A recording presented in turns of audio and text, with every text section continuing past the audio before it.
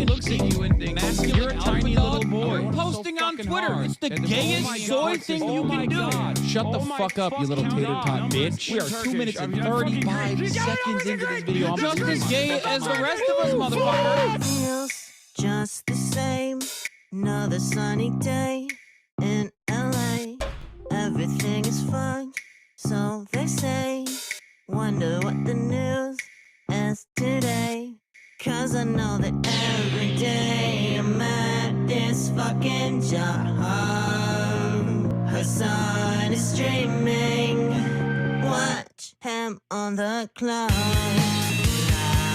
yeah. All this doesn't like end.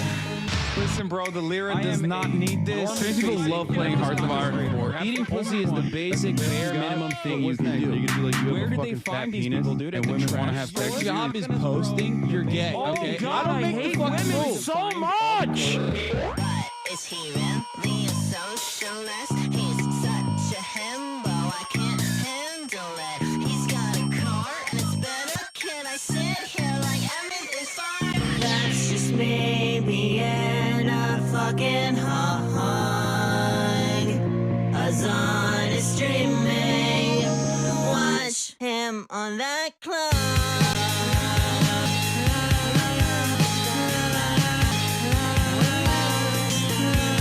What's going on, everybody? I hope everyone's having a fantastic evening, afternoon, pre-noon, no matter where you are in the world. I'm Hassan Piker, and this is the Hassan Abi broadcast coming to you live from a gloomy day here, a mostly cloudy day here in sunny, otherwise sunny California, Los Angeles, folks. We're live and alive, and I hope all the boys, girls, and MBs are having a fantastic one because today's a beautiful day. Today's a wonderful day. Today is a Thirsty Thursday. That's right, ladies and gentlemen, it's Thirsty Thursday, and your favorite himbo is back. It is Thirsty Thursday, August 28th, 2025, 11:09 a.m., and you already know what it is. We're back with another banger broadcast here for all the Asanabi heads. Holy shit. We did. We fucking did. In a video game. That is Teresa Sweetheart. Hassan is streaming. Theme song for my favorite socialist himbo. In brackets, official video. Now, folks, ladies, gentlemen, boys, girls, MBs, I hope everyone's having a fantastic one. Like I've said, it is a beautiful day. It is a wonderful day, and there's a lot going on in the world, and maybe a little bit happening in the world of Hassan Abi Piker as well. And this is precisely what I will be telling you about, because right now, right before I blast off in the next 10 to 20 minutes, this is the part of the broadcast where I tell you about my personal news. What has taken place, what has happened in the world of Hassan Abi Piker in between the time period where I pressed the stop streaming button and pressed the start streaming button. So help me God. That's what I'ma do. First of all, I just want to say I saw this and it made me tear up a little bit. That's Stavros Halkias. That's Stavros Halkias. Ladies and gentlemen, look at this. I mean, it's insane. Our boy, our big, beautiful boy has grown. He's become a man. He has become Hollywood Halkias. It's true. It's real. He will forget about us. He's going to find himself in the Bryan Singer pool parties. It's all good. I wish him well. You know what I mean? It's over. It's over. It's over. Couldn't have happened to a nicer guy. Yeah. On the one, I mean, look at what Cumtown has brought to us. Like, look at this. Look at Cumtown. Look at what has happened to Cumtown. Look at what has happened.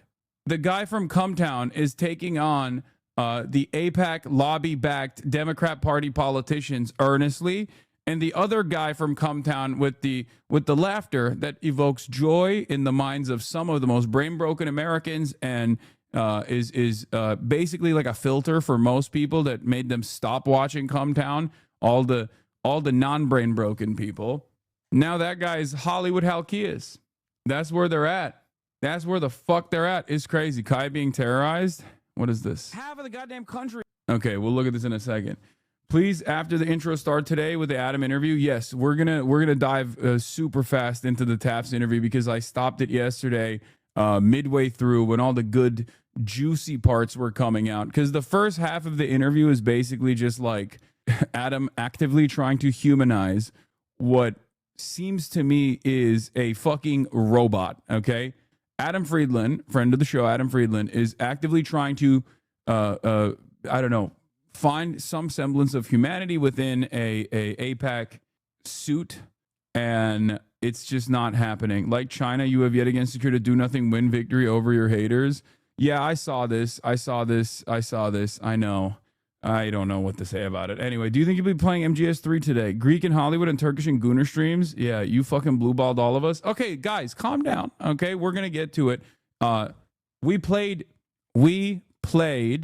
Peak last night, and it was worth it. It was worth playing Peak last night. Anyway, I ended the broadcast after playing Peak with the boys, and then after I played Peak with the boys, I shot something. It's a secret. You'll see it when it comes out. It was actually really cool. We shot one part of a new YouTube series that's coming out. I'm not going to tell you anything else, but it was very fun. And that's all I did, honestly. And then I went to sleep, woke up. I did not get to destroy Ellum because guess what? Guess what? You want to know why?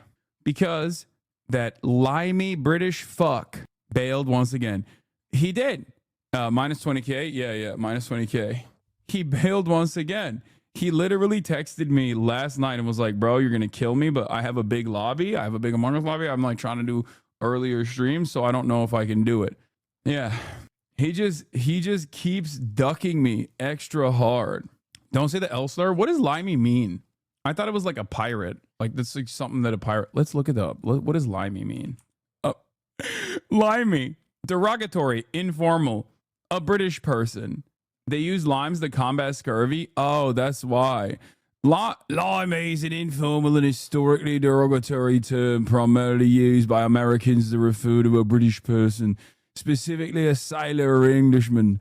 The word originates from the lime juice used by the British Navy sailors to prevent scurvy, a practice they were mocked for by other navies. While originally insulting, it is sometimes used in a joking, old-fashioned way, but it can still be considered offensive, so it's best to avoid it.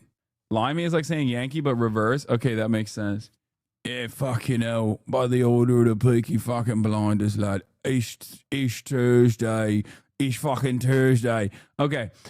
Anyway. Oh my God. This bitch is snoring right now. Super hard. So, British people catching heat for getting vitamin C. I mean, limes you do need in order to avoid scurvy in long expeditions. So, like, I don't know why they were like making fun of these guys for doing the proper thing to make sure that they weren't getting fucking scurvy.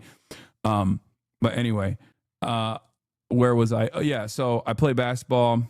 Kaya hung out with her friends at the park, and I'm here. I didn't really do much else afterwards. And obviously, like, while I was doing my own thing, a lot has taken place in the world. Obviously, I'll maybe dive into a little bit. Twitter users have found Ethan Klein's old Reddit profile named user pedo_troll from 2010. The account promoted H3 issue YouTube videos, posted about living in Israel and Israeli supremacy, and made several comments as pro-pedophilia account. Last night, every post and comment on the Reddit profile was deleted after no activity since 2013. All posts and comments, and then he actually openly admitted it too. He admitted it, I believe. So, your ops are having a pedo off. It is pretty crazy what's going on over there. But I think you guys understand. I think you guys understand why I just like actively avoid that side of the universe, if you know what I'm saying, right? Like you kind of get a better handle on that sort of thing. I suspect. I wonder what Asmongold is doing, because he's been like a third party beacon on this conflict, mostly used against me. Does he cover this shit at all? I feel like this would be right in his wheelhouse, but I suspect it's like both communities that he is actively farming from. So I suspect he's just ignoring it and not talking about it at all. Now imagine if that is something. Imagine if I had ever done something so fucking insane. Of course it would be. Of course, that would be the number one world-ending drama story. You know, he's gaming unlike you. Y'all are so dumb. I've been fucking gaming nonstop. Asmongold games less than me now. Shut the fuck up. Anyway, I'm not doing the LA police chase. I just started the broadcast. Calm down. So, please tell me you don't have shit like that in your closet. I'm fine with the DeviantArt drawings. No, I don't. All my shit's out there. Yeah, we'll talk about Aaron Parnas. Hassan, what day you speaking at the conference? Lives in Detroit. Saturday. So, yeah, I'll be in Michigan. I'll be in both Dearborn and also Detroit, Michigan for this weekend. As you guys know, me and Marchie Poo are flying out there. I also connected with the Omar Fate team as well. I'm trying to do like a meetup potentially with some heads out in Minneapolis as well. So I Show Speed's doing a goddamn tour of America. I'm doing a goddamn tour of America. How about that? But yeah, also speaking of Speed, I did actually sent him and his team potentially connections to go, if they ever go to like Michigan, they could just like do a Dearborn thing with the mayor as well, which I will be doing on Sunday. I'm going to be doing a Dearborn tour on Sunday for Sunday Fundy. And then Saturday I'm at the conference, and Sunday I'm going to be at the conference as well a little bit. But yeah, it's slam. This weekend is going to be crazy. It's going to be slam packed. There's so much happening. Cumtown has been on the up and up for everyone but Nick. I mean, Nick's doing himself. Everybody calm down, okay? I mean, I don't know what he's been up to, but he's doing fine. It always works out in some way, but he's just living his life, dude. Go to the Detroit neighborhood Hamtramck Muslim majority and walkable Yemen cafe. Okay, everybody stop. Stop giving me crazy stuff. What was I gonna say? What else? Personal news wise. Anyway, I'll hold on. God damn, what is happening to me? Yeah, our boy Stavi is a star. Shouts out to Stavi, shouts out to Adam, shouts out to Nick, shouts out to the Chapo boys. But in any case, you know, Budapest Champagne Socialist fighting the big man on Jeff Bezos. What does that mean? The Budapest Champagne Socialist fighting the big man on Jeff Bezos. I don't even understand what that means.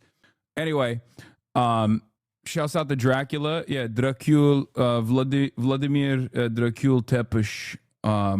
Oh, we got EB Basement with the new stickers. Nice. These are awesome. Colors are done. Been really enjoying working on during my mornings. Okay. Austin confirmed you stinky. The fuck? This person, unfortunately, does not have a friend in their life to tell them that they're a little stinky. What is this? Is he lying about me again? If you have a friend that is stinky, we all have one.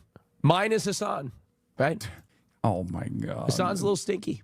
I'm so glad that I've done enough fucking enough meet and greets at this point, and I'm like out enough that I'm outside enough that like people have been in proximity to me, so they know that that's a fucking lie. You need to bully him more. I didn't pick up his phone call this morning, so of course he had to fucking slander me again. You do look like you stink a bit. I smell amazing. I've talked about this before. It's because I grew up very insecure about smelling bad because I was fat. I grew up very insecure about potentially smelling bad, so I'm like crazy on it. Constant showers, double deodorant. Like I reapply deodorant during the day. And also I'm Middle Eastern, so I got fragrance out the wazoo too. You look like you have a musk as a compliment. No, I am, Adam can't keep getting away with this shit. I feel bad after calling Adam about this. I didn't realize it was like such a serious and compelling and emotional video because I was like fucking around because it's Adam, right? So I get why his reaction to me in this conversation wasn't like, oh, just watch the video. I thought it was going to be like dicking around with Richie Torres. It's not a light video at all. I do have some opinions on this because there's some like extra discourse that has come out of this conversation as well, with people being like, why are we centering Jewish feelings around this, stuff like this? And I'll obviously talk about that too, but I obviously saw one part of it, like the pivotal part of it. And I didn't watch it. I just saw the pivotal part of it. No spoilers, but there is a pivotal part in the fucking video. Time and time again, I said, Hassan, you gotta smell better, right? You gotta smell better, and he's working on it. I can't believe this fucking gay man is slandering me right now. That's crazy. I try to pack up the homophobia, folks. I try to say, you know, the gays are not known for being tricksters or liars, deceivers, okay? That's what I say. Slanderers, libelous claims. And then here we are on the day of the podcast. Here we are Pack up the homophobia. Sounds kind of homophobic. No, I'm taking it out. I put it in the bag. I'm bringing the homophobia back. It's in fashion. It's already in fashion, you know, around. Yeah. Gays love a good drama. Lib chick responded to your stream yesterday, including weird threats about TYT. Who is the lib chick? Hassan the Hun, bitch, please. You're not about to try and out progressive me. While you were sitting on your ass streaming, I've been getting progressives elected. Stay mad. Oh, and FYI, I used to work at TYT. My NDA recently expired. Heart. Wait, what? I don't know who this person is. Why would that do anything to me? I haven't been at the Young Turks since the beginning of 2020. Was she there while I was working there? What the fuck she talking about? Fuck she talking about? I don't even understand it. Also, yeah, you're quick with it, chatters. Mamdani was polling at 1% here. You know, my work is speaking for itself. It's all good. She sat next to you and you said you fart a lot. Yeah. Pac-Man also mentioned in his video explaining the dark money he was getting. You're not even young anymore. She confirmed working with you and you did in fact smell bad. She's a clout chaser. She's using you, man. She's going to slander you and say you were stinky at TYT. I don't even know what these people could be saying. Like, oh no, she's going to talk about her experiences at the Young Turks. What? Oh no, she's going to talk about her experiences at the Young Turks. What will I do? I haven't fucking worked there. And I've literally, unironically, duked it out with the Young Turks publicly for the past like multiple years at this point. Yeah, she's like implying she has T on TYT, but I don't know how that would like be something about me. She's working with D on that dog shit tour fighting against Charlie Kirk. D's using her to get at you. Nice. Anyway, let's blast off and we'll get into all of it because apparently there's some drama about this shit too. Okay. Oh, what was I going to say? There's a fuck ton of things to cover today. God damn. Okay. Okay. Taps takes on APAC Torres, Minneapolis shooter background and lies, CDC shakeup, Russia strikes Kiev as Israel, redefines combat. Leave that and say drama surrounding Wired expose on paid dem influencers, DNW, which stands for Do Nothing Win, Michigan, that your drama was a hoax on the weekend for Palestine. Get in now. www.twitch.tv/HassanAbi. Do we have a blast off meme or what? Trump just dropped the best new fascistic pic of all time. Oh my God. Dude, what the hell? Bro, this is low-key. This is what is happening here. This is like a different, it's like seeing America. It's like seeing the United States of America skin that you would expect in another country. You know what I mean? You know what I'm talking about? It's like, you know how sometimes you got like different skins that you put on a character? It's like I'm watching America put on a new, like they unlocked fascism skin. Modern fascism skin unlocked. Yeah, they got a new texture pack. This fascism update is crazy, dude. It's really wild. They got the military deployed in all the major cities, including the capital. Like this literally feels alternative universe America. Like this shit is like Wolfenstein. You know what I mean? Like this is the type of shit that you would see. I mean, this is obviously fascism is colonialism turned inwards, right? And that is precisely what's going on here. Like it's not even a meme, right? This is just reality. This is objective reality, abject reality. Like there is no better indication. There's no better like living, breathing example of like fascism is colonialism turned inwards than what this is. Okay, capital city, National Guard deployed. They're walking the streets, big ass fucking flag right next to big ass deer leader with a photo looking menacing, talking about American workers first. Like this is straight up. This is straight up like a skin, like a new skin for America. Just the fascism update. It just patched, new patch, fascism update. We got it. Man in the High Castle style alternative universe, Wolfenstein 2 style, you know, American takeover, BioShock prequel, whatever you want to call it. But it just doesn't feel like this is the type of stuff that you don't normally expect in the United States of America, especially in 2025. Like, America has had a litany of different complications throughout its development, throughout its history. You got indigenous genocide, you got chattel slavery, you got the continuation of unjustifiable racial systems, racist systems, and all that stuff. But it's like always masqueraded as this like bastion of liberal democracy. And now we're kind of coming to the conclusion, I think, that you can just do whatever you want. I feel like that's something that Trump said the other day, where he was just like, he literally was like, I'm the president, I can do what I want. And that's like, he kind of can, I guess. Like, all of this stuff was held together by just confidence and the notion that like no one, and I mean no one, was going to to do anything about it. Like, there's just nothing that they could do. All it takes is for one guy to just be like, nah, I'm the president, I'm the captain, I do what I want, and there ain't nothing you can do about it. Trump wants to be king, but past presidents turned the White House into a crown and scepter. We're talking about nationalizing defense contractors. There's no more rules anymore. That's not going to happen. I ain't ever retweeting your live notification tweets. Okay, well, you're fake. Here, take a second off then. Okay, take a second off and really reconsider that, because that's not. Did you ride the short bus? Yes. AKA your mom. Got him. Freaking got him.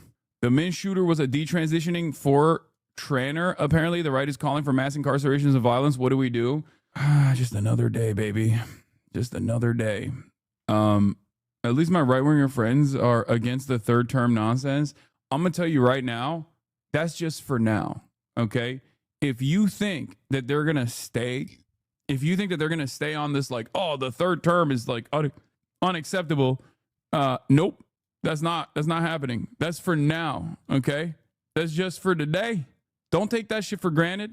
You got to actively move them away from being right-wing. You understand me? You have to actively do your very best to quickly move them away from the right, and not just into the fucking into the comfortable bosom of like liberalism either, because that shit is unsustainable.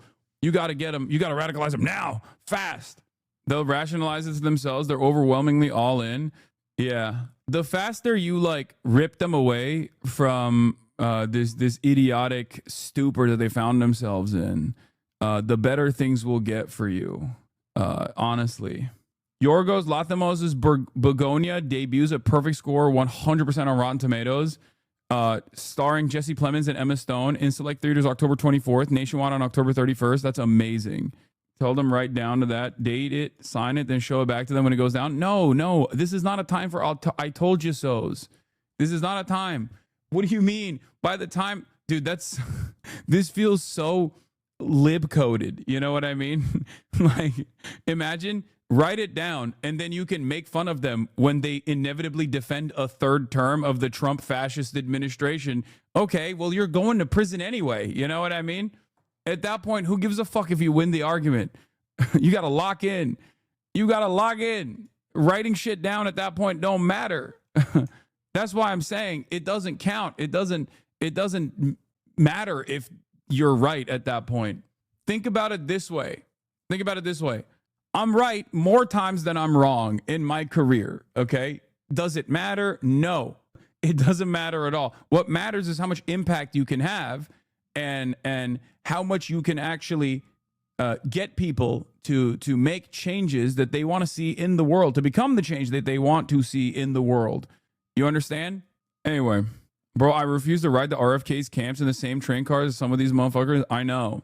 That's what I'm upset about. Like, that inevitability is here, but they've known all along. What is this? Like, a lot of you guys that don't understand how something like this happens, I think that you should really I hate to use this as like a parallel, because I feel like it's kind of a there's like so much like baggage with it. But like, look at Germany in the 1930s and look at how Hitler and the Nazi party. There's a lot of baggage with Nazi Germany. I wonder what he means. Like, you can't be talking about America's Nazi pivot as a positive while simultaneously harken it back to Nazi Germany, but not as a warning sign necessarily, but as like a positive thing. But you can't literally say it's positive because then people will go, dude, you sound like a Nazi. So you say there's a lot of baggage associated with it. That's weird. Rose to power. I'm not comparing Trump with the Nazi Party or with Hitler, but if you take a step back and you look at what were the reasons that they voted for this person, another person besides that, keep in mind, another person besides that is Mussolini. Like, a lot of you guys that don't understand how something like this happens, I think that you should really I hate to use this as like a parallel. I don't think he hates to use it as a parallel because I think he likes that parallel. Anyway, Austin had a 10-minute long crash out when Ray said he was ass at gaming more than you. This is more important than America. Okay, calm down. That's not. And also, I'm not going to get into that right now. Okay. Wow, dude. So everyone who disagrees with you is a Nazi, huh? I know. It's really fucked up. Once again, where can I arrive at these conclusions? How am I arriving at these conclusions? It's so unnecessary. He's just classic Hassan talking about a guy who is who's very much in favor of Trump and then uses a comparison between Nazi Germany and Donald Trump, but not a negative one because I make that comparison all the time as well. But he's making that comparison as a positive one. W. Adapt had to rant to a couple weird chatters in chat while watching Chad Vice clips a few days ago. Own opinion on shit and have your own voice and do your own research on something and someone before speaking on them and jumping to a conclusion about them. You know what I'm saying?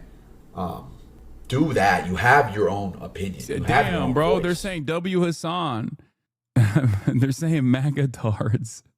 They're saying W. Hassan. They're saying XQC fans hate Hassan. There's not a lot of things you're entitled to. That's one of them, your opinion. You know what I mean? And I swear 90% of people online, they don't have their own, bro. They don't. That's and it's true. sad. And I could even say when I was younger, I would fall victim to that too. That's true. Where people literally just echo and regurgitate shit they read in Twitch chats and what the masses say. Yes, bro. God damn. My goat, dude. My fucking goat. He's right. He's literally right. And, you know, everybody does this. I assume people were just like being weird about him collabing with me. So he was just like locking it down. Hassan, I do this for your content. What should I do? I mean, you should always still seek out your own information. One of the advantages of watching my shit, though, is that I do show you the opposing side's perspective, perhaps more than, you know, I would go so far as say I watch opposing arguments more than I watch complementary things. Like, I rarely watch my friends' content that, like, I agree with. I mean, I do every now and then, but it's far rarer on this broadcast for me to watch, like, Overzealots or Second Thought or Deprogram or any number of different content creators who I'm, like, very closely aligned with ideologically than Fox News, you know? I watch more Fox News than I watch MSNBC, and I disagree with MSNBC as well. So, like, I try to have a very broad media diet because I recognize that it's important to understand what your enemies are thinking at all times. And it's important to understand, like, what kind of lies that they're saying. Obviously, we're going to be covering that today quite extensively with the Minneapolis shooter because the right have decided, like, this is a trans person, this was woke, this was an anti-Christian trans person who's being woke, who wanted to kill Trump, and they're, like, actively pushing that narrative right now. So, you know, we'll do that. Anyway, that was a broader point that I didn't want to get to. But yeah, I'm glad that there's, like, people who are just like, bro, fucking don't believe this nonsense that fucking you see from your favorite content creator who you, like, listen to, who just fucking has different reasons as to why they're slandering someone like myself. And what the general public opinion is about someone or something, and they just jump on that. You know what I mean? I didn't mean to go on a whole rant, but that's just how I feel in general about shit. You know what I mean? Like, people should take the time. Yeah.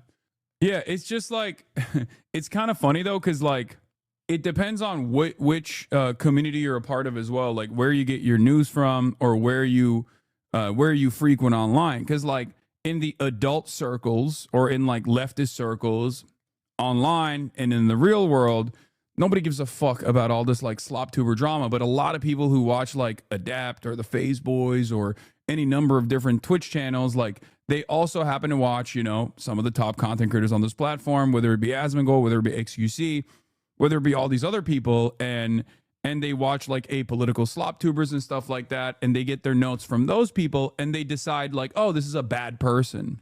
This is a bad person. This is a terrorist. And like, obviously for us, because you guys are like, you know, pretty locked into the news cycle, you don't see that kind of stuff, so you don't understand the impact that has in terms of like converting a lot of new heads, converting a lot of people that otherwise might actually find themselves on the left flank of American politics, but haven't really taken a step, and they're just like considered apolitical, and they don't really think too much about politics, but they get their notes from like drama focused shit. There are a lot of people like that out there. And basically what you cooking up there, Unc, it's a Stumptown cold brew double concentrate. I have to put water in it, otherwise it's too much. Oh my god, every day, bro, every time I do this, people go, what the fuck are you doing? Before I came to you, I was a big Crowder guy. Yeah, that's what I say all the time. It's like there is a personal journey. There is a personal journey for a lot of people, and that personal journey for those who don't actually like ever think critically about like the politics that they live under, and find themselves to be apolitical. For those guys, it's just like, no. I went scam Harris to Kyle to you. How are we criticizing you today? I want to get ahead on my homework. That's not happening. That's wild. Shouts out to that former Crowder viewer. You were in the trenches. I mean, there's a lot of people like that in this community, you know? And I think initially I had like a lot more impact because people did not just come in here with like, you're a terrorist and I hate you and I think you should be killed type attitudes. And instead we're like, oh, this is a guy who's covering the news. And a lot of people learned the news from this guy, right? And I would say that it was much easier for me to do that kind of news coverage and commentary for a lot of people and pull them away from the far right, from the precipice of the far right, the allure that the far right had for a lot of young men back then, because there wasn't an entire fucking liberal, apolitical crop of content creators that were actively collaborating with like some of the worst far right scumbags to undermine what I try to do. The vibes were a little bit better. Everything changed when the fucking Fire Nation attacked. You know what I mean? When the Fire Nation attacked, everything changed. And by that, I mean, I got doxxed for purchasing a home for myself and my family. Ever since then, it's just been downhill, baby. All right. Not that it matters. All right, let's continue. I didn't really take my notes from other streamers, but like women TikTokers who said you're a misogynist without a context clips. I was on the opposite side, more like very liberal side that hates you. Yeah, there's look, when you're a large content creator, especially if you've been around for fucking 10 plus years as I have, I'm on my 12th year now at this point, there's going to be a lot of people. There's going to be a lot of people who just get their notes from whoever the fuck and just move on. It's all good. There's not really anything you can do about it. Are you sad that your view count is halved? Yes, I've fallen off. My career is over. It's devastating. I cry myself to sleep at night. So, I just got started, chatter. I don't know what you're talking about. What was I saying? Oh, yeah, there is going to be a bunch of fucking people that just come after you. It's all good. Did you paid for the view bots though? I like this. So many of the people in this, like so many of the top level viewbot call out people have openly stated that like my viewership has always been organic, but people still just imagine that I have view bots. That's cool, man. Why don't you take it up with Asmongold? Why aren't you in there? I mean, you made a lot of money doing ad streams. No, literally everything that you've brought up so far is incorrect. Like virtually everything. I don't run any fucking ads. I don't care about them. Yeah. Okay. I don't run any ads. I don't run any view bots. I've never run fucking view bots. No one has even fucking said that I've ever run view bots, because if you look at my viewership consistently, my active viewership rate is significantly higher than the platform average. If you look at like my active viewership percentage, I'm at 80%. If you look at Asmongold's active viewership percentage, he's at 48%. You come in here and you say, I'm doing view bots and I'm running ads. I don't do either of those things. You made ad streams like for Assassin's Creed. Oh, that's what you mean.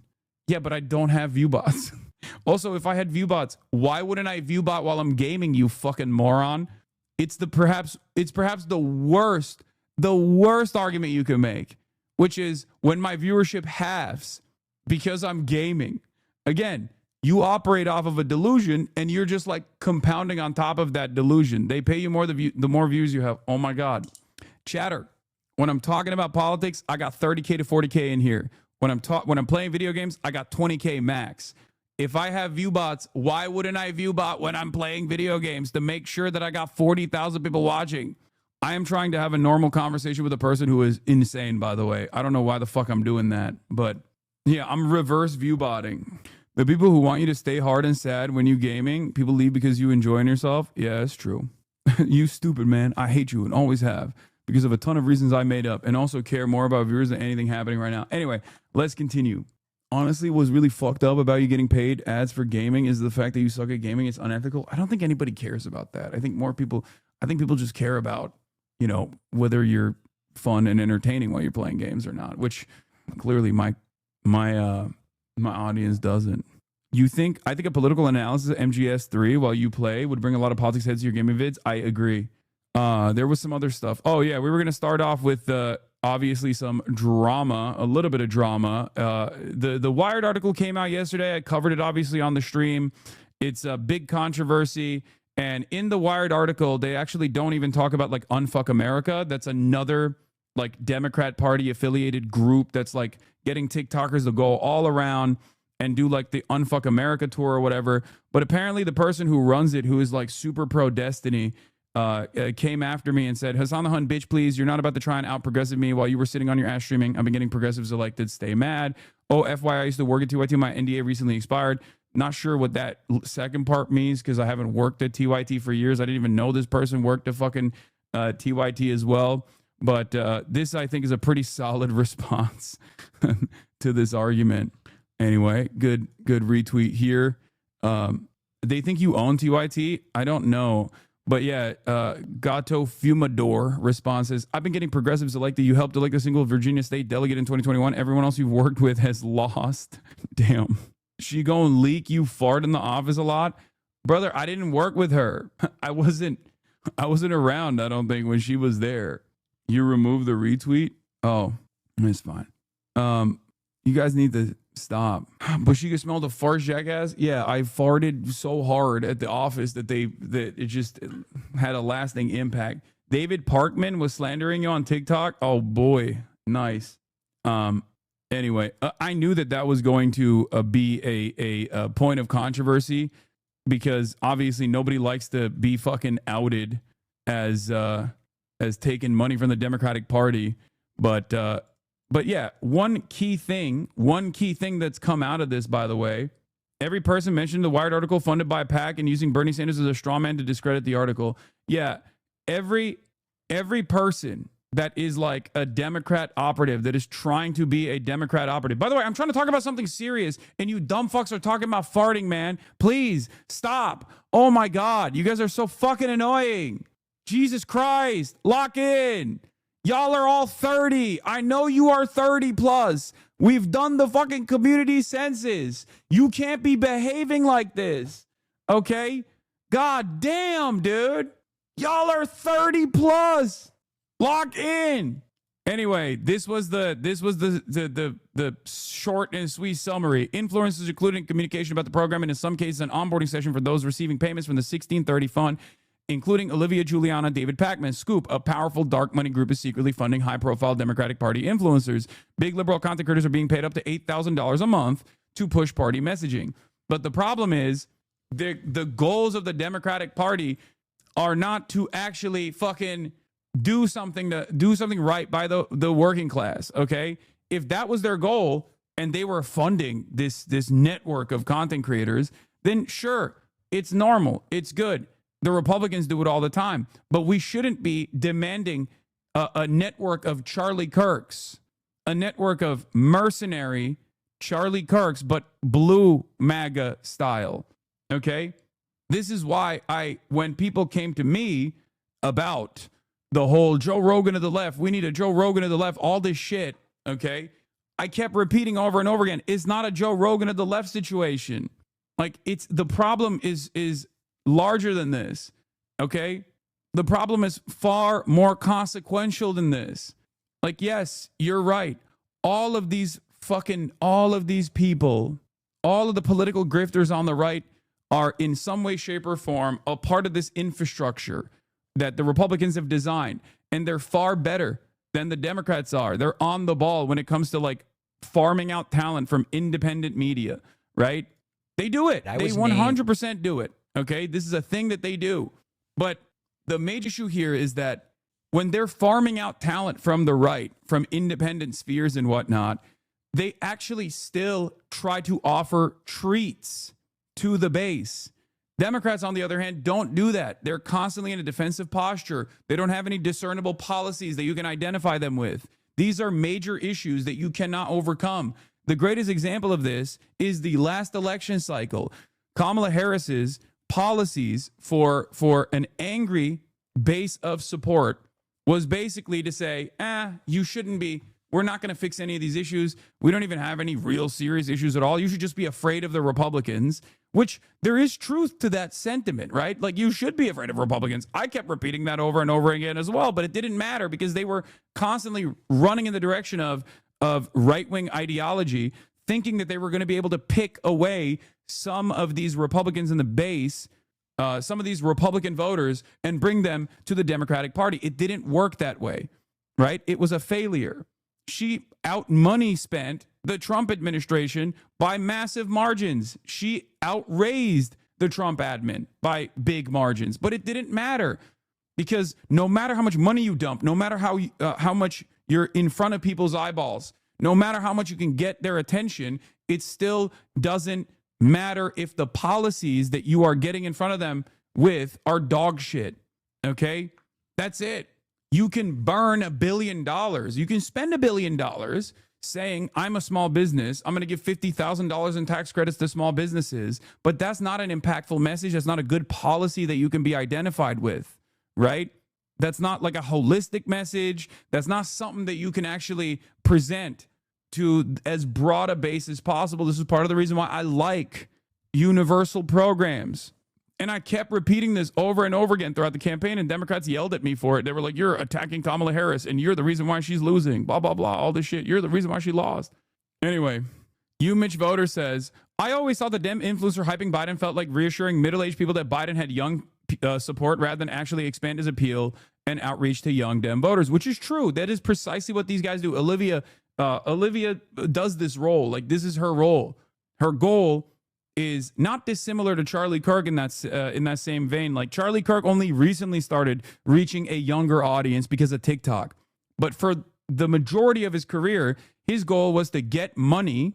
His goal was to get money from right-wing Republican mega donors like Foster Freeze and basically lie to them that they were making a fucking impact with the youth vote. Okay? Only until TikTok, college campus like debate, the college campus debate videos did Charlie Kirk actually start securing some kind of prominence in a younger audience. And that wasn't because of Charlie Kirk either. That was because there was a dramatic shift happening within the right-wing youth. Okay? That wasn't because of Charlie Kirk.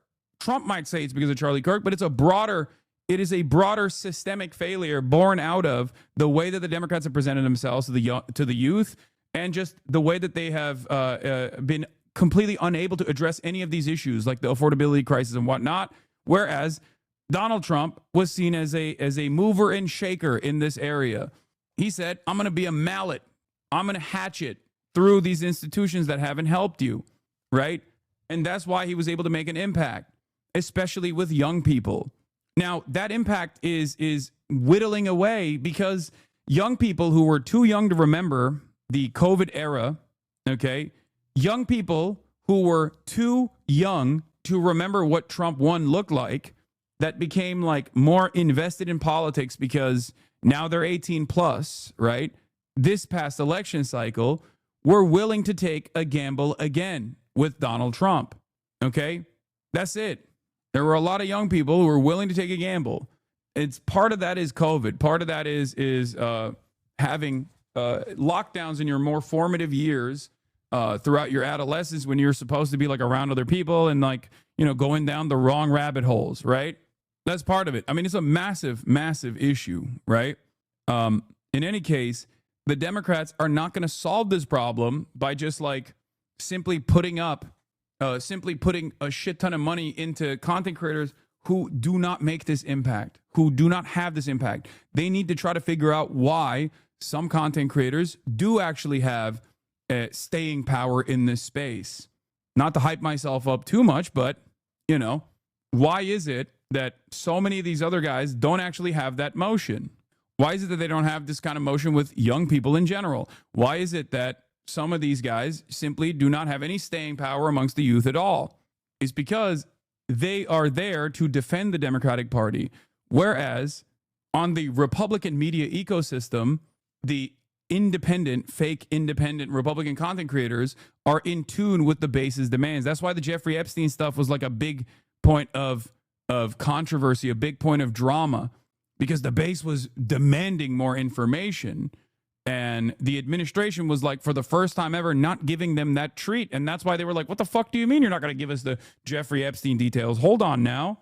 And the Trump administration did what? Find other red meat to throw at the base.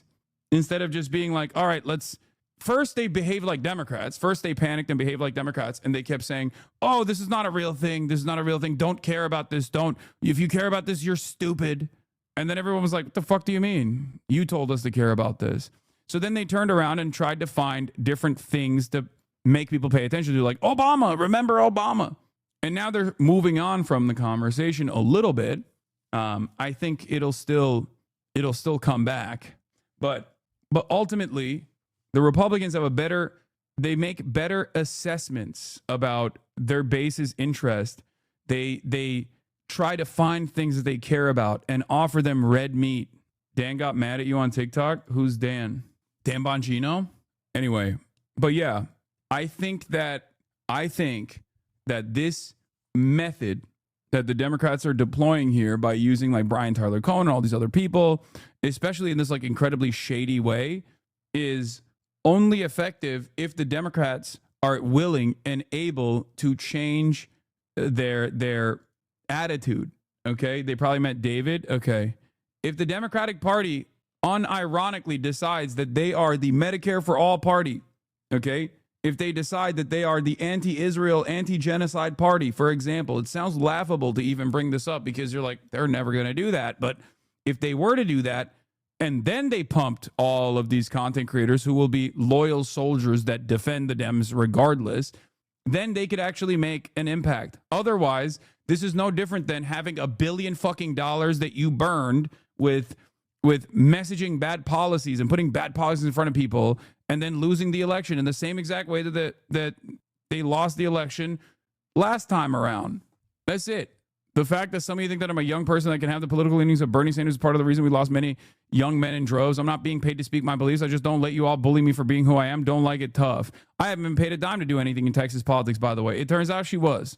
Don't know who else to let folks. There's a subplot in politics happening because apparently someone is paying GOP influencers outside of Texas to say specific things about Texas politics because influencers in Texas have to disclose if they're being paid for political posts. It's just crazy that she like talked about how she wasn't paid for this shit at all for the longest goddamn time. Why are you trying to start a war between the left just because Pac-Man and BTC aren't as left as you are? But isn't it good to help other creators on the left? Pac-Man isn't even in there. Why are you lying? Wait, what? 26 month subscriber? I'm not. I don't want to start a war between the left, okay? First of all, I'm sorry. One of the most pressing issues right now is Israel, okay?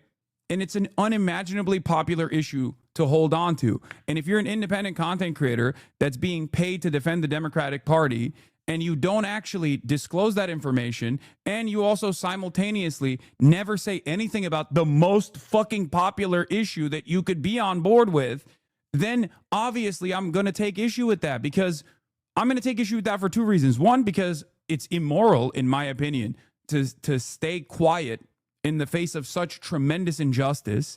But beyond the immorality of it all, it's also insane. It's also stupid from a political point of view. If you want the Democrats to win, if you're a blue no matter who type of person, why the fuck aren't you yelling at the influencers that refuse to speak on this? And why the fuck aren't you yelling at the goddamn party that refuses to speak and communicate on this from a partisan perspective? You know what I mean?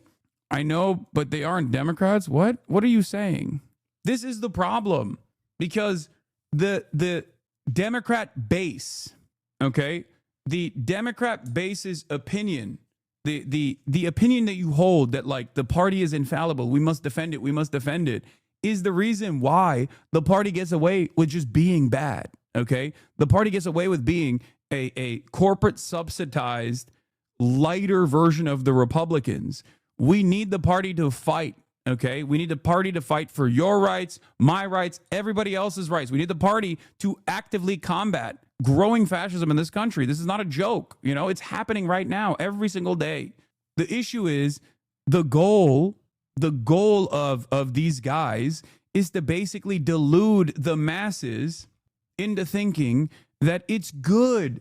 It's good that the Dems are not saying anything about Gaza, you know? You shouldn't care about that at all. Look, Donald Trump is stupid. He's gonna die any moment now. Like, and of course they arrive at like correct issues with regular frequency, because they ultimately being in opposition to the Republicans is correct, right? But the problem is you need to go beyond that. You need to demand that the party actively defend Americans. You need the party to actively defend immigrants. You need the party to actively defend the principle of being against genocide. And if you don't do that, then you lose the space to grifters and charlatans on the right. There is a reason why Tucker Carlson and Marjorie Taylor Greene have made tremendous impact. They are out and about loudly screaming about how much they oppose Israel, and they're benefiting from it. They're benefiting from it because there is a massive void on the left side on this pivotal issue that everyone can see is abhorrent. How do you not see this? A lot of people tune this out when I talk about it because they think, oh, Hassan, you're being a fucking pussy again. All you care about is Gaza, blah, blah, blah. But like, I'm making two different arguments here. I'm not even making the morality argument when I say this. Okay, even though that is first and foremost the most consequential part of this conversation. But even from a pure, amoral, calculated political stance that you are taking, from a partisan perspective, you should never allow Marjorie Taylor Greene to be the leading voice in Congress on refusing to send weapons to Israel. Never. That's crazy. That is a massive failure, especially when there are party members in the Democratic lineup that have been punished aggressively for being champions on this cause, whether it be Rashida Tlaib or Ilhan Omar or even AOC. People have yelled at them, okay? So when the tide is actually shifting and more Americans every single day are coming on board with this reality, for the Dems to just like kind of sit around and not do anything and not say anything and allow Marjorie Taylor Greene to ever be one of the leading voices in this conversation is a massive fucking failure. For the for the liberal content creators to not actively be the guys that you go to hear about what the fuck is going on in Gaza and create a void in that media ecosystem is basically handing that to Nick Fuentes and Tucker Carlson. A lot of you guys, if you still defend the liberal content creators who don't speak on this issue, and you defend the Democratic Party that doesn't speak on this issue convincingly, are not realizing that this is a massive failure, a massively consequential failure that is causing people to think, well, these are the earnest guys. I guess the only real ones out there that are speaking out against Israel are right-wingers. It makes you wonder why. Like, actually, why would they keep their mouth shut on this issue? Because they care only about donors and they care about defending the Democratic Party. This is a problem. And it's an especially annoying problem when the issue is so obvious and also no longer an unpopular one. Okay. A lot of people that came before these cynical people, these grifters, already did the fucking work. Okay. They already put their reputation on the line. They got slandered and smeared endlessly, but it was nothing, obviously. It was nothing in the grand scheme of things. It was all worth it, because as long as you can convert people to seeing the truth about what Israel is doing in Gaza, whether it's one person or 1,000 people, it's worth it. Okay. All the death threats, all the smears, all the lies, it's nothing in comparison to being able to actually be on the right side of history and to be able to convert people so they also apply pressure and potentially one day down the line put an end to this madness, put an end to this bloodshed. The infighting has always been bad, right? But I think like this new emergence of Palestine and Israel has really just completely shaken up the whole party, because it's almost as if you can be the furthest left person you've ever met. You could say, I don't want borders, ACAB, all the things, right? But if you say, I don't have a position on Palestine and Israel, then you are the enemy, right? And canceled. And this is part of the issue, is that we are finding reasons to shrink our tent. And in a time where we should be expanding. That's bullshit, by the way. That's bullshit. You are fucking shrinking the tent. You are shrinking the tent. There are more people that are pro-Palestine than pro-Israel right now, all around. And when you don't take a stance against one of the most consequential issues of our time, it's clear, black and white, by the way, is genocide, right? You got a majority of the American population even recognizing that it's genocide, and you won't take a stance on it. You are the one who's making the tent smaller, because people look at that and go, why the fuck should I trust you? You can't even say that this is a genocide and we have to put an end to it, even from a partisan perspective. It doesn't make any sense. This is not only a moral stance that you could take, but it's also now objectively a popular stance that you can take. So when you don't take a stance on this issue, all you're doing is telling people that you are bought and paid for. All you're telling people is that you are just like everybody else in mainstream news. You're just like everybody else in politics, refusing to actually listen to the cries coming from the base of support. You are refusing to listen to the demands, the reasonable and just demands that people are making that want to vote for the Democrats, that still feel like the Democrats are supposed to be the counterbalance against growing fascism around the world. Our tent. This is where my personal frustration comes in, because I'm like, listen, we can all have our own beliefs and that's fine. The infighting. Like, I think this was immoral to say even in December 2023, because it was obvious what Israel was doing, right? But the very fact that you're still saying it now, when the issue has swung dramatically in the opposite direction, in the direction of the truth, is insane. You are lying to yourself and lying to the people that are watching that podcast in order to continue justifying getting money from the Democratic Party, who doesn't want you to say those things, who doesn't want you to take an active stance on these things. Yeah. Poll from October 2023. It's actually not surprising. I posted this on IG on October 2023 because support for cutting off weapons to Israel was already a 50-50 issue. 53% of Democrats were already saying that we should not send weapons and supplies to Israel on October 19th, 2023, 2 weeks after. This is a fucking huge problem. This is emblematic of the problem with them messaging, okay? They are too afraid to take a stance on anything. They're too afraid to lead. Or rather, when they do want to actively lead and change the attitude of the base, they only do so in the direction of moving right. The base could be like, hey, we want fucking healthcare. What are you doing? And they'll be like, no, you can't have it. And you should stop asking us that. And it's actually bad and wrong to demand free healthcare. What the fuck do you want? When it comes to immigration, there'll be people in the base that are like, what are you doing? Immigrants are our neighbors. They're beautiful. They're wonderful. They're a part of our communities. Please stop saying immigrants are fucking scary. Republicans are saying immigrants are rapist monsters. And then if you turn around and say, no, immigrants are actually a national security threat, the only time where you're unafraid to lead, I guess, is when you're trying to move your base more into the right wing. And if you do that, then of course you're going to fucking lose elections to the right. And they're going to keep going more far right. There has never been a time in American history where the Democrats have been able to successfully outflank the Republican Party in contemporary American society. There's never been a moment where the Democrats have been able to successfully outflank the Republicans on right-wing sentiment. They do not own patriotism. They do not own the military. They do not own being the pro-war party. And they shouldn't, by the way, regardless. And they do not own cutting the welfare state, no matter how hard they gut it themselves. Okay? I have repeated this a million times over in my last 12 years of being a fucking professional political commentator. And in that process, conditions have only gotten worse.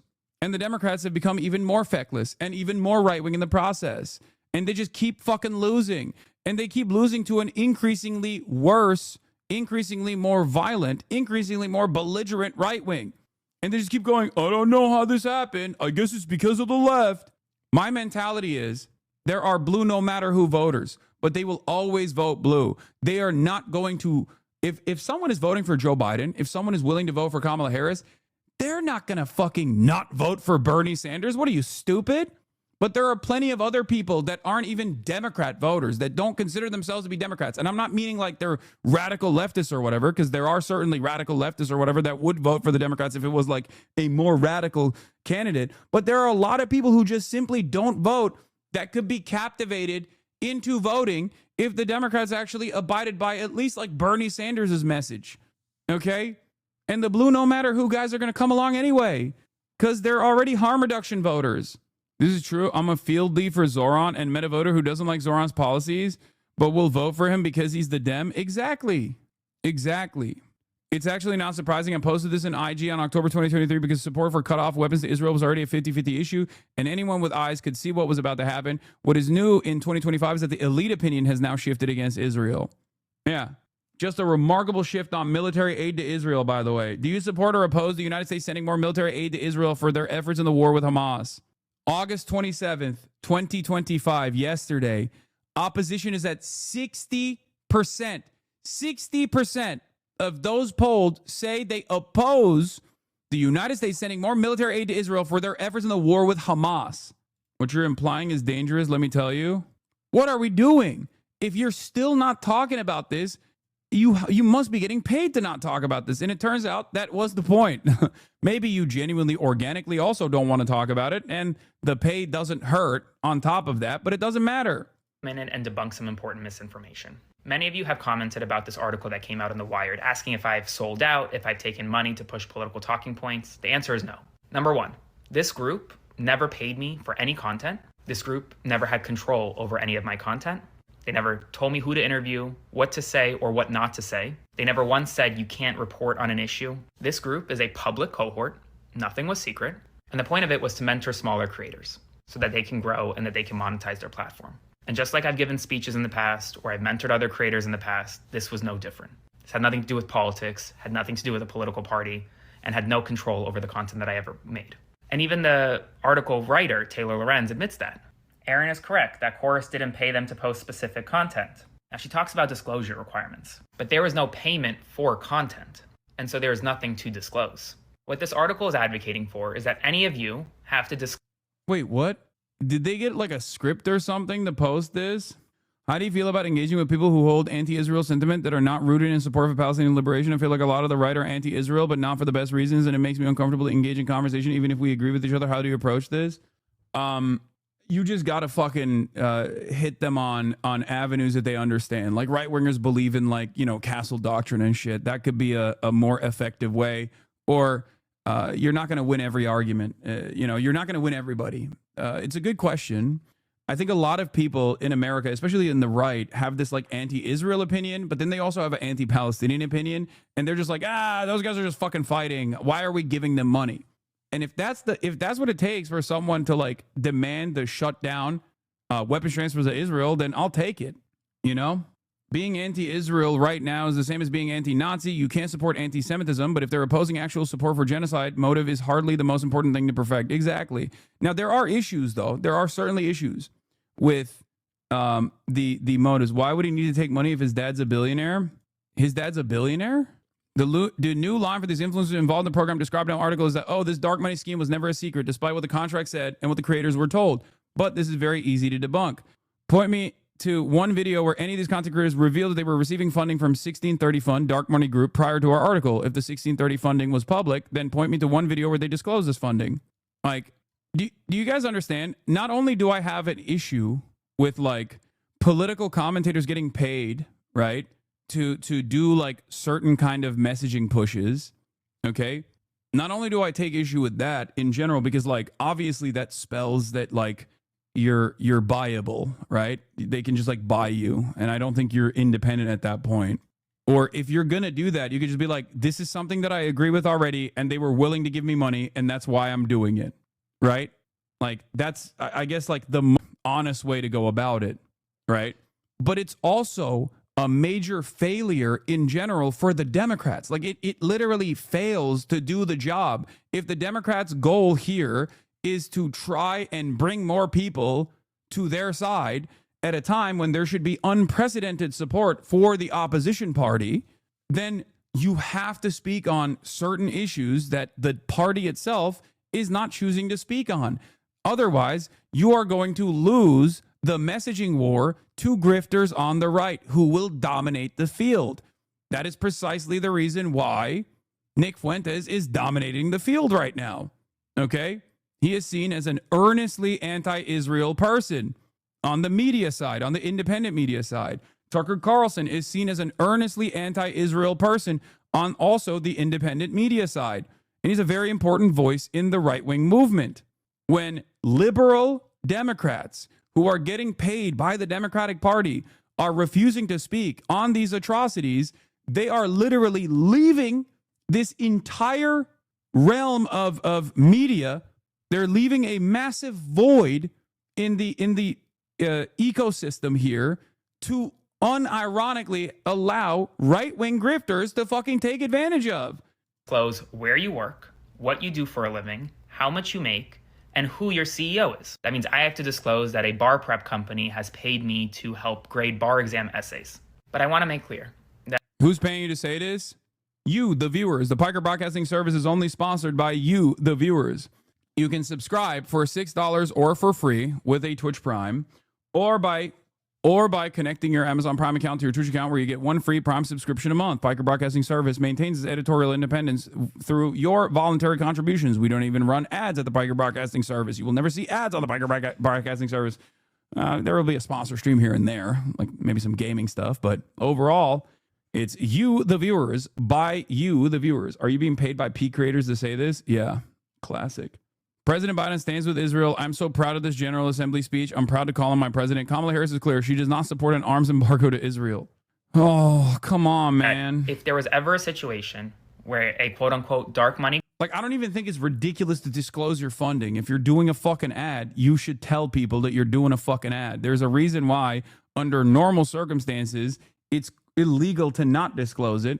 Unfortunately, of course, our current regulatory agencies are completely crippled, so they're not going to deal with this at all.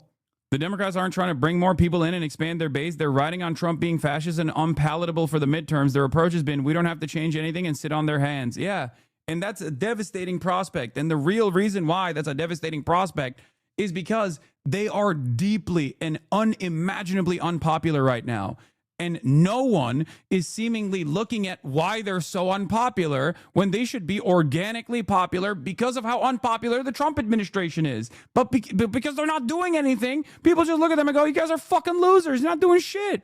And under the duopoly structure, if people fucking despise the Republican Party for its violence and its reactionary policies and its and the resentment that they breed towards the Republicans, and then they have no avenue to actually vote for a party that is like going to actively combat them, actively present hurdles with the Democrats, they're just not going to vote. They're just going to get angry and they're not going to vote.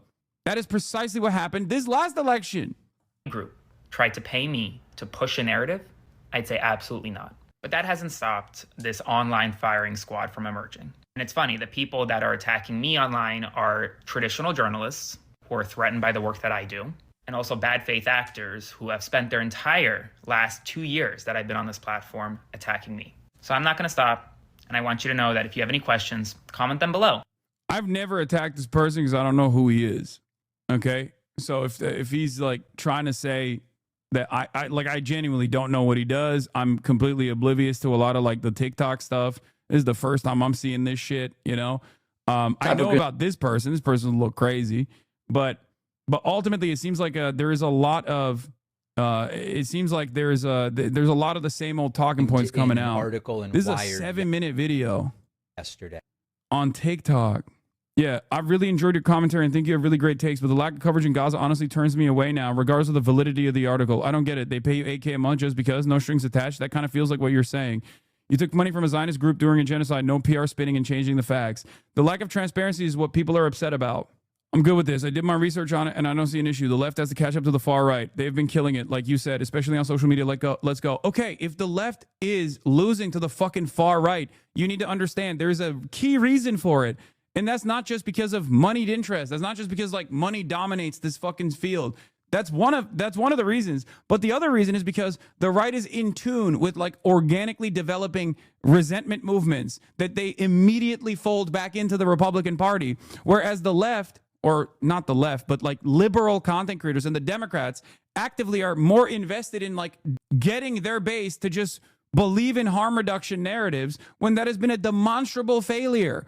Putting the same harm reduction narratives in front of more people over and over again is not obviously going to fucking allow you to secure a victory here. It failed last election cycle. This is worse than Trump won, because at least in Trump won, there was a movement towards more progressive politicians and more progressive politics that the establishment Dems basically gave way to. They didn't actively fucking try to shank the left flank. They realized that the Trump issue was so pervasive and so scary that they actively stood by as the left grew, and you know they listened to the demands being made by the base, so much so that they even did those messaging bills about Medicare for all. That's the reason why Kamala Harris ran as a pro Medicare for all candidate in the primaries after losing, of course. But there was a reason why so many of the Democrats that were on that stage were either actively trying to fight back against Medicare for all, or were just straight up saying that they're pro Medicare for all.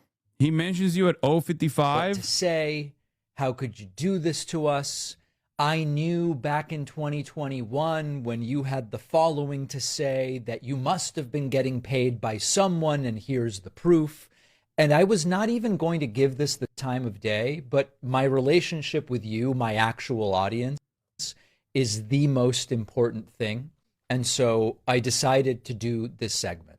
I also was told that other creators, like a Twitch streamer named Hassan Piker, were covering this in ways that don't reflect the reality of the situation and are perpetuating false. Okay, first of all, I just read the article, okay? I didn't like cover it in a particular way. I just covered the article. Also, I've known David for years. For me, I normally stay away from, you know, yelling about like Brian Tyler Cohen or David or any of these guys, because like there are certain issues that I just know they're not going to talk about, whatever. But as long as they're like cordial, as long as they're like, you know, focusing most of their efforts on combating the Republicans and whatnot, even if I don't agree with, even if I don't agree with a lot of key problems here, I think it's, you know, it's whatever. David saying a Twitch streamer is insane given the disparity in your respective reach. Yeah. I don't know. It is what it is. Falsehoods about what is and isn't going on. Now, I can't speak to the motives of the people that wrote the article or those that are reacting to it. I can't get in their heads. All I can do is tell you what's going on, and then you can judge and you can make an assessment of me. Now, I also want to mention, I'm aware that many of the people I'm hearing of aren't even part of my audience. They're doing the, well, now I'm unsubscribing, and they mostly were never subscribed. And this is a threat to their bag. They'll escalate the conflict to all-out war before they'll make any concessions. All I'm saying is, if you truly care about if you truly care about fighting against Donald Trump, if you truly care about undermining the growth of fascism in this country, you have to look within yourself, okay? You have to look within yourself. You have to realize that the same old business as usual, Democrats are actually the harm reductionist party, is not going to move you across the finish line. Or even if it does carry the Democrats across the finish line, if the final attitude from the Democrats is reflected in the Kamala Harris campaign, and it's just more militant military, like a more lethal military and a more militant border policy, then is it even good that the Democrats won in that regard? Like, it's just not. It's a race to the bottom. Okay, I care about policies first and foremost. That's what's most consequential. Okay, that's what's most consequential for me. I don't give a shit about what the letter is next to the fucking name of the politician. I care about what they're going to fight for. Okay, are they going to fight for us, or are they going to fight for the bag? And it's clear that when Democrats are openly fighting for the bag, it causes them to take terrible positions and terrible stances that make them look like they're phony, that make them look like they're insincere. And if content creators on the liberal side of the political spectrum are also reflecting that same kind of like inability to address ongoing issues and always waiting for the mass momentum to swing in that direction, always afraid to lead people to the correct side of an argument by actively counter messaging, they're always going to lose to the Republicans, who will never stop counter messaging. Republicans never stop. They run as though they are running every single day, as though there's an election every single day. Democrats remember that there's an election every 4 years and then act surprised when they fucking lose. One problem is that in the Democratic Party, there's no penalty for failure. Chuck Schumer gets to be in leadership forever, even though the party is reaching record low popularity. It's considered more important for these people to retain their positions than for the party to win. Obviously, a party that was interested in winning would oust these fools and put in new management. If they made Bernie the Senate minority leader, they'd be a lot more popular, but they don't, because it's not about winning. It's about a small group of people clinging to power. Yep, that's it. This is why we say it's like two sides of the same coin. It's just like a lighter version, a diet version of the far right, insane Republican Party. Very important information here. In Detroit, you need to go up to Hazel Park and get Louis' Detroit style pizza. You got it. When will we watch the second half of the Richie Torres interview? Right now. We're going to go into it in a second. Okay. Anyway, I'm not going to watch this whole thing, but I guess it's like a lot of the same old, where they're basically just saying, it seems like they're simply stating that the article is not correct. And I'm not entirely sure on why they're saying the article is not correct. They're basically just saying like all of the stuff that Taylor reported on is just untrue. And obviously Wired Magazine and Taylor Lorenz have they have fact checkers, you know? That's just not how this works. You can't just like present a completely made up reality. This is Wired Magazine, right? This is not like some crazy alt-right website or whatever. And therefore, every single piece of information that you read from the Wired Magazine article is going to be confirmed through leaked information, background information that you arrive at. Like it's clear. Taylor responded. Since my article came out yesterday about the 1630 Fund funding a bunch of these Democratic influencers through this secret program, a bunch of these influencers have spread just the most absurd lies sort of in response, which I think is quite revealing. I think that sort of speaks to their transparency and commitment to the truth. But I just want to clear some things up. So some of these creators have said, well, I never hid of my affiliation with Chorus. Here I am right here on the Chorus website. No one is arguing that. I've reported on these people's affiliations with Chorus. I've written about Chorus even prior to this article. The point is that none of them disclosed that they were receiving money from a dark money group, the 1630 Fund. None of them have ever disclosed, as far as I've ever seen, their relationship with the 1630 Fund. And that is the crux of it. Chorus is just the middleman. They're just running the program. The 1630 Fund is the powerful dark money group that is funding this effort.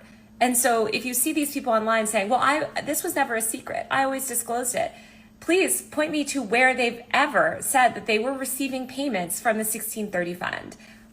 They're saying they didn't get paid for specific posts. They were trying to worm their way out of it. Also saying no one told them what to say. They're denying that they are paid. Yeah, I think what's going on here is they're in a weird way trying to say, if I'm taking what they're saying at face value, it feels like they're saying these guys they really like us and they gave us money for no reason. No obligations. They didn't even tell us to disclose it. We just chose not to disclose it, but they just gave us money because they really like us, which is ironic because that's literally the Tim Pool argument for Tenet. Now, of course, there's a difference between like a foreign adversary using like a shell company to fund, American politicians to take a stance that's like pro foreign adversary versus a dark money group funding, an American dark money group funding pro-Democrat Party liberal content creators. Like, clearly, one is way more commonplace, especially on the right. But it's interesting that their counter here is to simply say, nah, they just gave us money, dog. It's like, what are you, fucking stupid? Like, you're going to say no to free money? Went through and looked at these contracts. The stipulations in the contract are very clear that creators cannot disclose the identity of their funder, the 1630 fund. And actually, after I started reporting my article as well, creators were told that they were not allowed to speak to me, they were not allowed to speak to the press, et cetera, et cetera.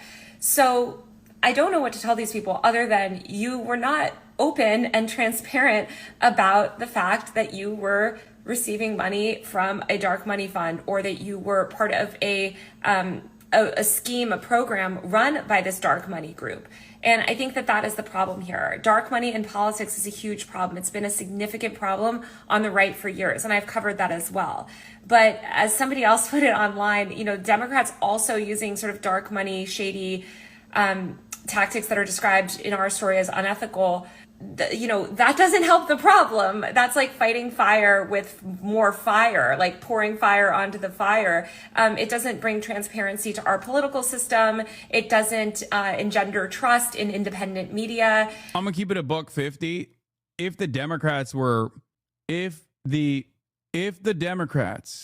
were actively pushing back against the Trump administration, actively pushing back against what's going on in Gaza, and they were funding initiatives, maybe not through dark money, and the people that were getting funded were disclosing it, like, I wouldn't have as much as a problem with this. Okay, maybe that puts me in a biased predicament or whatever. I still think you should disclose when you are getting paid, right, by any number of different like political organizations, especially if you want to remain a political commentator that is like earnest and honest and explaining to their audience that like these are the places that are funding me, right? Transparency is a huge part of this process. This is the whole point of independent media. We're supposed to be like different. We're supposed to be different than fucking MSNBC and CNN and shit. Yeah. I guess like some people were trying to say I was also a part of this group or something, which is really funny. I can confirm that Hassan the Hun was not approached for this program. I didn't see Austin on the list either. The 90 influencers involved appear to be primarily centrist pro-DNC Dems who have not spoken about Palestine / are pro-Israel. And also, I'll just clear up something else, is that these people have accused me of taking dark money. Nothing could be. I've never taken money from any sort of dark money group, ever. I'm on a Omidyar Network Reporters in Residence program right now. Omidyar Network is not a dark money group. What are you talking about? This is a reporting fund that is not dark money because there's a level of transparency to it. And whereas these dark money groups are not subject to the same levels of transparency. So it's very sad to see these influencers lashing out, but as they say, a hit dog hollers or whatever. Clearly they feel put on blast. But let's be honest here, and let's all work towards Weird Omidyar Fund 1630. That's the least surprising thing I've ever heard. Pierre Omidyar is the reason why The Intercept existed initially, for the record. He's an interesting dude. He is like, I don't always find myself agreeing with a lot of his initiatives, a lot of his opinions, but he is one of those guys that's been like weird in terms of like being invested in having investigative reporting take place. If they aren't being told what to say, then all those people noted in the article should just say Israel bad. What do you see these shit Dem Party defenders doing? More their audiences turn on them. I think they're just like actively going to try. I think they are going to actively try to defend their honest intentions. They're going to say like, no, we didn't do this because of money. We did it. They just gave us money for free, and you're stupid. And so I'm aware of that. Because remember, a lot of this stuff is just like parasocial. But it doesn't matter because I want to make sure my audience hears from me about this. Now, the most important thing to say is that the idea behind this group is exactly what I've been advocating for years.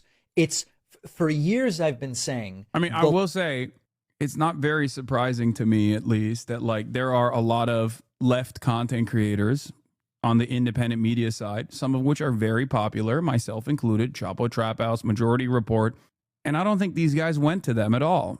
One must ask the question, why? Why is it?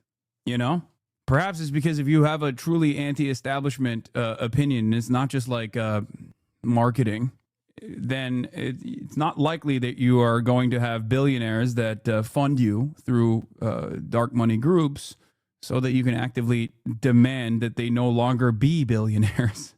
This is not happening. Left needs to organize independent media in the way that the right has been doing. The left needs to fund independent creators the way that the right does. The right has won even arguably presidential elections. Yeah, I think they're also saying, yeah, this is the argument. This is the meta.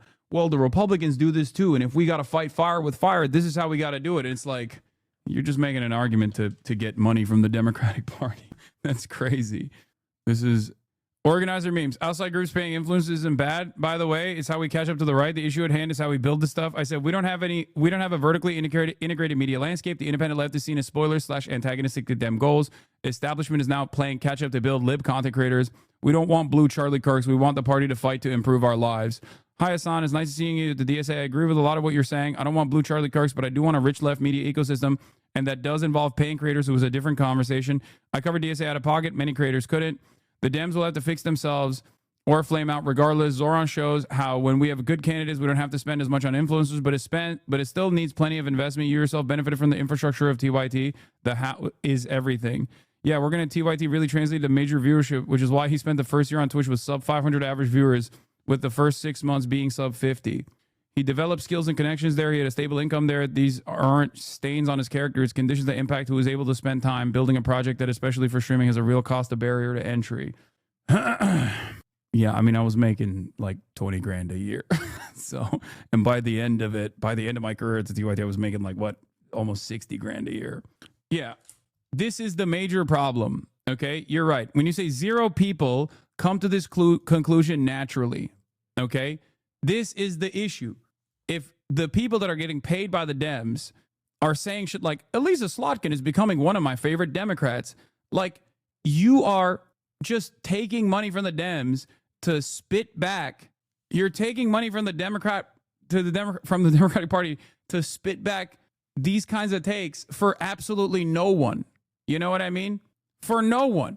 And maybe you're doing this so you can inevitably down the line get invited to the White House, or you're doing this because maybe down the line you might get a bag from the Democrat groups like the one that we're talking about.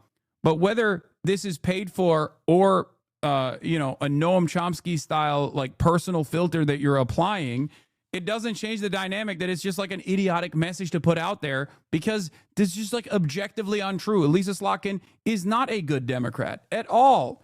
She sucks. And so many people can see it. So you just constantly saying that is not going to actually convert people. It's just going to make the people that like Elisa Slotkin in the Democrat establishment go, see, that's a good one right there. That's a good Gen Z. I think that account was trying to say that it's not a problem for people to make money externally from content creation. The problem is that they are made to say or not say in the disclosure, but we shouldn't reject all funding as a concept. I personally don't do it. I think it's not good. And I've literally worked with PACs, like not PACs, but I've worked with like organizations right? I have worked with advocacy organizations, and in the process, they like have a marketing budget and they want to pay me, and I say no. But it's like, the reason why I say no is because Ferdinand Slip, yeah, shut up. The reason why I say no to it is because, well, one, I don't need it because the Piker Broadcasting Service is sponsored by you, the viewers, for you, the viewers. Yes, bought. I'm bought by my viewers. But it's like, but I'm not going to, like the immigration one with Rashida, exactly. I've talked about this already, right? At the time, I even disclosed it, right? And the reason why I don't feel the need to do it is because I don't need it, and I want to help these organizations already, right? But if there is a content creator who's like much smaller, for example, and they need this to build out an infrastructure for themselves, and like that's fine as long as they disclose it, it's all right. But once again, not only should you disclose it, you should be open and honest about like where you align with this advocacy organization, okay?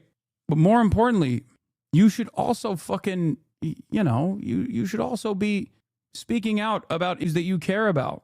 It's not good for building out a robust audience for yourself anyway if you just come across like a different version of Anderson Cooper, right? Like you can't be Wolf Blitzer but young. There's a limit to the organic audience you can develop anyway. I'm saying this as a content creator. But you are in a comfy position with the option to reject the money, though. I mean, I've been approached by groups like this when I was much smaller. I still said no, for the record. And not only that, but I'm not even disparaging people that would take money like this. It's just important to disclose it and important to explain like what the limitations are. Yeah. United We Dream Action tried paying you for their marketing and you openly declined it. Yes. What boggles my mind is that these incredibly young influencers and David Pakman expended all their authenticity capital they had for a bag while handcuffing themselves to the sinking ship that is the Dem Party with no recognition that they were doing nothing to actually improve the Dem Party and its platform. Yeah. What is this? No motion. Democrats paid $8,000 a month for this. The girlies are making edits of Gavin Newsom to Lana Del Rey music on TikTok. It's over. He's now the king of America. I don't make the rules. Wildest part about this Dem paid influencer story is how little they have to show for it. Yeah. Hakeem Jeffries. Breaking news interview with leader Hakeem Jeffries by this activist. 164 views. Is crazy. They're literally just like paying for loyalty with the hopes that eventually they'll be able to have an impact, like a lasting impact on the minds of an audience that they will develop here. This was Olivia's old profile. Communism bad. Hope this helps. When you say abolish capitalism, what do you mean? Abolish ICE, Black Lives Matter, free Palestine, abolish capitalism, liberate the oppressed. Anyway, yeah, that's when she was part of Gen Z for Change and cool. I know. Some people start off and their ambition gets in the way. They're on the right side of politics. They do their advocacy with what they believe in. They advocate for things that they believe in. They want to make change in the world. They want to be a positive force. And then ambition gets in the way. And then all of a sudden, they're no longer as invested in being a positive force in the world. Okay? Eddington actually had a good take on this as well. Because they're organized with regard to online and independent media. They're killing us. We've been so behind. And this kind of support for creators is exactly what I've been advocating for. Now, the article is riddled with inaccuracies, and they're not. It blows my mind, by the way, that like Democrats could just, be pro Medicare for all and be for public housing, be for free college, and take a serious anti-war stance. And they would literally, for free, by just changing this attitude and changing this communications problem, for free, they would win back a lot of these fucking voters that don't want to vote for them because they don't believe in them. And yet, instead, they spend $20 million trying to find the next Joe Rogan of the left or whatever, and then they spend another fucking shit ton of money through these billionaire-funded shadow groups to get a legion of liberal content creators to also churn out the same shit that they're saying with no real tangible evidence of success. How come he doesn't get his thesis was incorrect? Yeah. As we speak, progressives are tuning out due to understandable despondency over the last night's results. I won't speak about others, but I've lost 10,000 YouTube subscribers overnight. When the right loses, they fund operations like Turning Point, invest in media, etc. If we abandon now, we see total control to these lunatics. Not a good idea. Yeah, the reason why that happened was because this was a false reality that was presented, and the audience felt like they were lied to. Like, there are definitely a lot of people who just check out when they're like, well, you know, the election didn't go the way I wanted it to, and I just don't want to fucking tune into it. Certainly. That's like a thing that happens. Obviously, I mean, it didn't happen to me, but part of the reason for why it didn't happen is because, like, win or lose, like, I have a consistent, principled stance on a lot of these fucking issues that I advocate for. So people are not coming in here because, like, the Democrats want to win or the Republicans are going to win. They're coming in here to learn about what the fuck's going on in the world and get a better understanding of what might happen next. What is this? Yeah, $1 million plus raised, 2,500 plus volunteers, 7 million plus organic social impressions at capacity events across rural Maine. No super PAC, no billionaire or DC support. If this isn't a movement that can defeat Susan Collins and deliver change to Washington, I don't know what is. Yeah, Graham Plattner is next up. Omar Fateh, hopefully, as well. Once again, I will say, with respect to Taylor, there are a lot of people who don't like Taylor for her different opinions on you know, the multitude of different issues, or the way she gets into she gets into fights. Sometimes it's like totally fucking worthwhile, for the record, but it does not matter. Her work speaks for itself. I've always said this, okay? She's a great reporter, if not one of the best culture reporters out there. 100%. Also, sometimes good journalism requires you to be a little crazy, all right? Just remember that. Some of the best are just a little out there at times, okay? You got to look at her work, and her work speaks for itself. That's it. So I don't want to hear no fucking hater talking here. What's crazy about Taylor, she is one of the most persistent, one of the most tenacious investigative reporters on internet culture shit I've ever seen, okay? She is a mad lad. Straight up.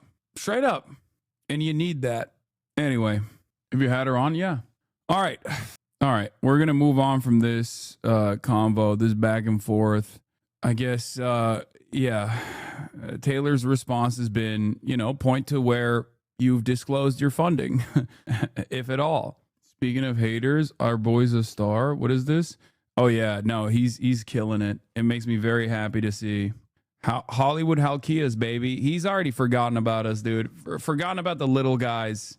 You know how it is. These guys, they go Hollywood and they change it up, okay? They switch up on you. They forget about you, you know? It is what it is. Typical of a Greek, by the way. Classic. I expected this backstab, you know? Typical Greek behavior. Anyway, let's do the TAFs. Let's do the TAFs video. I know a lot of you have been waiting for this, and I'm going to put the Adam Friedland in the bag, and then we're going to move on to the shooter and so many other things that I will cover.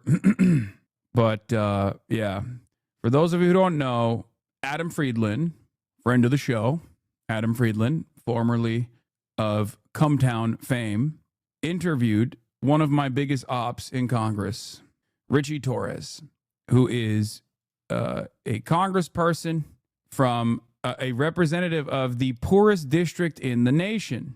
Yeah, I mean, I grew up.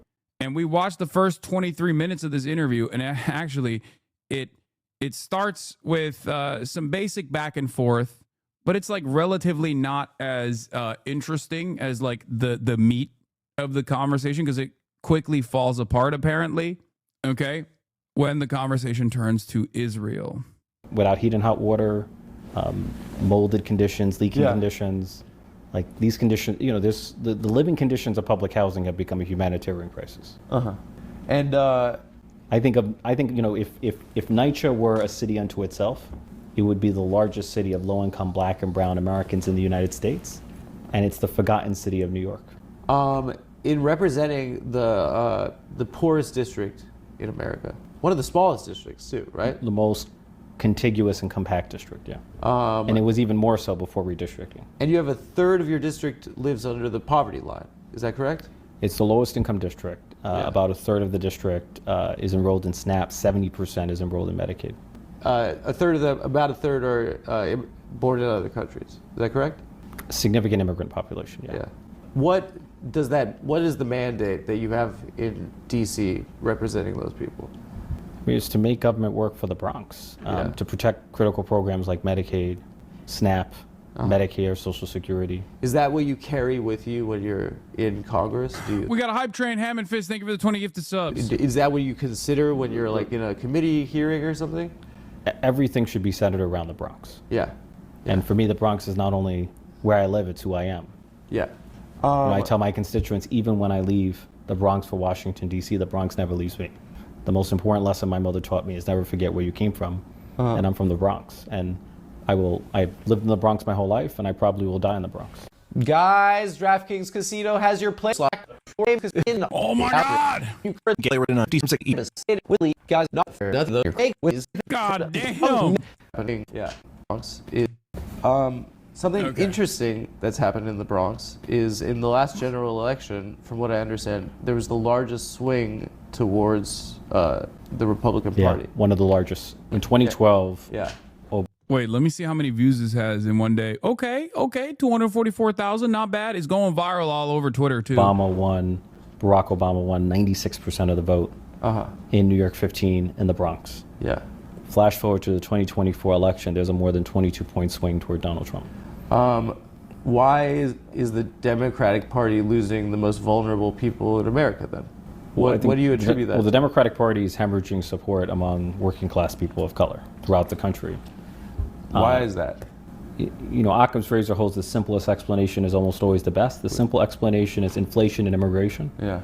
We had the highest inflation in more than 4 decades. So if you're paying double or triple the cost for groceries and gasoline, you're going to lash out at those in power, at the establishment. You say that the incumbency is just bound to lose that election, Biden. If the incumbency is perceived as failing, yes. Was there a way to win that election against Trump if inflation is so bad? Is it impossible? It's crazy, bro.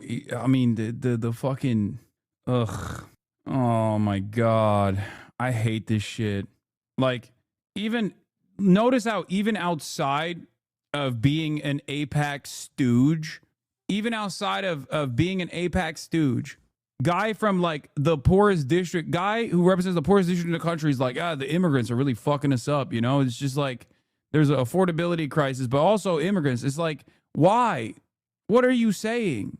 On top of that, he's also obviously a paid attack dog for Israel. To win that election. The odds were stacked against us because of inflation and the mismanagement of the migrant crisis. If we had the benefit of a full primary process and if we had a stronger general election candidate, maybe we could have won. But I don't know for sure. But Donald Trump is a fatally flawed candidate, so maybe we could have won. You're a member of the least popular Congress probably of our lifetime? I think we are. Probably. We're less popular than colonoscopies. It sucks, dude. Yeah.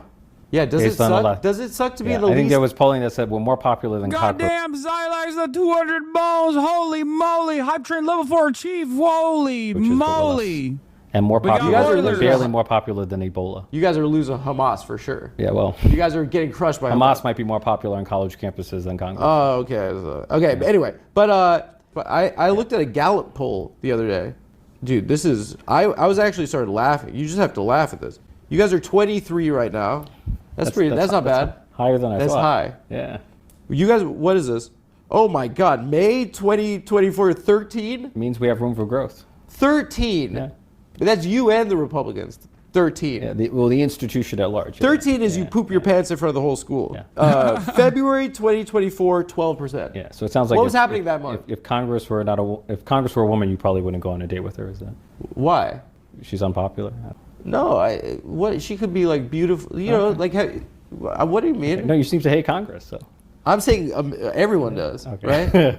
I'm looking at the Gallup poll. Are you part of the 13% that approves, or? I think that we have to recognize the runway a little bit and what got us here, maybe. Yeah, I you agree. know. Yeah, what could it be? Maybe Richie Torres, who got 1.497 mil from AIPAC, looks like a goddamn husk in a suit. Okay, the Civic's favorability tracker is nearly broken for the Democratic Party. Perhaps it's because these guys don't come across as earnest. They don't come across like they believe in anything but maintaining their grip on power, their marginal grip on power, as they can just farm out fucking funds from lobbyists, as they can like network with high profile individuals and develop a career for themselves. But it's also true they are doing that, for the record. They have no investment in defending their constituents at all. So of course people fucking hate. Of course people hate them. Seeing the Marine Corps entering the second largest city in America, and seeing the most vulnerable people in society just taken away from their children, and kidnapped, and there are facilities in our country right now surrounded by alligators and stuff. There are facilities where there are cages with human beings in them who have not been afforded any due process. And the sad thing is that you guys are you're polling behind Donald Trump right now, and that's not true. The Democratic Party has lower approval ratings than Donald Trump. I think the story's more complicated there. What is that? Yeah, so the latest polling from CNN shows that the most important issue to Americans is inflation, the cost of living. And on the most important issue, Donald Trump is 25 points underwater. And since the November election, there's been a 34-point swing against him, and that we as Democrats are more trusted on inflation than he is. That's a huge swing. Why are you guys not killing him right now? That is a cherry pick. Come on. Inflation is the most important issue. Brother. By the way, not a single one of those swings is due to the Democrats pushing good messages on this part, okay, or actively fighting. It's because people are like, well, my financial circumstances didn't change. Shit's still unaffordable. That's why they swung. Even on immigration. On immigration, Donald Trump is underwater, okay? On immigration, Donald Trump is fucking underwater.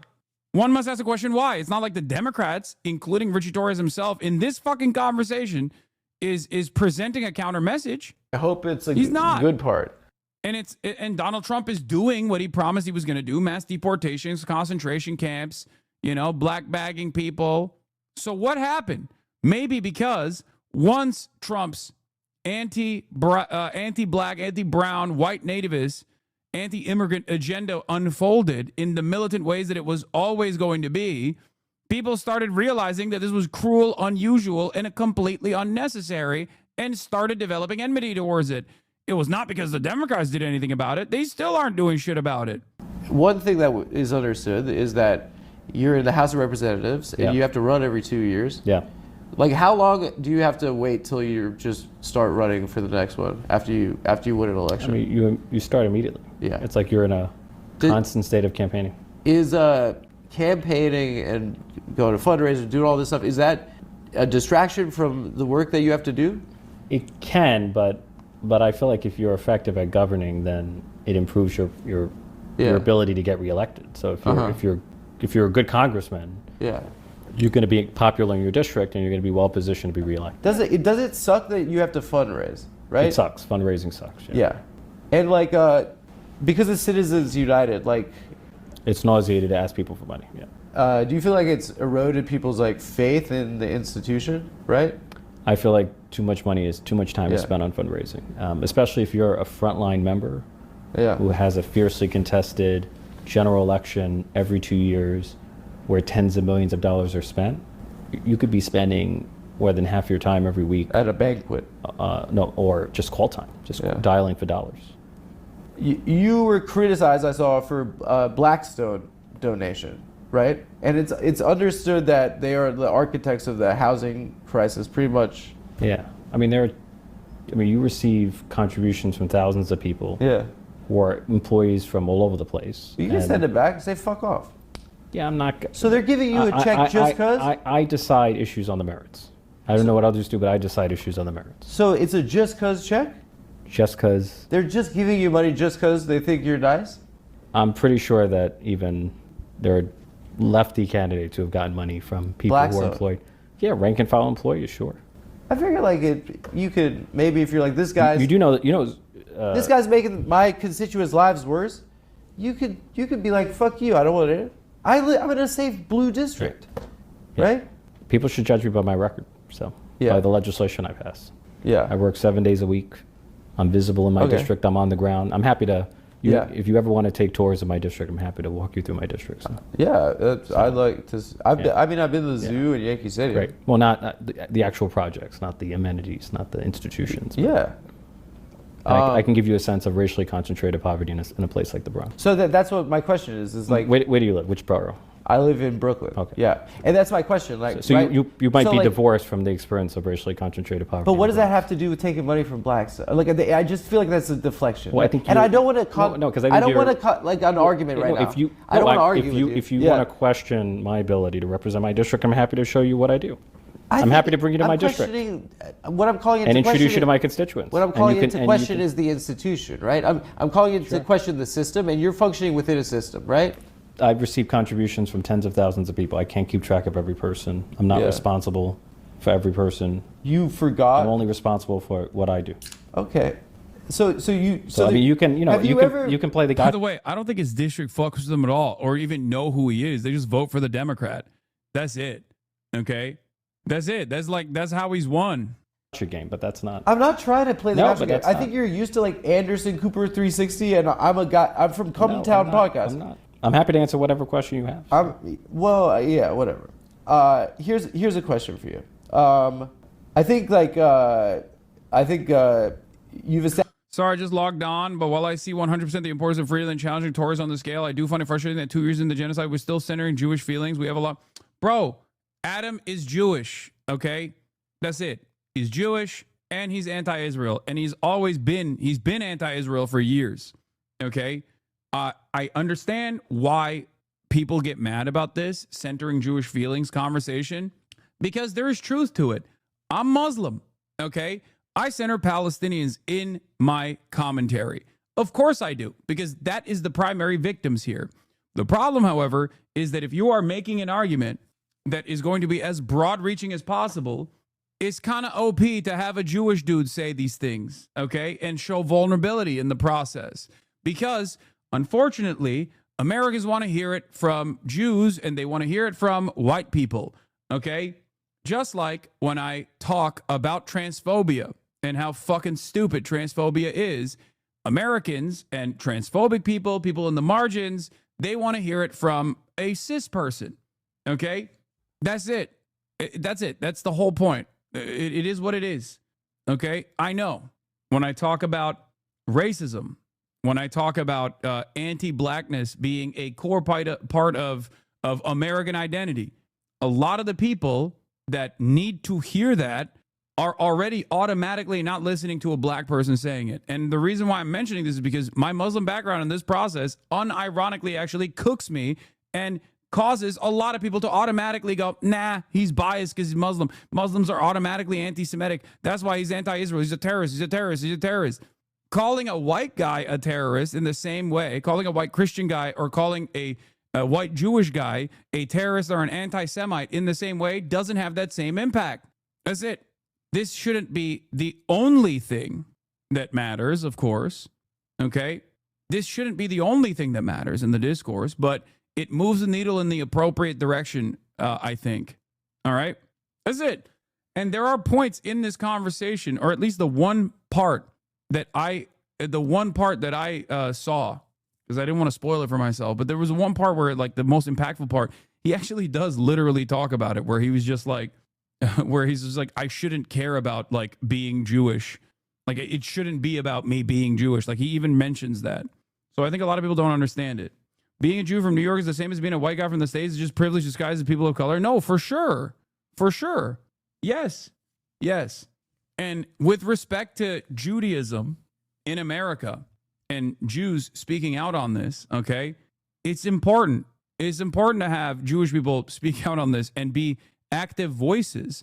Why is it important? Why do I criticize Bernie Sanders so much, even though he has pushed the needle consistently on this issue for many, many years? He has fallen short of what is necessary right now because he is a prominent Jewish politician and a socialist politician, one that should be leading the charge right now, because that cuts away at so many of these fucking arguments that these people cynically fucking push. Okay? For many of these guys, they cynically go, oh, you're anti-Semitic. You must be anti-Semitic. Okay? You want to kill all Jews. They don't even care. They will say it. They'll say it to a Jewish guy. They don't give a fuck.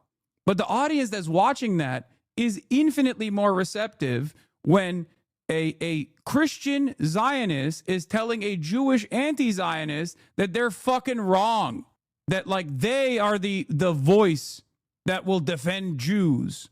They are the voice that is going to protect Jews, and they are the voice that knows how Jews feel, you know? And no, I'm not going to ban that chatter. That chatter is not a possible Nazi. This is the ongoing discourse right now on the other side. A lot of Palestinians that and a lot of commentators who I admire, who I respect, are frustrated by this. This is something that is ongoing. This is a back and forth part of the discourse. I mean, it happened with like BLM too. It happened with BLM too. My point always is just keep pushing, you know, as long as someone is on the right side, as long as someone is like actively using whatever finite opportunities they have to keep moving the needle in the positive direction, then that's good. I'll take it. Establish yourself as the fiercest champion of the state of Israel in Congress? I've never described myself in those terms. I'm pro-Israel, but those are terms. Well, I think maybe you've been dubbed that. Yes. Okay. Listen, like, I'm a Jewish person. Like, I have my own opinions on this. You have your own opinions. And this is a really frustrating conversation to see people have on the internet. I don't get an opportunity to talk to someone that's making... You know how I always tell you, like, if you got bro friends that work out, then use the podcasts that I've been on, like the bro adjacent podcasts that I've been on, to convince them. Okay, whether it be like Bradley Martin or whether it be my appearance on Theo Vaughn. But then if you have like finance bro friends, you can use the Iced Coffee Hour podcast that I've been on to show them a different side of me, one that will open up more charitability. Your parents can look at the NPR interview that I did, right? There's a reason for that, because there's a different audience, okay?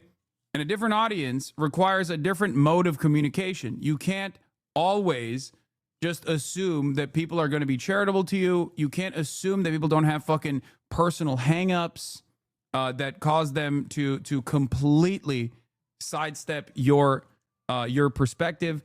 It requires deeper learning and understanding, and sometimes in order to open that door for people to even go on their own journey of, and I can't believe I'm saying this, recognizing the humanity of Palestinians that are being fucking wholesale slaughtered with American weapons by the state of Israel, will start here.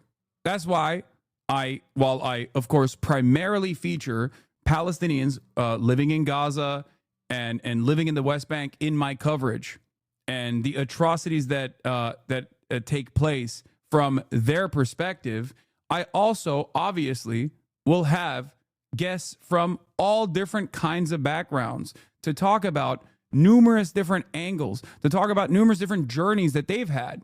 Okay, anti-Zionist Jews like Noah Colwin or Simone Zimmerman, even anti-Zionist Jews living in Israel that are members of the Knesset, like Dr. Ofer Kasif, anti-Zionist Jews that are part of Mezer Vot, that are conscientious objectors. Like, there's a reason why I tackle this issue from every angle possible, because I know there are different audiences for it. Okay. And even then, no matter what I do, there are a lot of people who will always turn around and say, nah, dog, you're a fucking terrorist. You're a fucking Islamist fundamentalist. You're radical. Okay. There are still a shit ton of people who will not fucking listen to what I have to say because my name is Hassan. Okay. I'm an anti-imperialist and my name is Hassan. So a lot of people just immediately, because of the implicit biases that they have about unchecked Islamophobia that they feel, they go, nah, there's a sinister reason why you're doing this. It's because despite a lifetime of combating anti-Semitism and being openly anti-fascist, there are a lot of ignorant people that will just refuse to listen to what I have to say and assume that I have some other sinister purpose for this. Now, should I just sit around and be like, well, fuck those people? I can sit on a throne of moral infallibility and say, you know, fuck those people. And sometimes I do say that. Okay. Sometimes I do say that because it gets a little overwhelming. However, I also recognize that because this issue is so vast and because this challenge is so impossible to tackle, okay, stopping a flow of weapons to Israel is seemingly this like impossible thing. I recognize that you need those people on your side as well. Okay. So I'm glad that people try to do their very best, no matter what their background is, and try to actively change people's minds by showing their own perspective. They're showing their own humanity. Ultimately, the people that are criticizing Adam are also right, though, in terms of like the broader issue, because a big part of the reason why so many people choose not to recognize the humanity of Palestinians is because of anti-Palestinian sentiment that is deeply embedded and anti-Arab sentiment that is deeply embedded in American discourse, and also Islamophobia that is a permanent fixture of modern American politics. And when you combine that, that triple force, all of a sudden every American starting position is, yeah, they're barbaric rapist monsters. Like, maybe it's just too costly of a genocide for us to engage in, but Israel could just like keep doing whatever the fuck they're doing. I don't give a shit. Like, that's what the average American's position is. So there is a limitation to the centering of Jewish feelings conversation, for sure, because there are more issues that you must tackle in the process. But I think these things take time, and this is a good starting point regardless for a lot of people. Because remember, I always say, the but Hamas argument is so fucking successful in terms of just like shifting the conversation away. And that but Hamas argument only stems from a dehumanization of Palestinians in general, a dehumanization of Muslims in general, because but Hamas would not work if people were like, well, what the fuck are they supposed to do? 80 plus years, 100 plus years of fucking militancy and ethnic cleansing. What are they supposed to do? Of course they're going to take up fucking arms. What do you mean? Right? The fuck? Decisions and supporting these things that are a huge deal to people right now. Sure. Yeah. One thing that I thought was interesting, and I want to start with you, is that you described your first trip to Israel in 2015 as a life-changing experience. And I just wanted to follow the narrative of like you growing up and your struggles and then going into the government. Like what was that experience like, and what bred that passion for Israel in you? Well, since I grew up poor my whole life, I never had an opportunity to travel abroad. Yeah. So the first time I ever free trip went to a foreign country. So it was life-changing because you went on a trip? Part of the reason, went abroad for the first time, life-changing. But also, you know, when you experience the complexity of Israel, you go to the old city. What did you see? Like, what did you witness? Like, well, go to the old city. Yeah.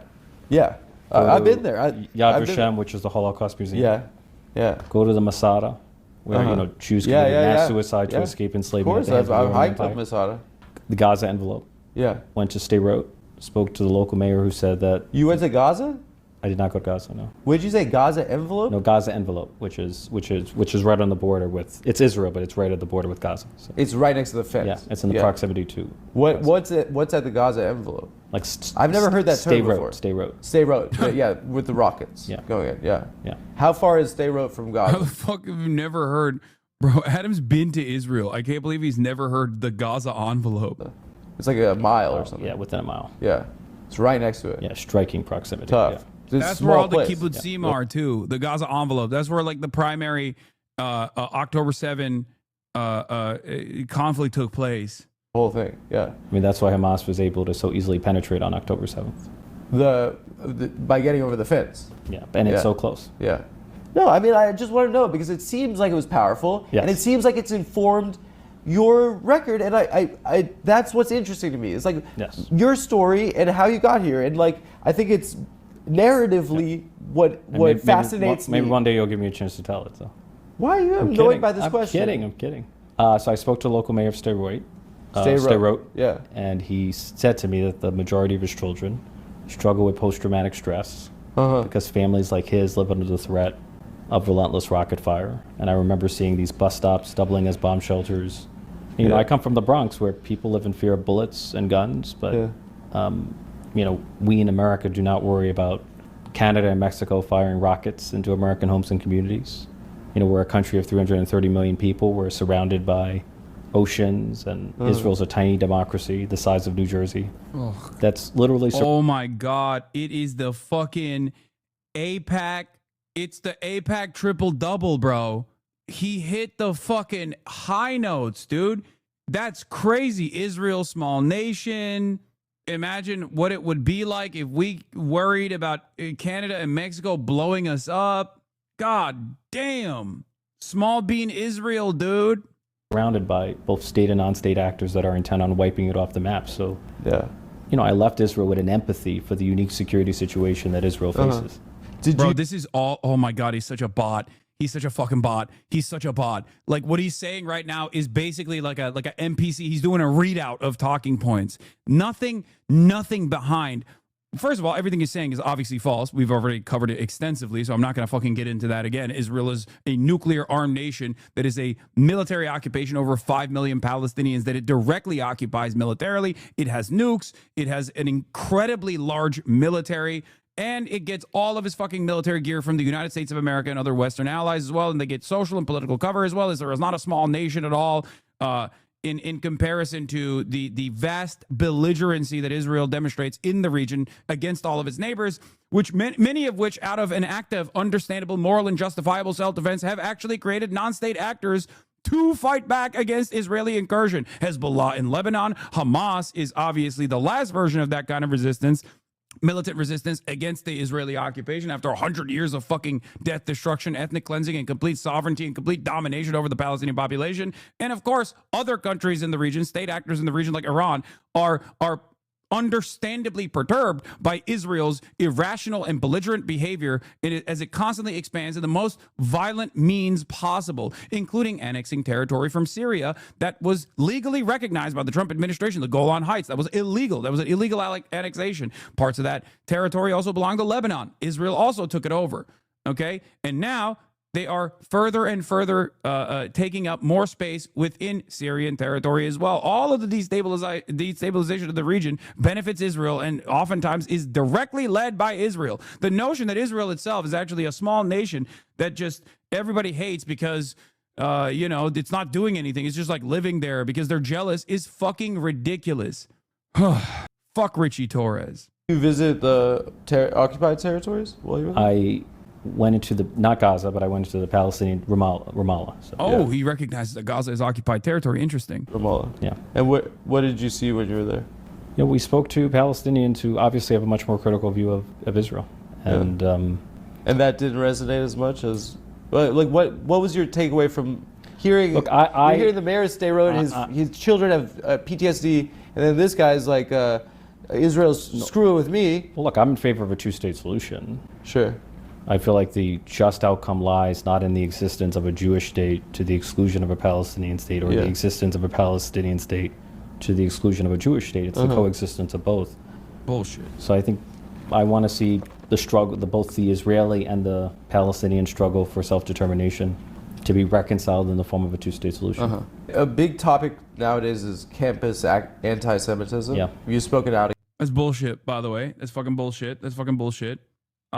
Now, again, two-state solution is what's going on right now, okay? Whenever someone presents the two-state solution to you, understand that they actually have no real interest in offering sovereignty and dignity to the Palestinians, okay? They are not invested in the Palestinian emancipatory movement whatsoever. They do not see Palestinians as human beings. They are perfectly fine with avoiding talking about this issue altogether. It's just a way for you to shut the fuck up. Oh, what do you want? What do you want from me? I already said two-state solution. Come on. Everybody knows that Israel is one, never been invested in a two-state solution, and also never will be invested in a two-state solution, especially after the genocide that's unfolding in Gaza. The two-state solution is simply a way to shut the Western nations and their populations the fuck up while Israel continues its territorial expansion in the West Bank, which is illegally occupied by the Israeli state right now. Okay? Throughout this two-state solution in the so-called peace process, since the 90s, Israel has created an environment where there's Bantustans in the legally recognized official homeland of the Palestinians that were offered after 1967 that extend far beyond the Green Line, a non-contiguous Palestinian state that it does not reflect the state at all, has no real standing military whatsoever. Israel is actively killing all the fucking standing military officials, standing military members. Any sort of like real resistance, legal resistance against the Israeli occupation is met with unimaginable force, death, destruction, torture, and also a unjustifiable military detainment regime. It's complete fucking bullshit, okay? Against it. I just want to know what you identify as the examples of this type of anti-Semitism in elite academic institutions. Yeah, so there were students at a CUNY Halal. Yeah. Where you had a violent, what I thought was an aggressive mob following them to a kosher restaurant in the heart of New York City.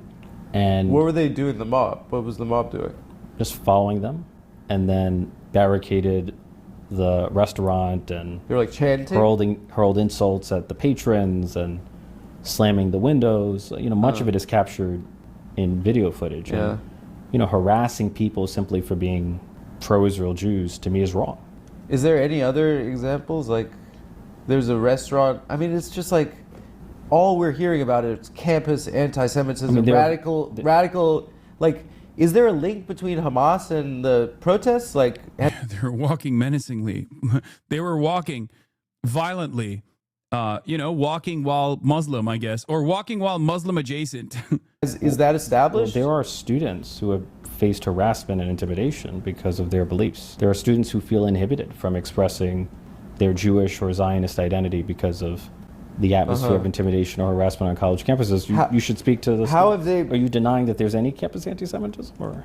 I'll give you an example. I know a younger person that went to UCLA and was attacked and is Jewish and was with a group of Jewish people at a protest, and they were attacked by the Proud Boys. Okay, that's an anti-Semitic incident. No, but the Proud Boys were there for Israel.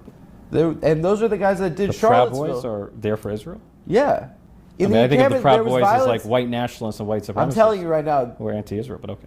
Listen, Yeah, dumb fuck. That is what's going on. I wonder why so many fucking American fascist movements are super invested in defending Israel, including Donald Trump.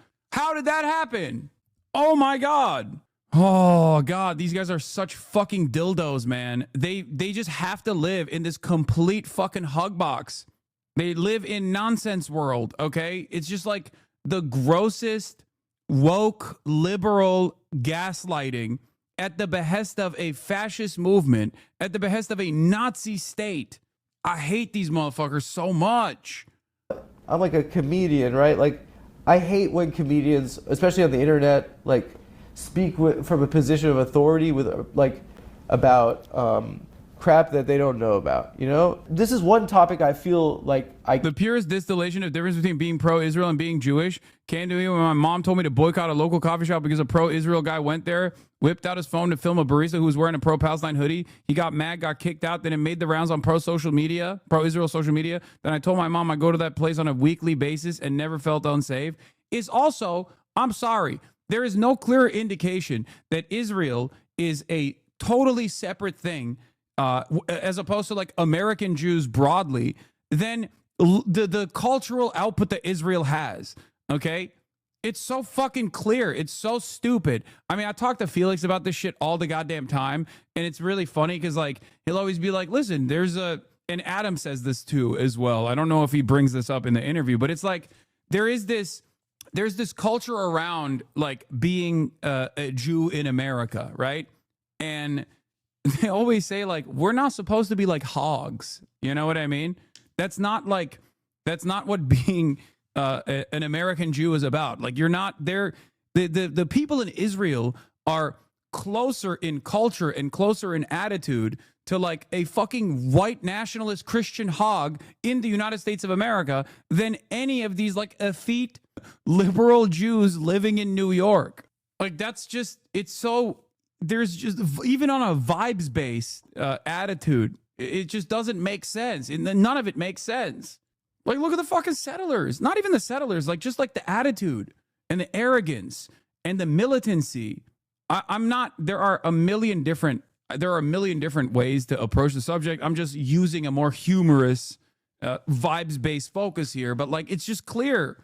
I don't know. I think like maybe there are a lot of, I mean, it's just like a perfect closed circuit of propaganda that starts off with the horrifying things that have happened to Jews around the world, right? The real historic pain, the real thousands of years of pogroms and fucking the Holocaust. And then after that, it'll never happen again because we have Israel, because we are fucking militant. We'll never let it happen to us again. That's why we have to kill everybody all the time. And we have to be this like muscular, militant, macho fucking country. My question always is, and I know people like this who like still fucking try and defend Israel, right? It's like, well, why don't you live there? You could live there. You don't want to live there, motherfucker, because you're American. You're an American Jew. You're not Israeli, okay? You don't want to live there, but you still want to defend it somehow because it's like important to your fucking identity. I get it. Like you grew up with this shit, but clearly if you really cared about it, it's a fucking ethno state. You would live there. You don't want to live there. Why don't you want to live there? Because you're American. You're not Israeli. This is, I mean, it's true.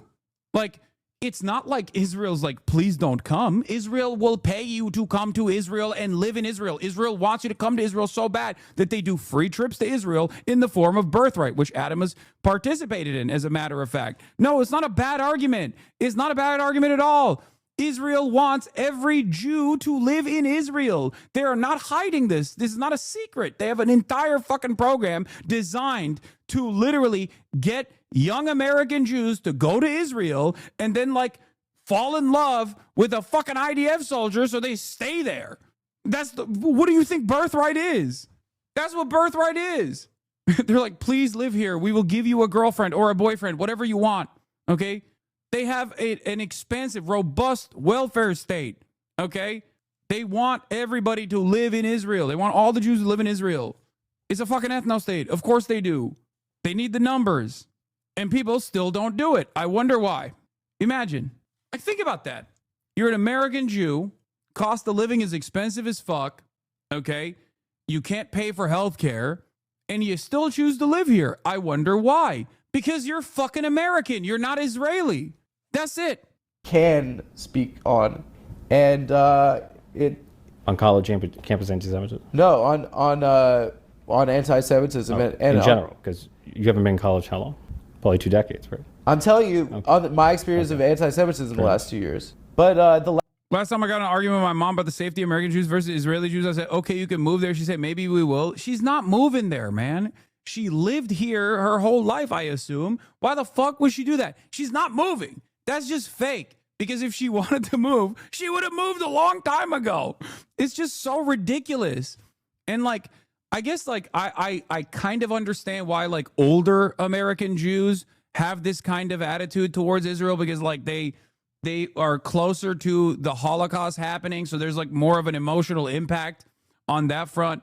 But like, if you're my age or younger, if you're under the age of like 50 and you have this kind of like weird attitude, it's like, well, you could have lived there a long time ago. You could have just gone there. Israel really wants you to go there, and you still won't. Why? Because you don't want to fucking live there. Because you're not Israeli. You're American, okay? Stop with this fucking bullshit. Last 2 years have felt different in America.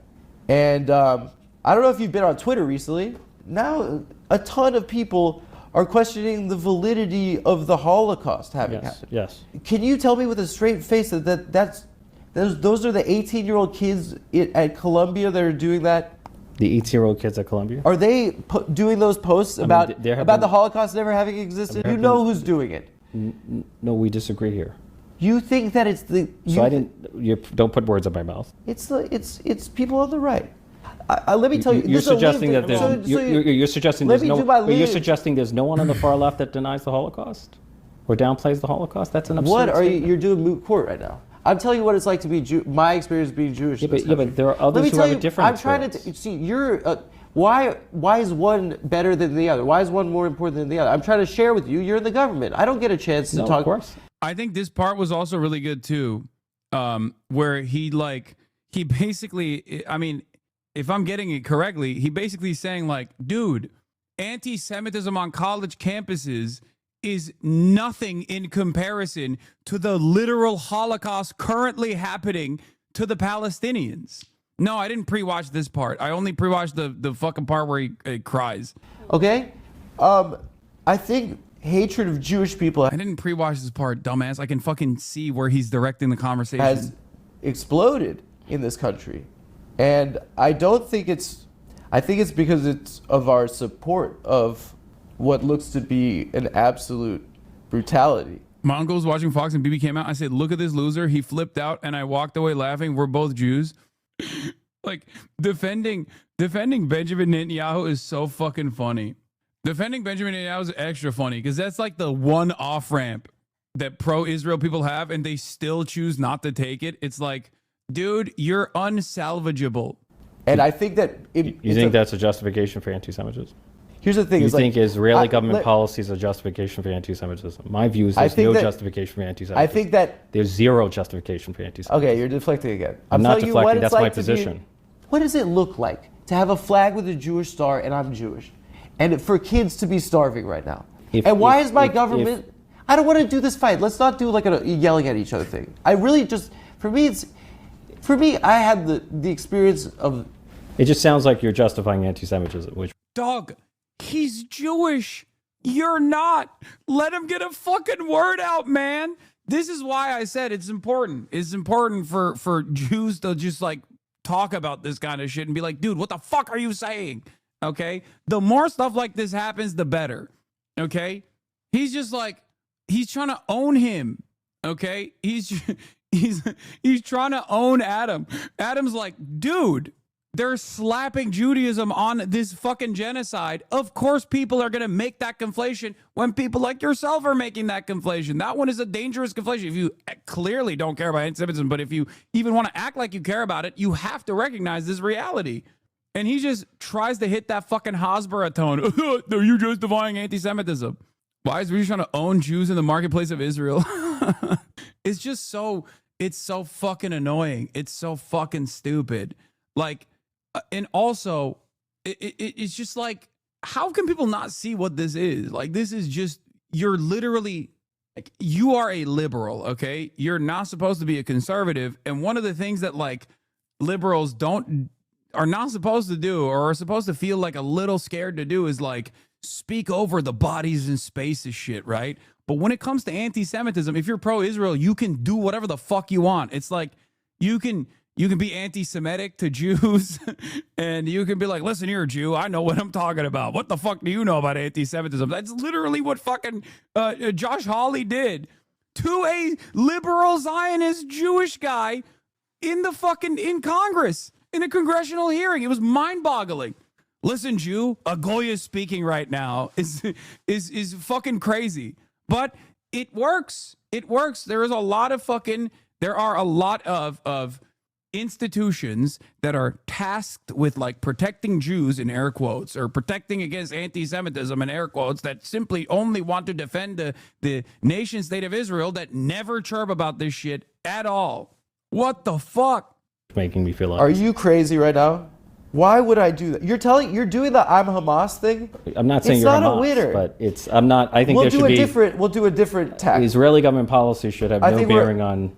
If you have disagreements with the Israeli government, you should voice your criticism of the Israeli government. But also, if you do, I'm gonna call you a fucking anti-Semite. Okay, you're doing the conflation and then going, "Doi, how do people conflate Jews and Israel? I don't understand." If you say anything about Israel, I will call you an anti-Semite, you motherfucker. It doesn't even matter if you're Jewish yourself and I'm not. I will call you an anti-Semite. It's awesome. Like, oh, I wonder how this happened. I wonder why Americans look at the situation and think, hey, I've seen a lot of people say, if you hate Israel, you hate Jews. and I really hate Israel. I don't really hate Jews, but you're telling me I hate Jews over and over again. Maybe I hate Jews. That's how it works. That's how it works. That's how you literally develop anti-Semitism, maximum amounts of anti-Semitism. Oh, it's so stupid. There's no justification for intimidation. It's literally all Jews must have dual loyalty, but woke, okay? It's the same, it's the other side of the same fucking shitty coin. Nazis say this, and they're anti-Jew and anti-Israel, and then Jake Tapper says this, and he's pro-Jew and pro-Israel. What are people supposed to, what are people's takeaways supposed to be from this?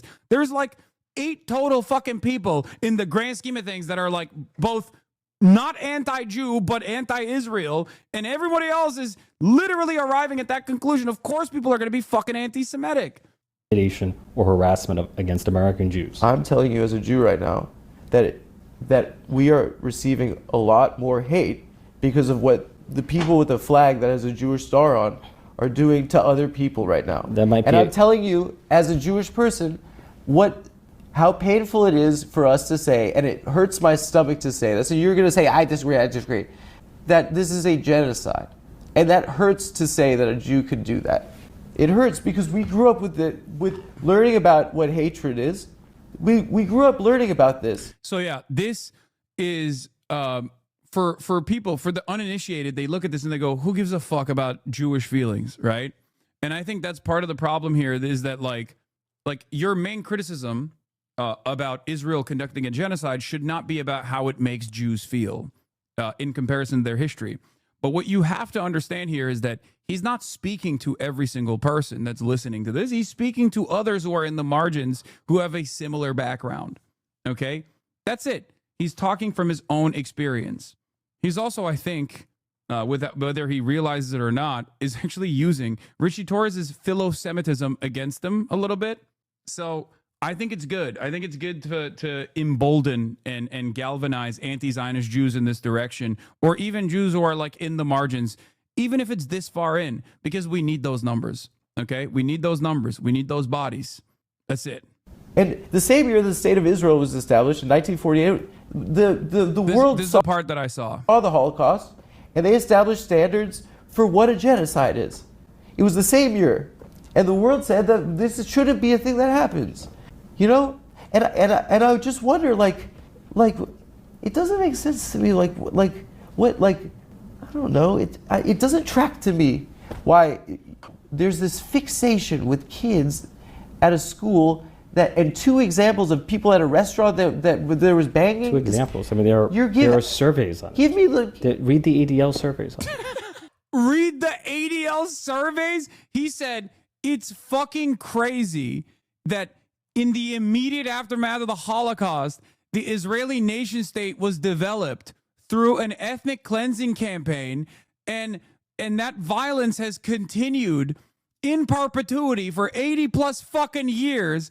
And his response to that, and that violence is nothing. The anti-Semitism allegations are nothing in comparison to the violence that Palestinians have experienced for 100 plus years, but certainly in the last 80 since the inception of the Israeli nation state. And this guy goes, read an ADL survey. Are you out of your fucking mind?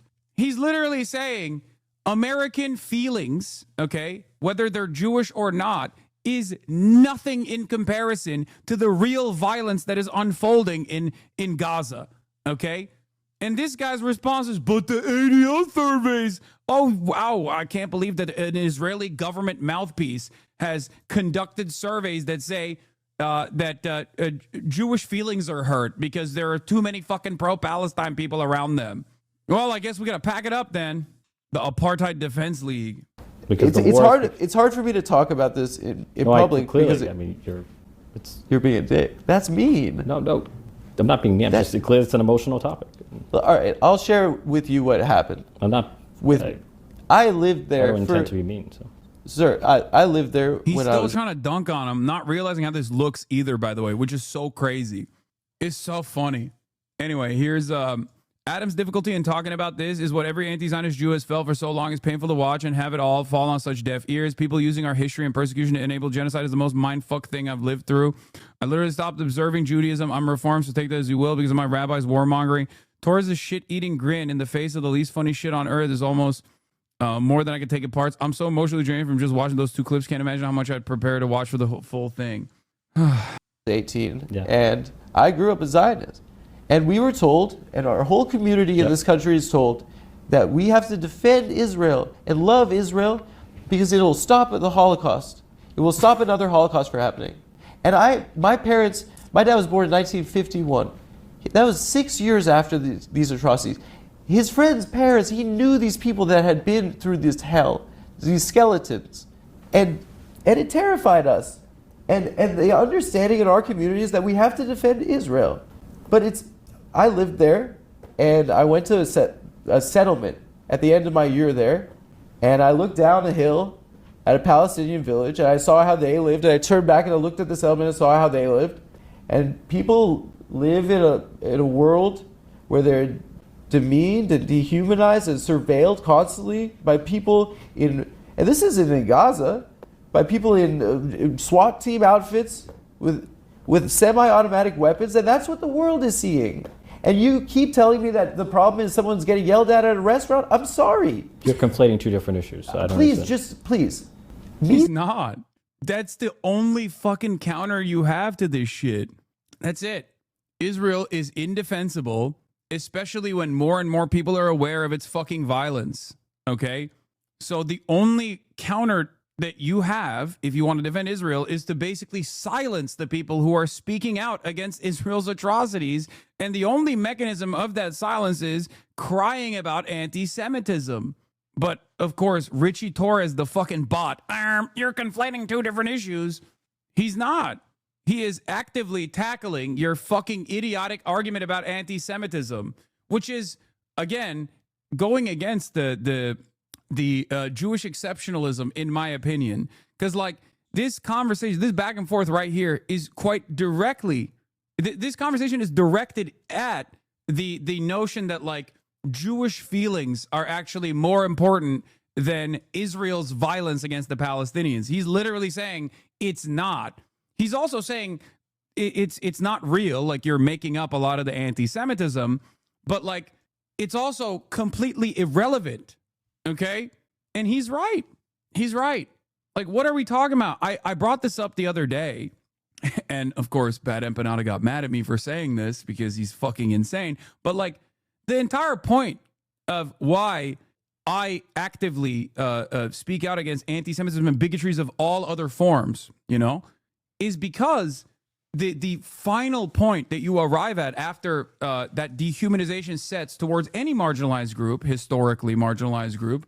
That's what I mean when I'm talking about Jews. I'm not talking about Jews in contemporary American society where they're not facing systemic forms of discrimination in the same way that, like, other bigotries still absolutely exist and persist.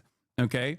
But historically, it leads to the Holocaust, right? It leads to pogroms for Jews in particular. Historically, anti-blackness leads to the Tulsa massacre.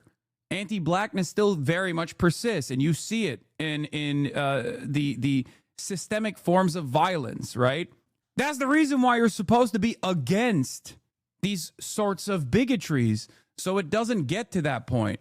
So while there is a fucking glaringly obvious systematic bias against all Arabs, all Palestinians, and all Muslims in the form of, like, unrelenting Islamophobia that normalizes and justifies Israel's literal Holocaust happening, you can't sit there and fucking talk about Jewish feelings. You can't sit there and be like, well, you know, people yelled at a bunch of people who were fucking protesting and saying they love Israel and they want more baby murder to happen. It is no different. It is no different than white nationalists saying, I'm a white identitarian and you are actively coming after me for demonstrating the importance of defending the white purity. That's it. It's actually even worse than that because Israel is literally doing a Holocaust, whereas, like, at any given day, not, you know, there's not as much motion in terms of, like, moving in the direction of ethnic cleansing. We're moving in that direction right now, but we haven't gotten to the Israel point yet as far as, like, the full tilt Christian nationalism. We're moving in that direction. Make no mistake. We're getting there. We really want to be there. If unrestrained, this administration would make this the Christian Israel, okay? But that's the whole point. This dude tweets about you in Israel, Who? Richie Torres? I know. That's all he does. Talking about this like it's Jewish feelings seems like bad analysis to me. No, I don't think he's doing that anyway. Why did Torres agree to this interview? Adam is friends with you. This guy supports terrorism. It's correct. You're absolutely 100% correct. Richie Torres does support terrorism in its maximalist form. Richie Torres supports the state of Israel and its genocide. So you're right about that. Saying this to you right now will hurt people in my own family, okay? Because this is a very important thing to us. And the fact that I still fucking care about... Dude, why are you calling? Be insane. It's not... It's not just him. Even Finkelstein laughs at the notion of anti-Semitism is a bigger problem than things like Islamophobia in the West right now. Is there ever a point where I've said anti-Semitism is a bigger problem than Islamophobia? That's not my argument. You're misunderstanding my argument. He misunderstood the argument that I was making when I was describing why fundamentally you're supposed to be anti-bigotry, because that dehumanization justifies a lot of violence against marginalized groups historically, okay? And he misunderstood that, and he tried to make it seem like I was saying that as a fucking American Muslim, he was making it seem like I am saying that anti-Semitism is far more consequential than fucking Islamophobia. The fuck? Being Jewish is embarrassing. I should just be a guy. But this feels like a stain on our history. And it feels like it's changed what being Jewish is. Because what being Jewish is isn't Israel. Judaism has existed for 4,000 years. This is a country for 75 years. You know, like, it is the oldest, one of the oldest monotheistic religions. Anti-Semitism is one of the oldest forms of hatred. People in my life are going to be mad at me about this, but I'm saying this because I am Jewish, you know, and I don't understand why you would be. Look how you define. I want to. I feel like I'm here to be lectured, not. Shut up. That's not nice. You can't talk that. Shut up. Oh, Jesus. Look, as much as I would have loved for Adam to just like fucking blister Richie Torres, I will say that this is productive in a different way. And this actually ends up launching him to orbit in a very effective way as well, because he propped him up. He propped Richie Torres up as a human, or tried to like find the humanity within him, failed to do so because he's a fucking bot. And now he's vulnerable, and Richie Torres is still behaving like a bot. Like, he's over here crying because, like, you know, me talking about this is deep, it's emotional, it's painful. My family's gonna get fucking really butthurt about it, really upset, and that's probably why it's like annoying for some people who say, "Oh, you're centering Jewish feelings in this." But like, no, he's just himself. He's being himself. He's not like, he's a comedian, and as a comedian, he's talking about some very unfunny shit right now, and he's getting vulnerable and he's getting emotional, and Richie Torres still is just like, you're giving me a lecture. He is such a goddamn robot, dude. It is crazy. What? Why are one set of Jews but more important than others? No one's saying any. What happened? You went to the beach in Israel? What? You went to a restaurant or something? Yeah. A nice restaurant? No. Like, listen. Never even been to the Tel Aviv Pride Parade. So this is the year 2025. Yeah. The world is seeing something that looks terrible, and it's being done in my name, and I don't know what to do. But the war began on October 7th. No, it didn't. Yes, it did. You're when Hamas systematically murdered and made, you want. Okay. Look, we're going down a rabbit hole. We fundamentally disagree. No. But Hamas murdered and maimed. No, you're doing the and TV mutilated thing. and abducted and tortured thousands of people. That's not television. That's a fact. That's reality. You can deny it. You can. This is demonic, bro. Hannah Arendt on Eichmann. He was genuinely incapable of uttering a single sentence that was not a cliche. Bro saw an opening and was like, well, time for the dialogue tree. Hamas, October 7, Hamas, rape, decapitated babies, decapitated children, decapitated babies in ovens. Hamas-backed Palestinian health ministry, Hamas-backed Gazan health ministry. Kidnapped from a tank. Like, god damn, bro. Holy fuck. This shit used to hit so hard, too. It was like, this shit used to hit so hard, like in early October 2023. obviously 22 months in, everyone looks at you and you're like, and goes, what the fuck are you saying, bro? There has been 1,000+ October 7s, more than 1,000+ October 7s. Shut the fuck up. You clearly don't care. You clearly don't care. You can't say October 7 after Israel's done 1,000,000 October 7s. Fuck. It's crazy. You can only get away with saying that if you don't think that Palestinians are human. They're simply collateral damage, okay? And only Israelis are human in this conversation. That's it. That's it. This is why a lot of people get butthurt when I mention just facts about this dynamic. Not even like the history, even on a post-October 7 assessment, which is obviously silly and stupid. And it's a much broader conversation than that. It's 100 years of brutal occupation and settler colonial violence and ethnic cleansing, unjustifiable, incredibly immoral things that Israel did and continues to do so. But even post-October 7, whenever I say like between Hamas and Israel, there is no comparison, none whatsoever. This is a fundamental truth. It is very difficult for a lot of Americans to recognize this, but it is the truth regardless, okay? It is a fundamental truth that a military unit, okay, a militancy comprised of victims of Israel's violence after hundreds of years of military occupation, 100 years of military occupation and brutal conquest that conducted in retaliation to the trauma that they withstood, a brutal military campaign that had a litany of war crimes in the process and tragedies that unfolded in the process, are not even comparable to what the nuclear armed nation of Israel is doing after 100 years of death, destruction, and complete brutal military occupation. Is not even remotely comparable. Hamas is better than Israel and better than the Israeli occupying force by every metric, by every standard. It's not even a comparison. And people get really fucking mad when you say this because it's true. It's true. Even people who are pro-Palestine, like honest to God, they see it in their hearts. They recognize it. They're pro-Palestine. They see the fucking violence. They see the genocide that's going on. They shudder when they hear this. They go, how dare you say this? How can you say this? Remember October 7? That's when you have to talk about the history. What the fuck are Palestinians supposed to do? What were they supposed to do? What was the expected outcome of 80 fucking years of military occupation? And before that, settler colonial violence. What were Palestinians eventually supposed to do when they run out of options?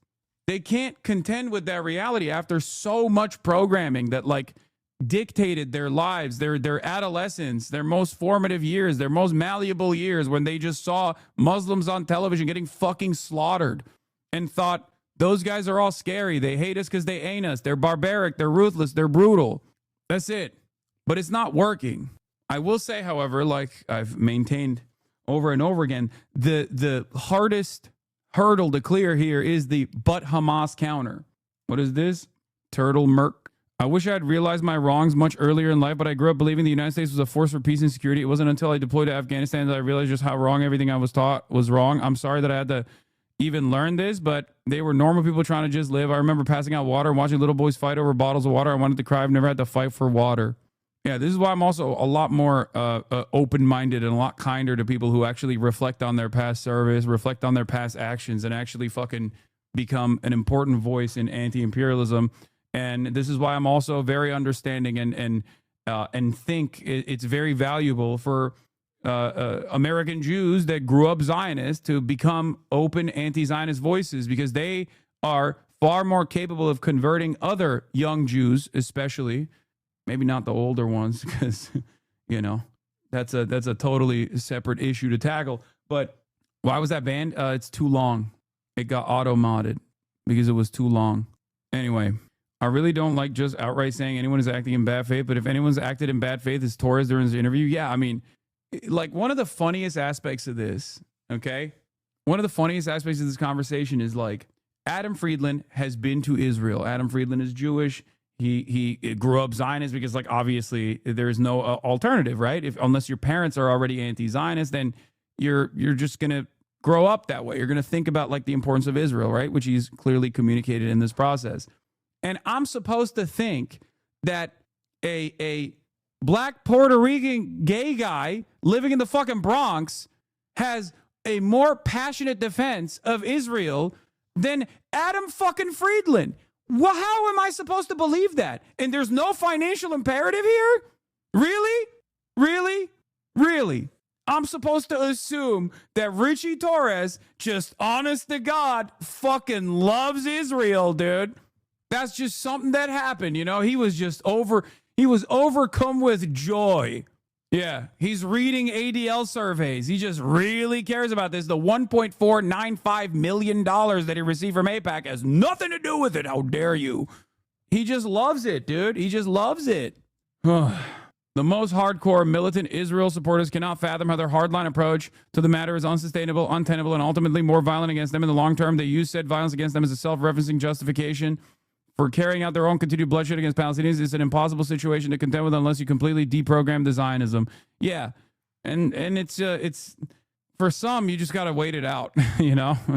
Time will take its course. But there are plenty of young people that have recognized this reality and are getting deprogrammed in real time. And I think that's part of the reason why the ADL put the fucking crosshairs on me early on. And that is because I'm not anti-Semitic. I'm not, my anger and resentment towards Israel is a uncompromising disgust with the concept of fascism to begin with. Okay? It doesn't matter if the in-group is Jewish or Christian. It's just like, I'm anti-fascist. And a lot of Americans are taught that fascism is bad and wrong. You know? That's it. Thank God. Not denying October 7th. Well, you seem to be You're doing the I'm it, pro October 7th.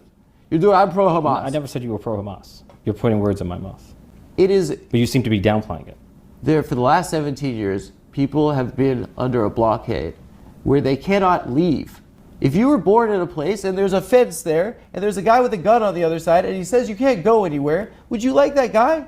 If you treat people like animals, sometimes they're going to lash out. Look, I sincerely believe, maybe I'm wrong, that if Palestine... Yeah, I sincerely believe that Palestinians should just take it. 100 years, they should just take it. Why won't they just take it quietly? It makes my situation much harder to defend. Love this quote about Torres. Torres has been an empty-headed AIPAC mouthpiece for some time now. His first time truly criticizing Israel's actions over the last 2 years was last month, and it was uninspiring. His mind-numbingly obtuse interview with Friedland only reinforces just how far gone he is.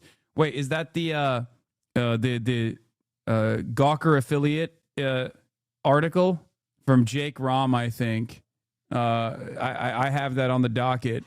It's from the Defector, I think.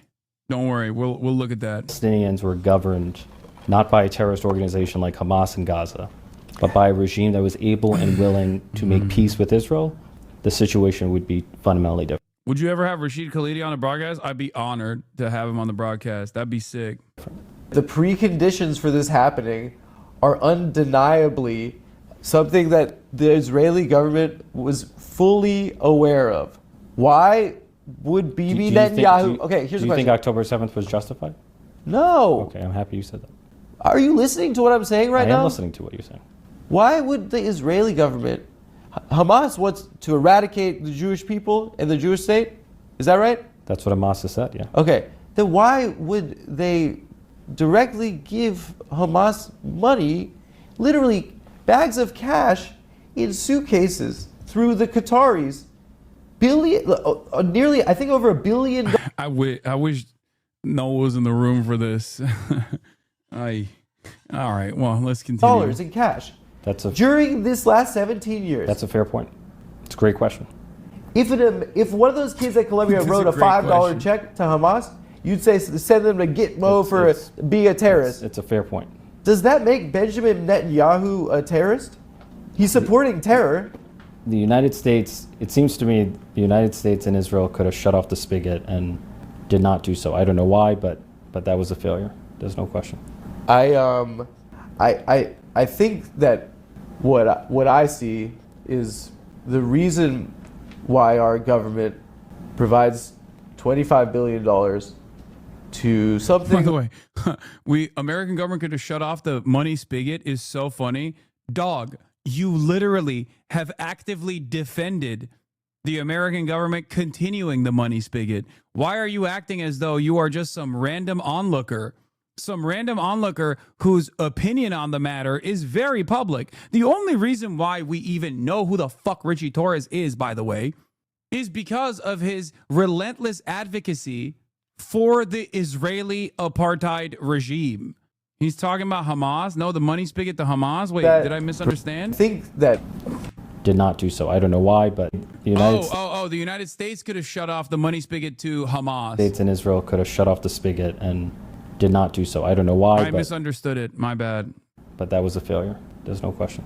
I think that what I see is the reason why our government provides $25 billion to something that looks this horrific to people. I think is the same reason. I think it makes it look like that the Jews control the government, but really what it is the more boring answer. It's the reason why the government and you guys don't get shit done. It's the reason why Sandy Hook could happen. You guys can't do gun reform. It's because why can't we do gun reform? Because special interest groups can buy influence in our government. Well, which political party is against gun reform? The NRA has the power. It's the Republican Party. We allow our government to be flooded with cash and money, and what's scary to me is that it looks that people are. The reason Bibi paid Hamas is because he thought he could bribe them to stay quiet, and ultimately Hamas proved actually interested in fighting what they perceived as the Palestinian national interest. Without Palestinian self-determination, there would be no end to violence. Yes, Benjamin Netanyahu's reasons for funding Hamas is very clear.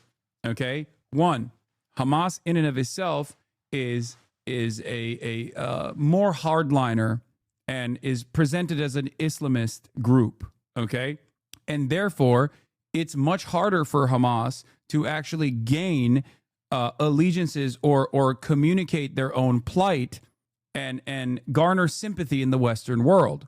Okay, that's number one. Number two, because they were more willing to engage in Israel militarily by like lobbing bathtub rockets over the fucking Gaza envelope and shit, was a perfect opportunity for Israel to go in and do sieges as they've done time and time again.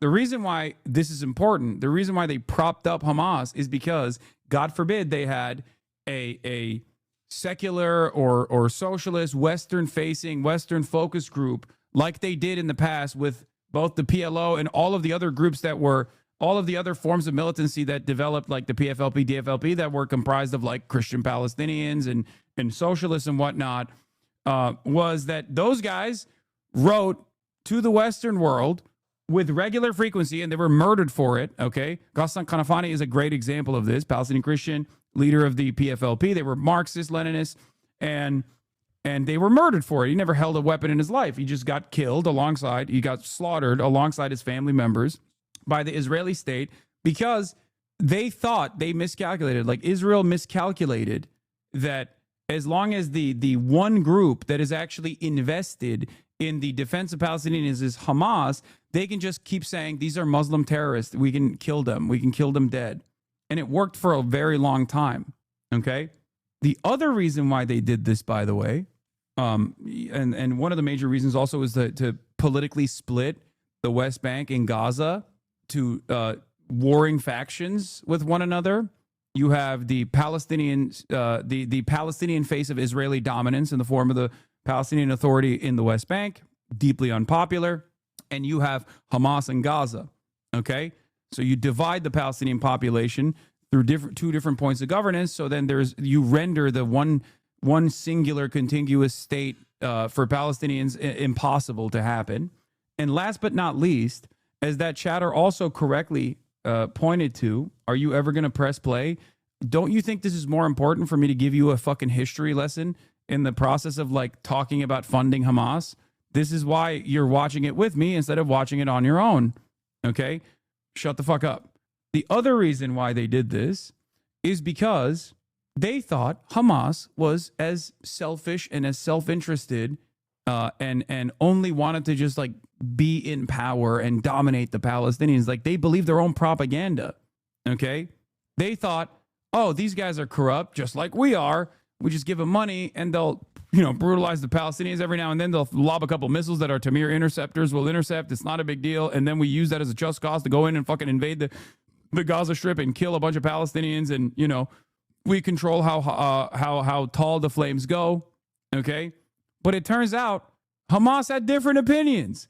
They were really with it. They weren't just trying to be the sole controllers of the Gaza Strip in this like deeply corrupt fashion. They truly wanted Palestinian sovereignty. They truly wanted Palestinian emancipation. They were willing to fight for it. They were willing to coalesce all of the different Palestinian resistance groups together. That's October 7. October 7 wasn't just Hamas. It was Hamas. It was Palestinian Islamic Jihad. It was DFLP. It was PFLP.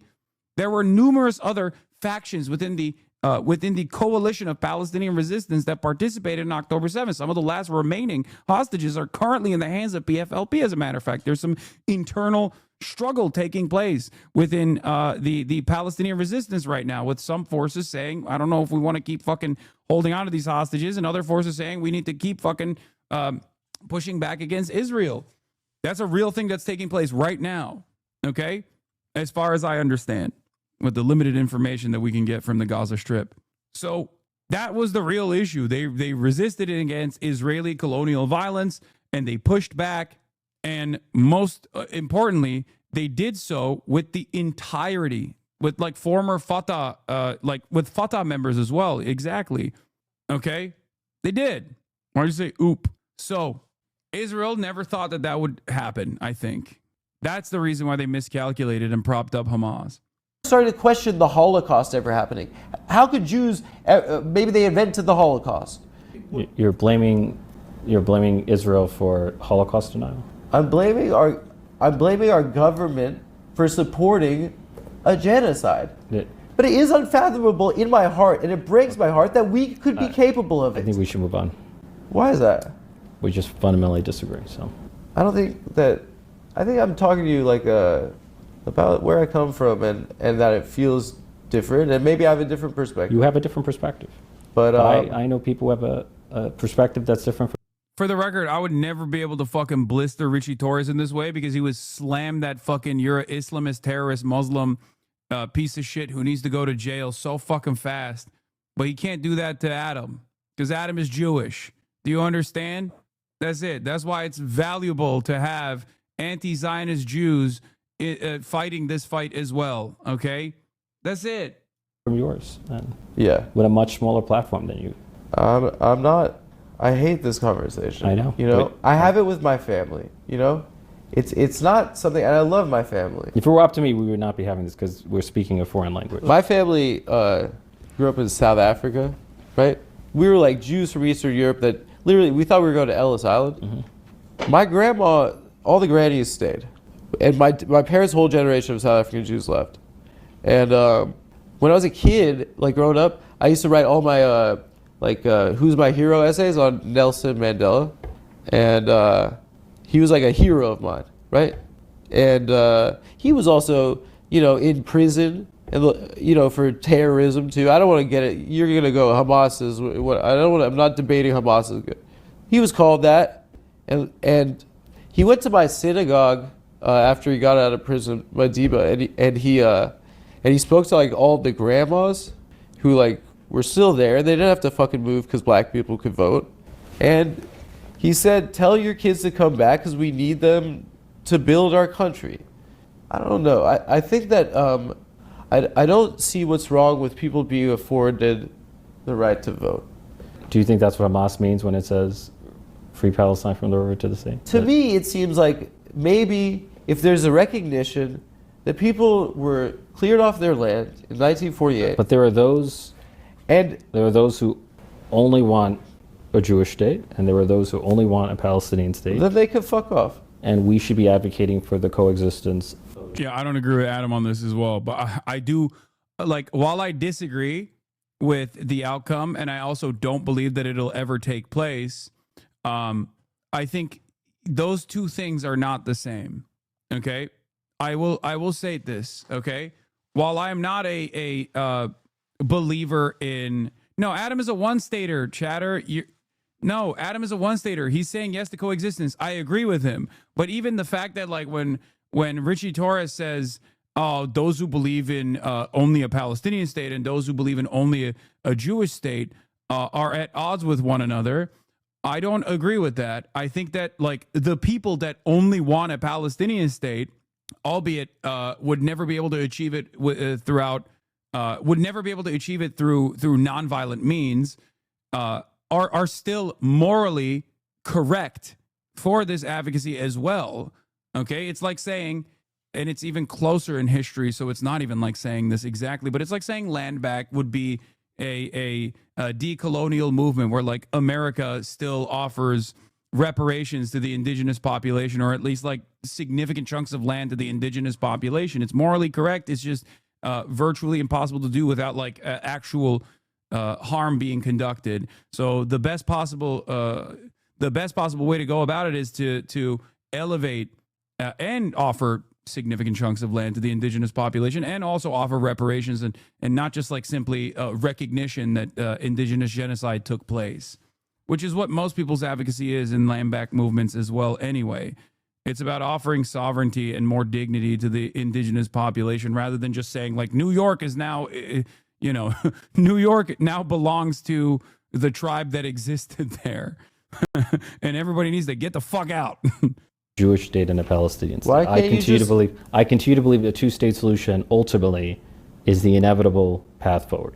That is fine. It's stupid. There were 1,000 Jews who were murdered before the establishment of Israel, like a half a century before the establishment of Israel. Half is 1,000 Jews. Yeah, they were killing each other, Jews and Palestinians. Yeah, the Hebron massacre. It doesn't make sense to me. This in 2025. The only point was there was violence against Jews before the establishment of the state of Israel. There was violence against Palestinians, and there was an ethnic cleansing in 1948. I mean, the Hebron massacre. What are you talking about right now? You're in the government. And listen, I didn't want to argue. Wait, I'm sorry, you're not familiar with the Hebron massacre in 1929? Wait, you're saying that justifies an entire ethnic cleansing in 1948? Israel was a.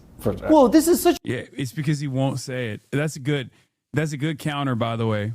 Oh, the Hebron massacre. Okay, dude. Well, first of all, there is a reason why. I'll use one example. It's like there's a reason why Rashid Khalidi's book is 100 Years War on Palestine and it's not called fucking 75-year War on Palestine. It's because the violence through settler colonialism unfolded before the ultimate violence that led to the inception of the Israeli nation state in the aftermath of the Nakba, the complete ethnic cleansing of 750,000 Palestinians from their ancestral homelands. Okay? The notion of Hebron, the Hebron massacre, like, yeah, dude, of course. Turns out the fucking Palestinians that were literally living in Palestine that were very angry about the Jewish settler colonialism that was taking place at the behest of the British Empire, they were right. Like, history vindicated them. And it's not like the dudes were just simply trying to coexist. They were trying to fucking forcibly overtake Palestinian existence and wipe out the fucking indigenous population from the start. The only time frame that you can point to where Jews and non-Jews existed in that region is before the British takeover, is before World War I, when it was under the Ottoman rulership. That's it. Oh man, I can't believe the Palestinians recognized that they were going to get wiped out of their own ancestral homelands, which is literally what happened, and they tried to take action, decentralized action in the process. Like, it's not even a fucking justification, but like, were they wrong to recognize that they were being wiped? They were inevitably going to be wiped out by a colonial entity that had no interest in preserving their statehood or offering them statehood whatsoever. I mean, look at what happened after. Dude, this isn't even a good argument. Hold on. Israel. What are you talking about? I didn't realize we were debating. I don't want to do it, but you say something like that. The Jewish state was established by international law, right? The UN passed a resolution. It's that recognized the Israel. Any Israel defender bringing up international law is so funny. It's like, wow, really? Oh, so now you care about international law? Interesting. Interesting. I didn't hear you talking about international law earlier when you were talking about but Hamas. Dude, any Israel defender bringing up international law is basically an admission of defeat, okay? It's not only historically incorrect, because there's never been a moment where Israel abided by the international law, because there's no point in the international law where it's like, yeah, you can deny civilians a right to return. That's fucking ridiculous. And secondly, when has Israel ever listened to international law? Please. I thought the UN was anti-Semitic and Hamas. Now you're saying the UN is an upholder of international law and good. The UN established Israel. It's good now. It's good again. Yeah. I thought it was the most anti-Semitic institution out there. It was an instrument of Hamas. Thank God international law is good again. You don't understand. Hamas put tunnels under the UN. Yeah. No, I do understand it. For sure. Establishment of a Jewish state. And there were a number of Arab countries, including Egypt, that declared war on Israel. Yes. It was the War of Independence. The Palestinians and Israel won the didn't. war. The Palestinians didn't declare war on them. They were just people that were living there. And they were kicked off their And land. by the way, there were either at gunpoint 800,000 or Jews killed. that were ethnically cleansed Do from you the know Arab what- world. do you know know what- there were Jews? You know how many Jews there are Not in the by Arab the world? Almost none. Palestinians. I'm not talking about the I'm talking about the broader Arab So world. why do the Palestinians have to bear the responsibility of the Algerians kicking the Jews out? You can relitigate. Why do the Palestinians bear the responsibility of Egypt invading in Israel's been a 1948? state for 77 years. Bro, it's so And depressing so what you're saying right now. You're proposing to undo an established state? No, I know people that live there. I have family that live there. Then what I is don't your- think that what- they should then what are you leave. proposing? I'm proposing a democracy. I'm proposing an extensive demographic study of what was taken and what was lost, extensive reparations for what that was taken, and a truth and reconciliation process where we can end this shit. What we're seeing right now is that members of the Israeli government are talking about clearing that shit out. And Trump, our president, is talking about putting a fucking jet ski museum there. And that's the reality that right is now. the far right, yes. It's That's the a far view that right? I reject. So What the far right? I'm talking about the government and the generals that are in charge of Israel. the Ben-Gavirs, the Smoltrishes of the world, that's a view They're that I the reject. cabinet. Yes, and I reject them. That's what Hamas is saying they want to do to Israel. I'm sorry? I mean, Hamas murdered thousands of people, so there's no... So what does that mean? That Hamas is a terrorist organization for murdering innocent children and civilians. How many civilians have been killed in this war? The war is a tragedy, but 90% of them have been... But The war is a tragedy, but October 7 is the worst thing that's ever happened. Hasbara bot, dude. 90% of them have been civilians. They've killed journalists. They've killed journalists. People have been killed in a war. It's been a tragedy. They've killed people waiting for aid. But you're suggesting that it is the policy of the Israeli government to murder civilians, and that is a notion that I reject. You can reject it. It's just objective reality, dumbass. You gotta listen, man. You gotta be like a human being about this. People who are dying in the war, which to me is a tragedy, because war is a tragedy. Do you feel in your heart that this is what you're doing? What you're saying is right? If you remove Hamas, You don't actually think well, that. I told you what I believe. Don't tell me what I believe. I've told you what I believe. Why would you believe that? Because there are people who see the world differently. I know it's a shock to you, but there are No. people who see the world differently from you. But why? I know that's a shock to you. It seems a little bit like The humanitarian crisis has deteriorated rapidly. I don't want to be disrespectful like this. Well, you've been at various points. In what capacity? You've just been hostile. So. In what capacity? It's fine. Don't worry. It's just been a gotcha interview. I think that. Oh, now he's getting condescending. Oh, this has been a gotcha interview. I know people have differences in opinion. I know it's a shock to you. Just call him a fucking woke libtard, dude. Why don't you? It's crazy because, it spirals completely out of control. And the reason why it spirals completely out of control is because, I think Richie Torres at this point is, aware that he's just coming off like a fucking total bot. My conscience is clear, especially as someone that's lived there and seen it and loved people that live there. And this sucks. I really didn't want to do this. And I think that you saw it as gotcha. Well, this is what people are talking about right now. Well, not in the South Bronx. People are not talking about Israel. People are talking about It sucks, how to put dude. food on the table It's and all pay the people bills. yeah. Maybe in your world, that's what people are talking No, about. But I in my don't. world, people are struggling. So Yeah. Then why, if people are struggling in your world, are you paying $25 billion? we have a seven. Also, why is it that you only bring up how your district is struggling to pay their fucking bills when it's a way to stop talking about Israel? Because you talk about Israel more than anybody else. If your district doesn't give a fuck about Israel, why the fuck do you constantly talk about Israel, you bitch? This motherfucker cares so little about his job that he tweeted more times about me, Hassan Hassanabi Piker, in the lead up to a general election. He tweeted more times about me and how anti-Semitic I am because of my criticisms of Israel than his own district in the lead up to the general election. How insane is that? How much of a fucking Israel attack dog do you have to be that you got clips from a now outed pedophiles cult that were completely clipped out of context that you used and you fucking slammed into a congressional letterhead statement that you made with a demand to deplatform one of the only large progressive voices in the lead up to the fucking general election. That's what he was predisposed with. I am at most an irrelevant figure that should never be in your fucking radar, dude. Like, think about that. Out of all the top 10 independent media, out of all of the top 10 independent media platforms that were tracked on the night of the election for their election coverage, I was the only fucking left voice on there. Not a single other left voice was on there. Every single other one was a Trump supporter. Every single other one. Out of the top 10, I was the only fucking person that was not a Trump supporter.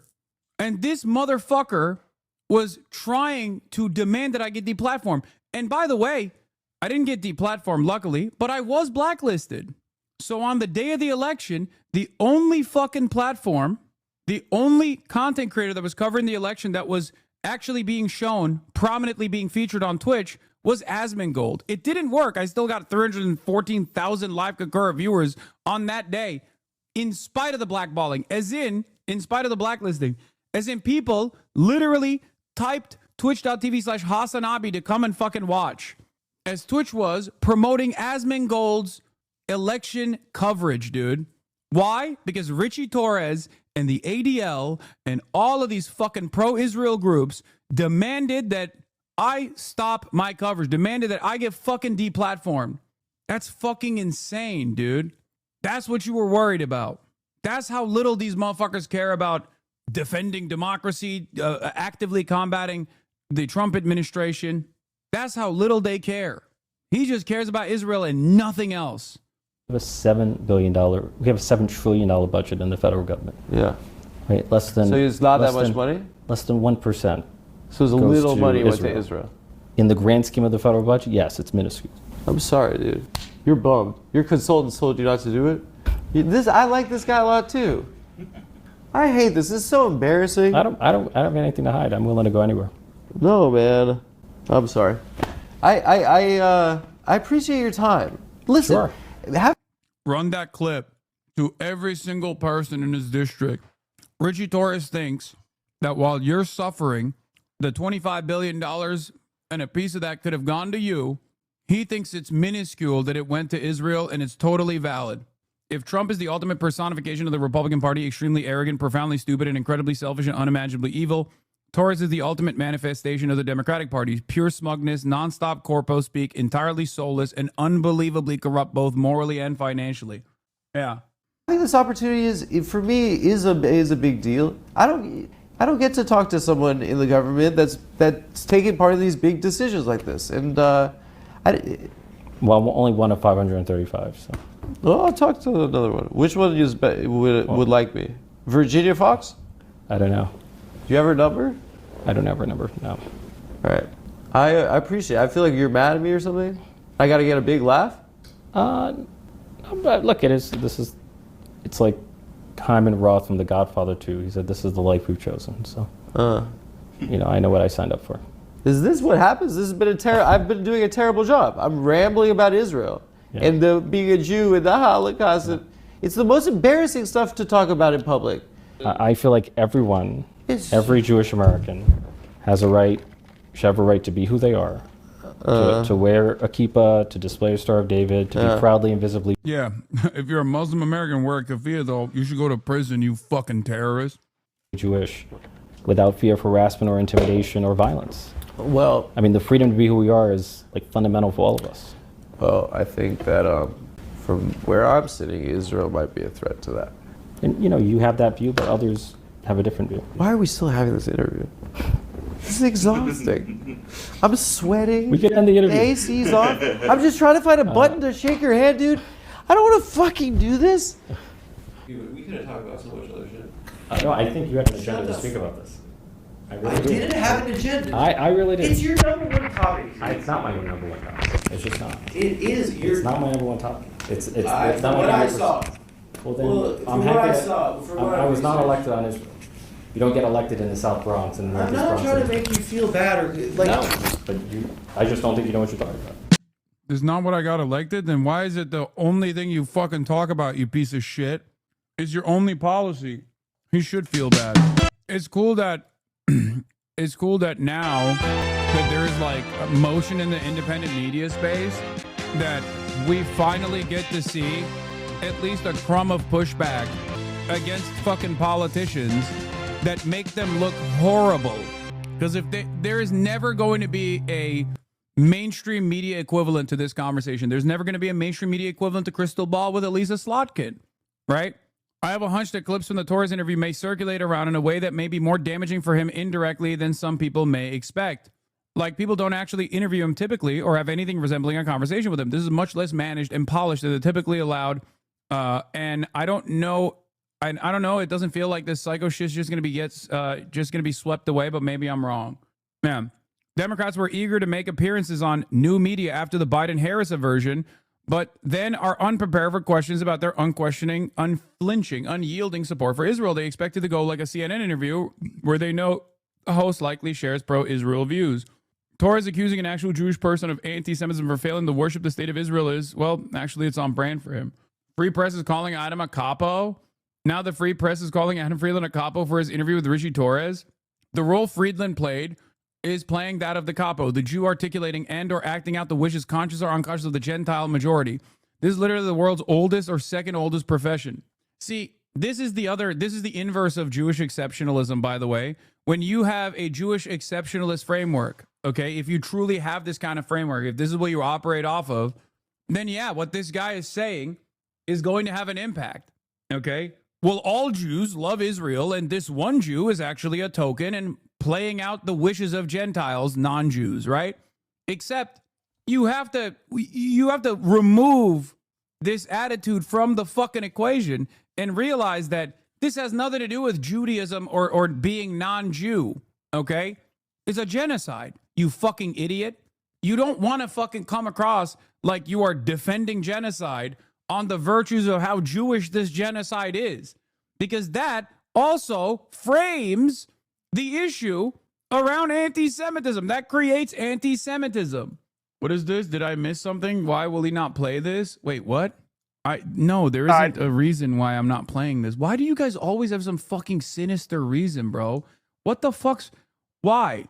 Why do you guys behave like this? Where you're like, ooh, there must be some secret reason. There must be some secret reason why I'm not playing this clip.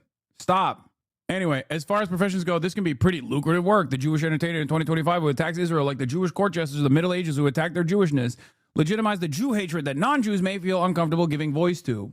Yeah, no discussion about the rise in worldwide anti-Semitism could be had without making the clear and obvious point that Israel wants more anti-Semitism in this world because it means more Jewish immigration to Israel. It's in Israel's security interest to make the world harmful for Jews, 100%. That's another reason why this isn't just like Jewish exceptionalism, okay? I mean, when I talk about anti-Semitism and like the rise of anti-Semitism in the Western world, directly as a consequence of Israel's actions, it also plays into Israel's grand design as bullshit. Obviously, you shouldn't immediately shudder when I say this kind of shit and assume that I'm saying anti-Semitism in the Western world is like far more consequential and far worse than the plight of the Palestinians or even Islamophobia in the Western world. That's not the truth. That's not what I believe. And it's also not real. That's not a real fucking comparison at all. While anti-Semitism and Islamophobia are both bigotries that are utterly unacceptable, one is also institutionally unacceptable, and the other one is not only welcome, but allows you career opportunities. If you are Islamophobic, you can advance. If you're anti-Semitic, you obviously get fucking destroyed. This is precisely the reason why I don't yield from this kind of back and forth, this kind of conversation. David says you're perpetuating falsehoods about that Wired article. Like, look at this person. Call Adam. Call Adam, please. David Pakman says you're perpetuating falsehoods about that Wired article. Are you a person that's invested in having discourse, or do you just want fucking like extra fun stuff? Who gives a fuck what David Pakman says, bro? He said the fucking Wired article was fake. Some of y'all love the slop, dude. Some of y'all live for the slop. But yeah, I think this is gonna hit the normie sphere pretty fucking hard. Richie Torres, we coming for you. After news came out that Richie Torres personally profited from the death of Palestinian children. Wait, what? This guy's a Larishite? I'm not watching that shit. Y'all are crazy, bro. This is what I mean, motherfuckers. When there's a massive fucking void in the media landscape for pro-Palestinian voices, people find themselves in the throes of a fucking guy who loves LaRouche. In 2025, bro, what the fuck? For example, positive American guys, consumed as they are by his bizarre hatred for the Jewish state, I suspect they don't even know why they hate it as much as they do, but they do. They can't say that. They have a camouflage. They have a camouflage and contempt for BB or Zionism. I think one of the funniest parts about this is just like these guys almost actively hold on to the notion that like Israel is a Jewish state and it's actually doing this genocide Jewishly, and you can't even speak out against it. And it doesn't matter. Like they will go down with the ship. Okay. They will tell every person that they're like, I'm Jewish and I love this genocide. It's being done at the behest of Jewish people. It's the most Jewish genocide of all time. If you fucking say a goddamn word about it, you're an anti-Semite. And it's like, dude, what are you doing? It's like if I ran around being like, I love ISIS. I fucking love ISIS. ISIS is my favorite. Like, you're Islamophobic for shitting on ISIS, you know? Like, what the fuck? If I ran around and be like, as a Muslim, ISIS is actually the truest form of Islam. Like, what's wrong with you, dude? What the fuck are you doing? How do you not understand that, like, people look at you and go, that's disgusting and gross. And also, now I don't know how I feel about it. You're a Jewish guy. You're telling me that this is the most Jewish genocide and it's also awesome. You're creating anti-Semitism. Guys, stop saying it's going to get clipped out of context. It's the most obvious clipped out of context clip of all time. Shut the fuck up. God damn, dude. I know. Shut up, chat. Jesus fucking Christ. God fucking damn it, dude. Y'all are so fucking annoying and so fucking stupid. Yeah. We're moving on to the FBI investigating the Minneapolis Catholic school shooting. Fuck! Every time I say some shit. That's where we began, a Minneapolis story, but an American problem. Fear and sadness, parents and children, an entire community there grappling with the tragedy at a church. 2 children shot and killed during morning mass at a Catholic school. The first week of school, they were just back from the summer break. 17 other people hurt in this incident, 14 of those people children themselves. Police say the shooter died at the back of the church by suicide right there at the scene. No official motive has been announced.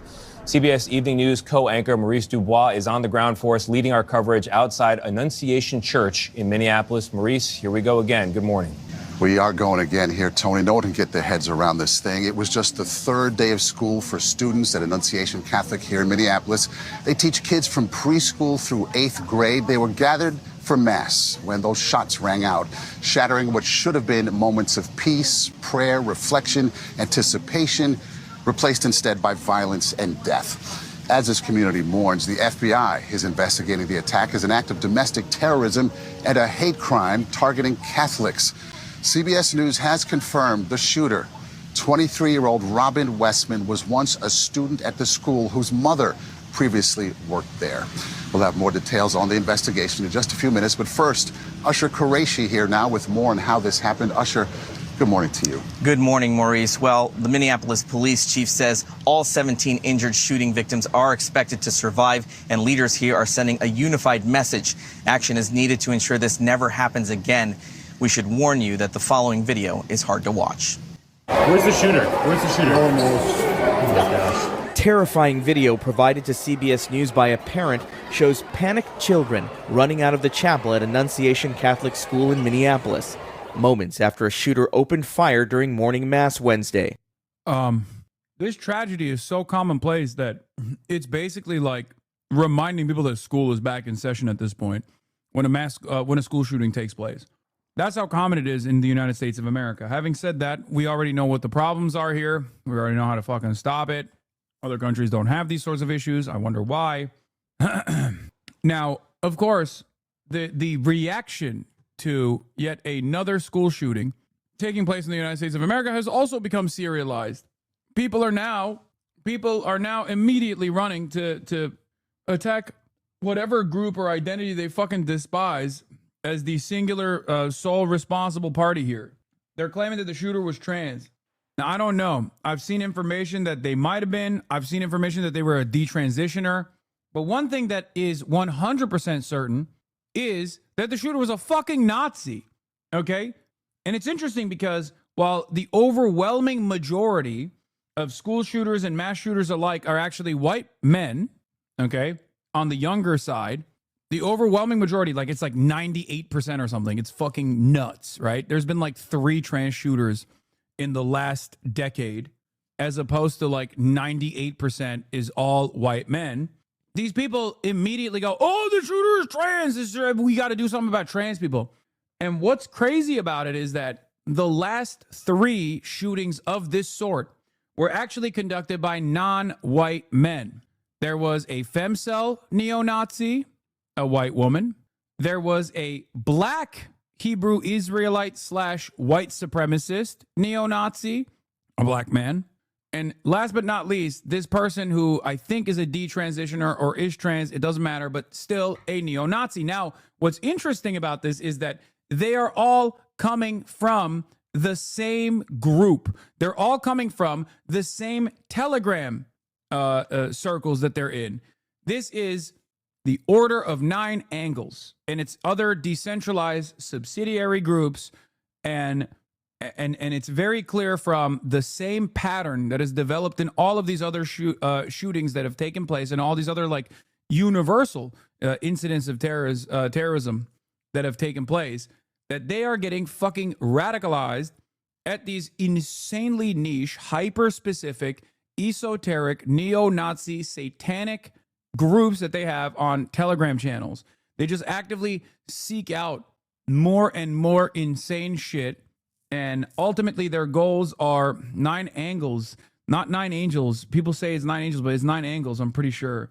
Now, there's no firm connection to O9A so far, Order of Nine Angles, but the suspicion is there because of the patterns that exist in this shooting, as opposed to all the other shootings as well.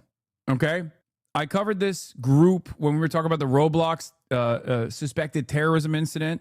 It's actually shocking how insane their worldview is. Like these guys are one step above the the Groyper movement. They're like even more insane than the Groyper movement. They start their radicalization trajectory in the same ways that many others do, where they like watch, you know, SJWs get owned compilations or whatever, or maybe they have like a fucking bad breakup and they're like looking for you know, some fuck women content or whatever the fuck.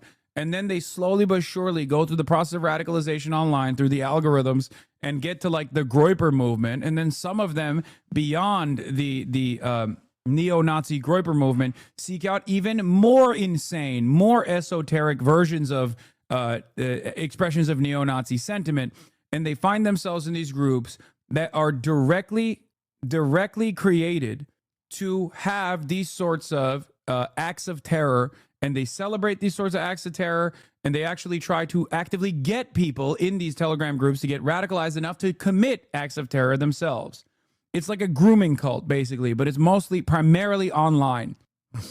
It's Terrorgram O9A and 764 and other assorted accelerationist communities. This stuff used to be on 4chan and 8chan, but now it's gone even deeper into stranger forms. I would describe them as a nihilistic, esoteric, fascist accelerationist, which is disturbing because it's the same ideology informing J.D. Vance via Nick Land and co. Yes, but of course J.D. Vance is too fucking rich and too invested in like becoming president to ever entertain this kind of shit. It's just the underpinnings of this fascist ideology, this fascist accelerationist ideology is the same, but obviously J.D. Vance is not going to be doing a fucking school shooting anytime soon.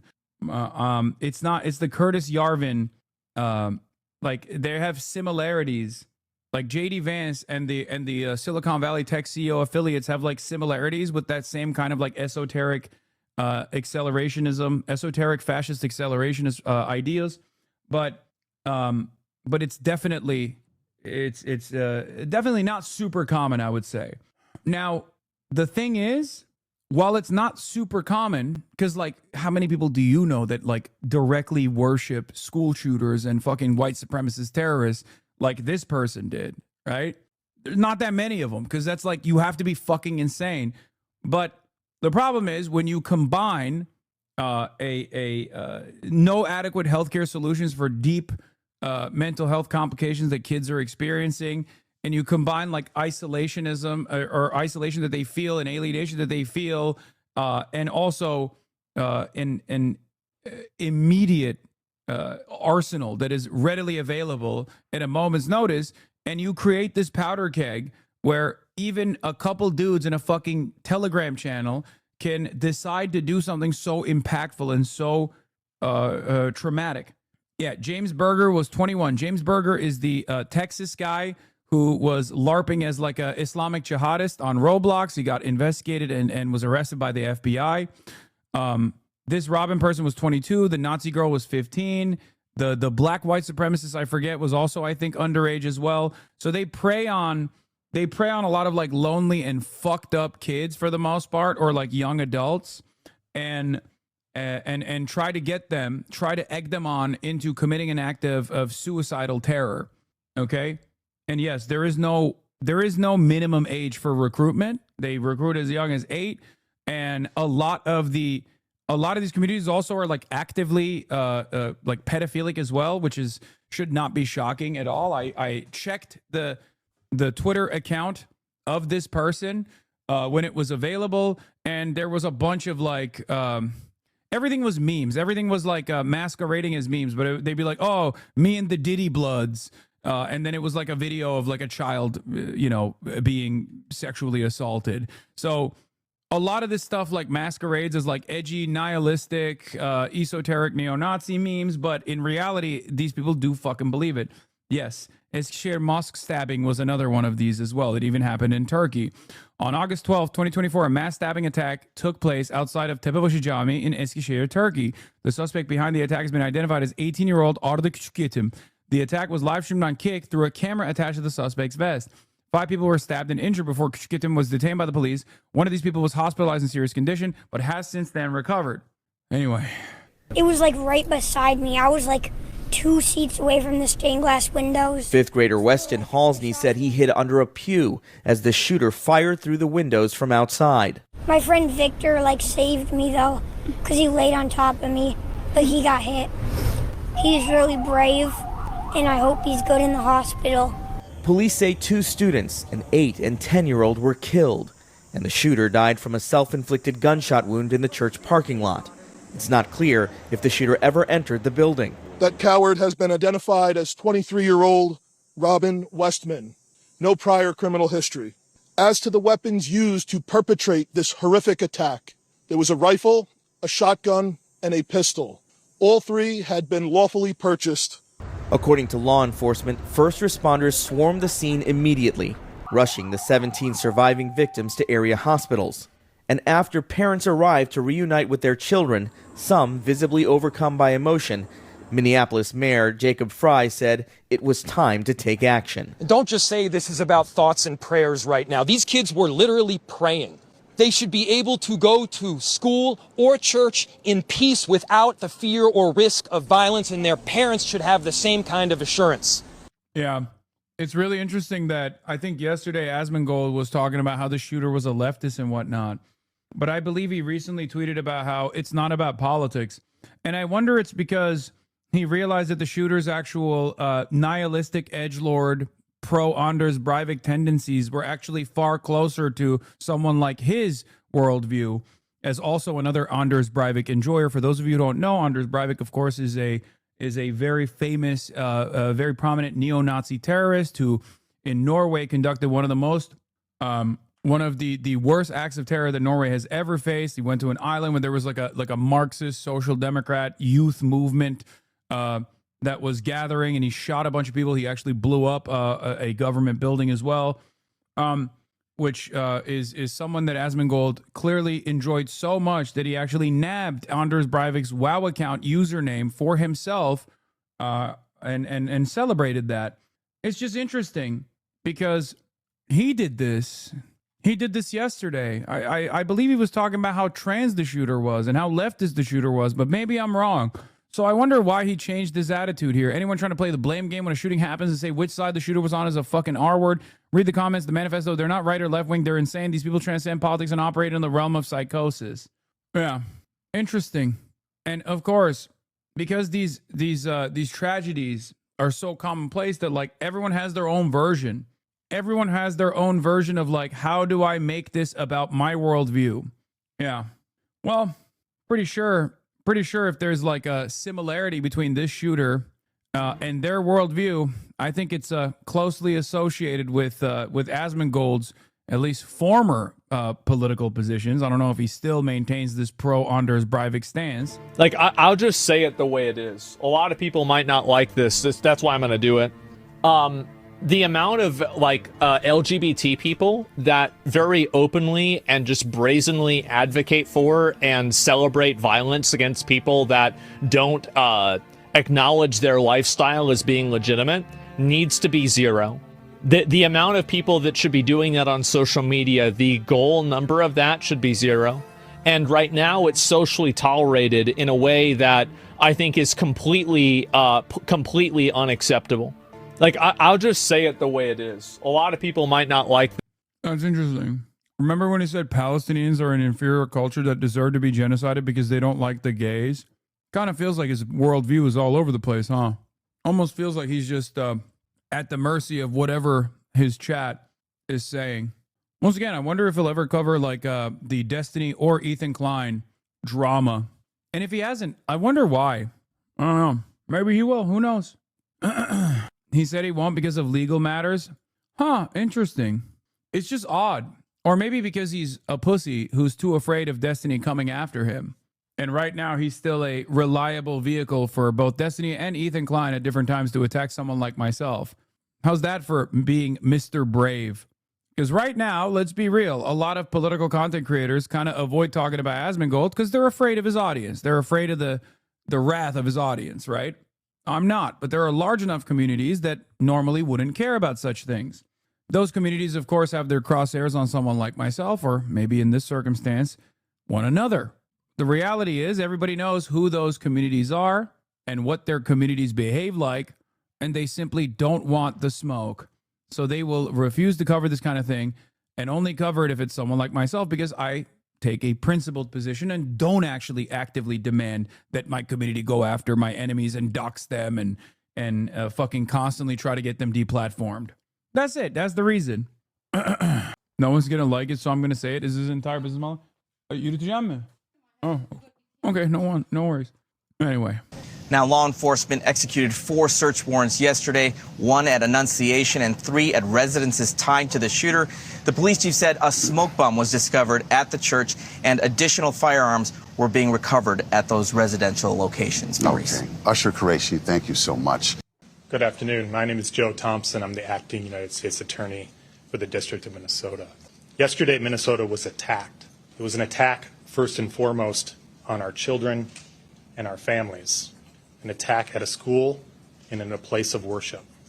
It was also an attack on our city, our state, and our country. The U.S. Attorney's Office, the FBI, ATF, and other federal law enforcement are working with state and local partners to investigate this heinous act. Our investigation is twofold. First, we are seeking to confirm what we believe to be true, which is that the shooter acted alone and that no one else was involved. that the threat died with the shooter yesterday. We believe that to be true, but we'll leave no stone unturned to ensure the safety of our community. Second, we are investigating the motive, why and how this happened. The shooter left behind hundreds of pages of writings that describe the shooter's plan, writings that describe the shooter's mental state, and more than anything, writings that describe the shooter's hate, pure, indiscriminate hate. The shooter expressed hate towards almost every group imaginable. The shooter expressed hate towards black people. The shooter expressed hate towards Mexican people. The shooter expressed hate towards Christian people. The shooter expressed hate towards Jewish people. In short, the shooter... I guess he was Muslim then, huh? Oh, wait. The shooter was a fucking psychotic neo-Nazi who literally celebrated the Christchurch mosque shootings. Appeared to hate all of us. The shooter's heart was full of hate. There appears to be only one group that the shooter didn't hate. One group of people who the shooter admired. The group were the school shooters and mass murderers that are notorious in this country. The shooter idolized some of the most notorious school shooters and mass murderers in our country's history. And around the world. Anders Breivik, the Christchurch massacre. Wait a minute. I thought the shooter was a trans woke lefty. What? That's so crazy. How could this have happened? I just don't understand why you don't actively say the shooter is very clearly a fucking Nazi. Like, what's going to happen? You're worried about other Nazis being like, this is not us? What are you, defaming Nazis? Like, the shooter is very clearly a Nazi. All of the fucking signs point to that. And yes, Nazis can be anti-Christian too. It's not that strange. There are plenty prominent fucking neo-Nazis that are pagan, that are anti-Christian as well. Like, what are we doing? What the fuck is going on right now? Won't name them, just like I won't name the shooter. They don't deserve to have their names remembered. As I said, the shooter left behind hundreds of pages of writings. There is a lot to digest, and we'll know more in the coming days and weeks as we've had an opportunity to go through them. But reading them, one thing is clear. And it's going to be hard to hear, but it's important to the question of why this happened. More than anything, the shooter wanted to kill children, defenseless children. The shooter was obsessed with the idea of killing children. The shooter saw the attack as a way to target our most vulnerable among us while they were at their most vulnerable. A pedophile neo-Nazi. Is he saying he was Israeli? No. Yeah. One thing that has really troubled me about Christchurch is considering the scale of recruitment that it offered for O9A, Order of Nine Angles, derived ideologies. How many irony poison kids went for looking for the video in 2019 right into the open arms of a terrorgram? 5 digits, 6 digits. These are all some of the fucking confirmed affiliates. And they literally operate on fucking Roblox and shit. It's not a joke. Look, they are on Roblox. They're talking to your young relatives. What's crazy is that they are going to turn around and unleash the most comprehensive, unlimited security apparatus, the unlimited surveillance machine, the most Israel-style surveillance machine you've ever seen in your life. Oh, brother. I wish my wallet was as thick as your skull. So they have more people. These are the ones who are motivated by Order of Non-Angle style affiliate groups. What is this? Trace, as you know, Oh my God. Israeli grade ontology?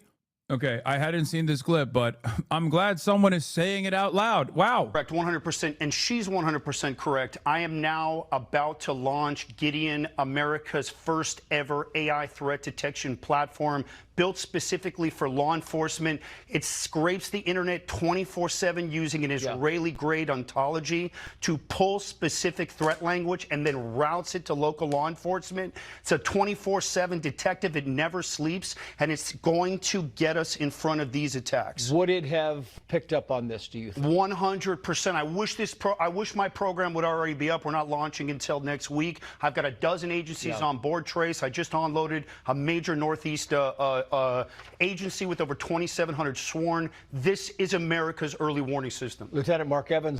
Trace, as you know, correct, 100%, and she's 100% correct. I am now a... We are so fucking cooked, bro. I mean, what do I say about this? What do I say about this? We're so goddamn cooked. Israeli-grade ontology? What the fuck? Oh my God. Anytime anybody ever says like fuck Israel, they're going to have drone strikes happening now. Great. I've been telling you that these motherfuckers want Israel here, okay? They want Israel here for Christian supremacy, white supremacy. They want white Christian Israel, okay? This is quite literally the reason why Richard Spencer, famous prominent neo-Nazi Richard Spencer, used to say, I love Israel. I hate the Jews, but I love Israel. I want to do Israel here in America. How come they get to have an ethno-state? We should do the same. I'm glad this is where we're at now. It's awesome. Now we got fucking Palantir up our asshole. Obviously, I'm going to be talking about Palantir a little bit more extensively because Matthew Petty at Reason, the libertarian blog Reason, uncovered a trove of emails between Jeffrey Epstein and Ehud Barak where they actually directly talk about Palantir as a use case for America. But that's later in the game. Let's get back to this shooter and the obvious background that you will not get anywhere else. This is why I say I have my own biases, but I'm at least honest about said biases. But ultimately, I will never look away from the truth. I will never shy away from reporting on whatever the fuck actually took place. So one of the only reasons why I even touch breaking news stories like this is usually to disparage the existing narratives before they fucking launch. Because in the aftermath of breaking news incidents like mass school shootings and things of that nature, right wingers immediately storm the fucking battlefield and just start slinging. They're like, they used to do this after every single domestic terror incident and say it's a Muslim, it's Islamic terror, Islamic terror. Now they do it with trans people. And it's completely ridiculous. It is completely ridiculous because the government is using this as an opportunity to further shit on trans people, when in fact trans people have made up, I believe, three whole mass shooting incidents in the past decade, as opposed to white men, cisgender white men, making up like 98% of mass shooting incidents. So it's fucking crazy. It's like 0.01% of mass shooting incidents that have taken place have been conducted by trans people. And yet these guys say it's trans people every single time. Now, this person could potentially have been trans. There's some evidence to suggest that they were a detransitioner, as in they were trans at some point and then or they were transitioning at some point and then decided like, I don't want to transition. I'm actually assigned male at birth. And I'm AMAB, I'm male, I'm not a trans woman, okay? But it doesn't matter, because even if this person was trans, even if this person in the unimaginably unlikely scenario was not only trans, but also literally like a leftist or something, okay? Which that's not what happened. But even if that was the case, that would be the hyper rare exception. He watched you? No, he didn't. Why are you saying fucking stupid, nonsensical bullshit? What the fuck is wrong with you? Why do you think someone who literally fucking talks about 6 million Jews were not enough or whatever the fuck and is like in these neo-Nazi circles would ever watch me or be a fan of mine? If anything, they might have known who I am and despised me. I don't get why people say fucking stupid shit like this. Maybe they say it because maybe a hate watcher? No, they say it because they're fucking bored and they think it's a funny troll. They don't realize that there's already a bunch of people out there that are actively trying to claim that this is like another fan of mine. Okay? And what's crazy about that, can you explain the Christchurch connection? I don't get it. Yes, the shooter venerated every single prominent neo-Nazi white supremacist terrorist around the globe. He did so by writing their names and hearts and things like that on their gear. Okay? He idolized these shooters. This is very common in the Order of Nine Angles style, hyper edgy, esoteric, nihilist, fascist, white supremacist groups that these guys, it's classic. The shooter also talked about Brandon Herrera and how much he liked Brandon Herrera. Brandon Herrera, for those of you who don't know, is also known as the AK guy, who is a far right, also fairly racist. What? Haters tried to accuse you of making the shooter yesterday on your blast off. I don't care. You don't need to fucking actually bring this up. It's not shocking. The point is, it's so commonplace that these mass shootings take place. It's so common that people immediately fucking run to you know, turn this into their favorite subject. Okay, they love being like, well, this person was responsible for it. My least favorite content creator online is actually responsible for it. It's dumb as fuck. Anyway, Bonchi says, so the shooter was trans, hated Trump, and hated Israel. Going to be really hard to spin this into he had no actual ideology. The shooter also praised Anders Breivik and Brendan Tarrant, anti-Muslim mass shooters, commemorated murdered wife of white separatist Randy Weaver and Timothy McVeigh. I'm not going to say the word, cited Waco. They need to instantly impose a clear ideology on mentally ill killers. The need to impose a clear ideology on mentally ill killers is stupid. There is, however, one through line that remains in a sea of indecipherable politics here. And I've already identified it, and I'm telling you, this is how these guys operate. They throw out a bunch of different things in the process. You can be a far-right neo-Nazi and hate Donald Trump. You can be a far-right neo-Nazi and hate Israel for obvious, for fucking anti-Semitic reasons, right? Many of these guys also hate Jews, yes, and they hate Israel. This platform is filled with countless pundit and influencer types trying hard to claim the shooter was motivated by whatever ideology or group they most hate. It was anti-Zionism. It was leftism. It was a far-right racism. Many, perhaps most mass shooters are principally ill. Okay, I don't agree with that either. I mean, I agree. Why did Glenn mention Asmon's WoW character? Oh, good one. Anders Nordic. See also, you can turn the shooter into whatever you want if you try hard enough.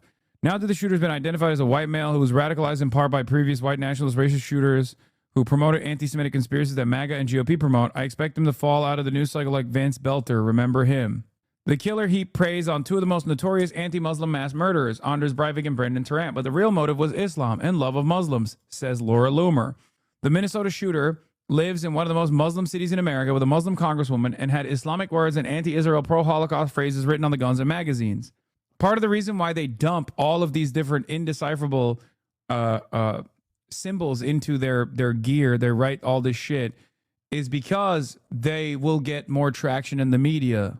Islamic words, by the way. What's the fucking Islamic word? The police should stop investigating to find the motive of the school shooter and just log on to X, where plenty of people already know what the motive is.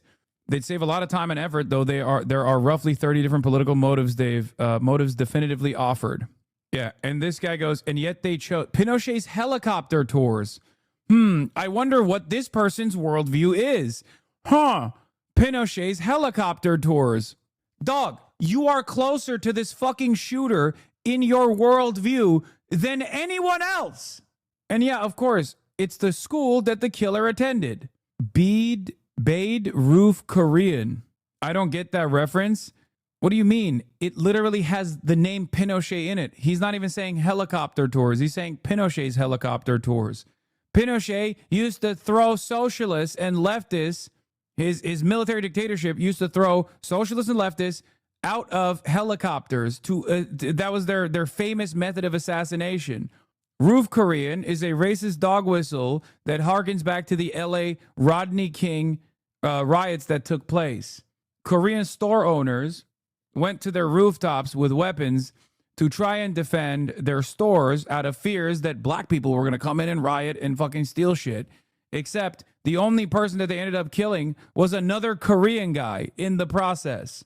It's not even like a super common thing that took place. There was a couple photos of like one of the people and yeah, these guys are just, it's a reference to both a systematized form of fascist violence with Pinochet's helicopter tours, again, anti-socialist, anti-communist violence, and then a reference to decentralized people's militia movements in the form of the rooftop Korean. Yeah. Yeah, targeting black people specifically, hypothetically, even though they literally killed Korean. I think 1 or 2 Koreans was the only people that they ended up shooting and killing in the process. Anyway, they shot 2, 1 died. Okay.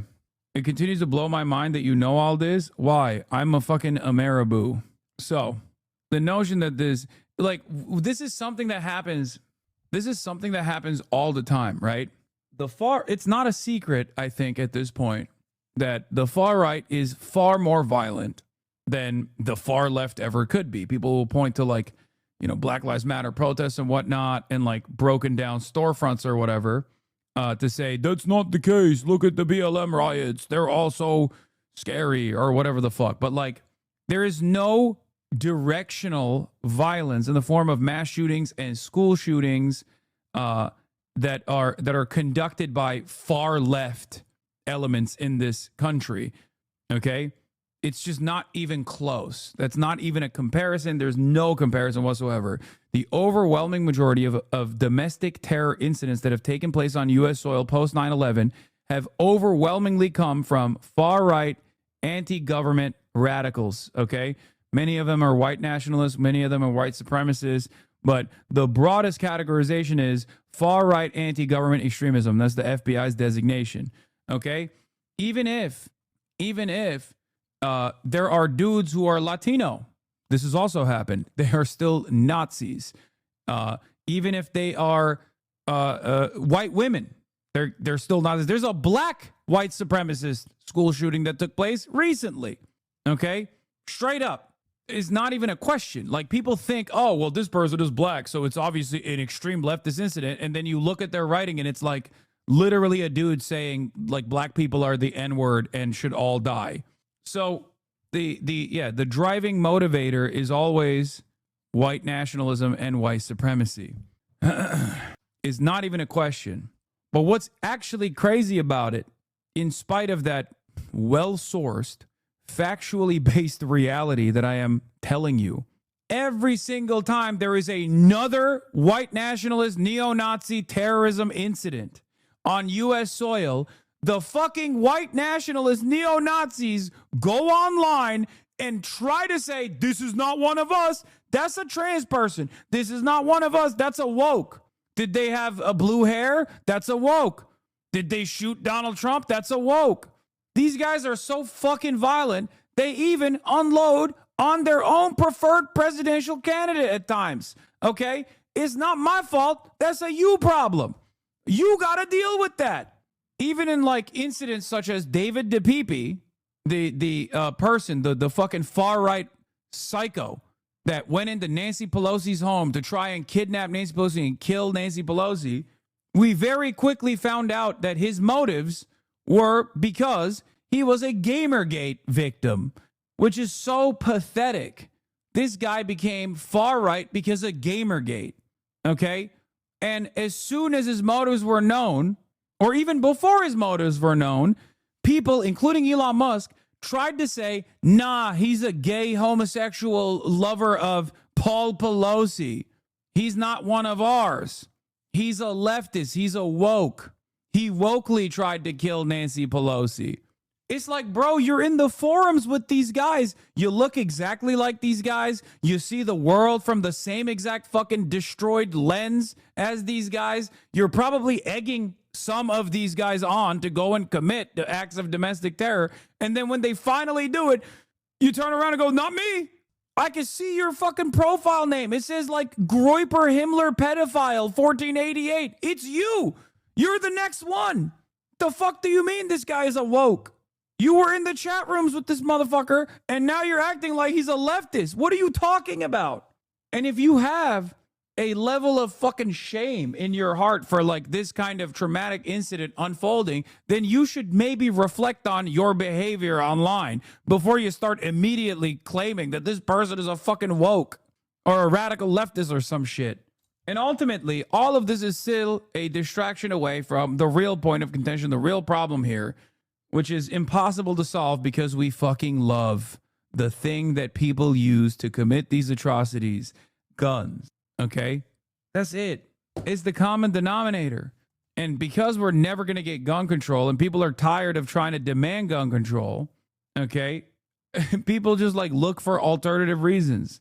Some don't even look for alternative reasons nowadays. They just immediately go, up, the shooter's trans. Doesn't matter if the shooter is actually trans or not. Every single one of them is trans automatically. I thought maybe the attention would shift away from trans people back to Muslims like it used to in the good old days post 9/11. But nope, still trans. Maybe they're trans Muslims now. You know, put it together. Combine the two. Next time, it's not just trans, it's a trans Muslim who hated Israel. Jesus fucking Christ. It's so crazy. At school and at church. Yeah, Robin on July 29th with posting on Skibbity Farms. I can't believe that's what it's called. Jesus fucking Christ. That they were looking for music suggestions to shoot up a church. They got suggestions and also folks egged Robin on. These people come from the darkest corners of the internet. Yes. Skibbity Farms is like Kiwi Farms. It's a lolcow website. Remember, there are too many normies in here that don't know what this is, but there's this thing on the internet called lolcowing, okay? These guys love going to forums and finding, oftentimes trans targets that are very vulnerable, that come from marginalized backgrounds, that have like mental health complications, and they dox them, and then they turn them into lolcows. Like they try to puppeteer their lives. It's a very dark process. Except, oh, that was debunked. That account is still posting today.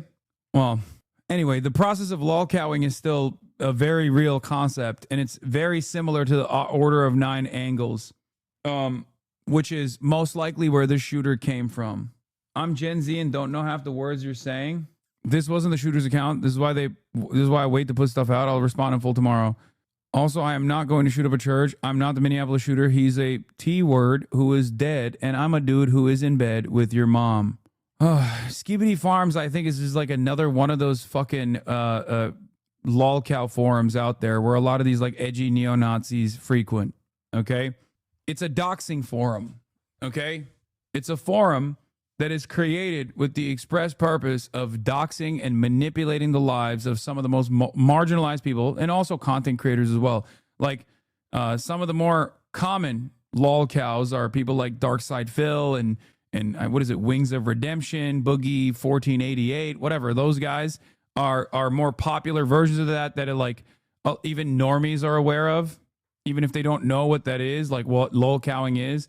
Chris Chan is another one. That's a very famous one.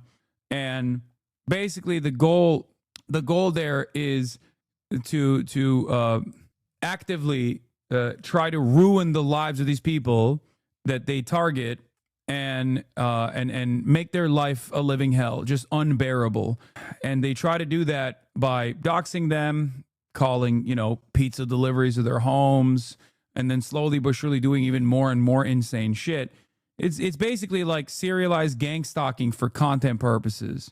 Now, but why? What does one achieve with that? A sense of community, a sense of shared purpose, a sense of making someone else's lives as miserable as their lives are in any given moment. In most circumstances, the people that are participating in this shit have the exact same kind of mental illness as the victims. They hate themselves, and this, I think, like reasserts a sense of control over their own lives by ruining another person's life. It's just like pure sadism, and some people enjoy it from afar because these people are fascinating, I guess, and other people actually actively tap the glass, as I like to call it, and that's like even less healthy than the already unhealthy fascination that people have with these figures. And I think that it's become even more commonplace, especially with like TikTok. The version of this on TikTok is what's that kid, the World of Shirts or whatever. Like that's a real life TikTok example of that, where people are egging these people on through live streams and egging these people on in any way, shape, or form to actively push them further and further into the depths of depravity. And with like Kiwi Farms, for example, one of their goals is to like actively get trans people to kill themselves, right? So they have like a scoreboard of trans people that they've been able to successfully cause the suicide of. Another recent version of this was what happened with Kik. If you remember, the French Kik streamers, they were participating in this process directly. Yeah, it's a horrifying thing that has become more normalized as the internet has gotten worse and worse. So literally the worst lore iceberg ever. I mean, what do you want me to do? It's just a thing that happens online. It's really fucked up. And it used to happen less frequently, but now it's unfolding in real time, in broad daylight. It's like normies are engaging in it without realizing that they're engaging in it. But the reason why I'm bringing up all of this is because there's an even darker side to this, which is what the Order of Nine Angles is, where a lot of these people who are like deeply mentally ill that find themselves in the throes of radicalization, far-right radicalization, that desperately seek out even more edgy, more radical forms of self-actualization through, neo-Nazi sentiment and the like, find themselves in these groups called terrorgram groups. They're Telegram, which is a social media platform that's operated by some Russian dude and is, as far as I know, I think, or until recently was not, didn't have any backdoors into intelligence communities in the West. They have Lamau passing blame. What do you mean? So the victims hated their life? The victims? I'm not talking about the victim. I'm talking about the perpetrator of this act of terror. I think you might be too stupid to understand the English language. Like I'm very clearly communicating what is. The victims are little kids. I'm talking about the fucking mass shooter and how this mass shooter found themselves in this in the throes of radicalization. Why is this Asmongold acolyte? Anyway, I think you misspoke and said hate their lives as much as the victims. Oh, when I was talking about lolcowing, yes, the victims in that situation do hate their lives. Yes, they do. Yeah. And they actually identify suicidal tendencies deliberately and push into it. They lean into it to try to egg them on, to drive them to the point of suicide. Yes. But this other thing that I'm talking about is different. And it's an even more depraved version of this, but structurally it works in the same way.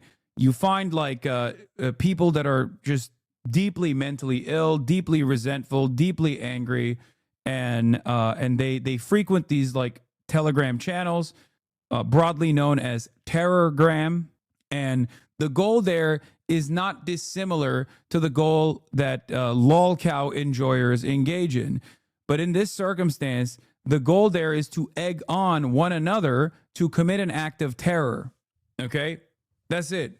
So these people are like, ooh, we're so edgy, we're being nihilistic.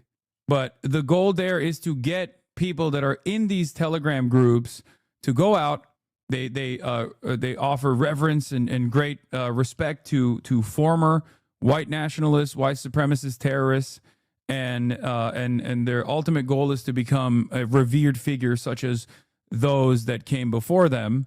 And they actively egg people on. And this is yet another shooter that came out of one of these groups. I won't dignify the shooter's words by repeating them. They are horrific and vile. But in short, the shooter wanted to watch children suffer. Yesterday was a tragedy for this city and our state. My heart goes out to the entire Annunciation community. Their loss is unimaginable.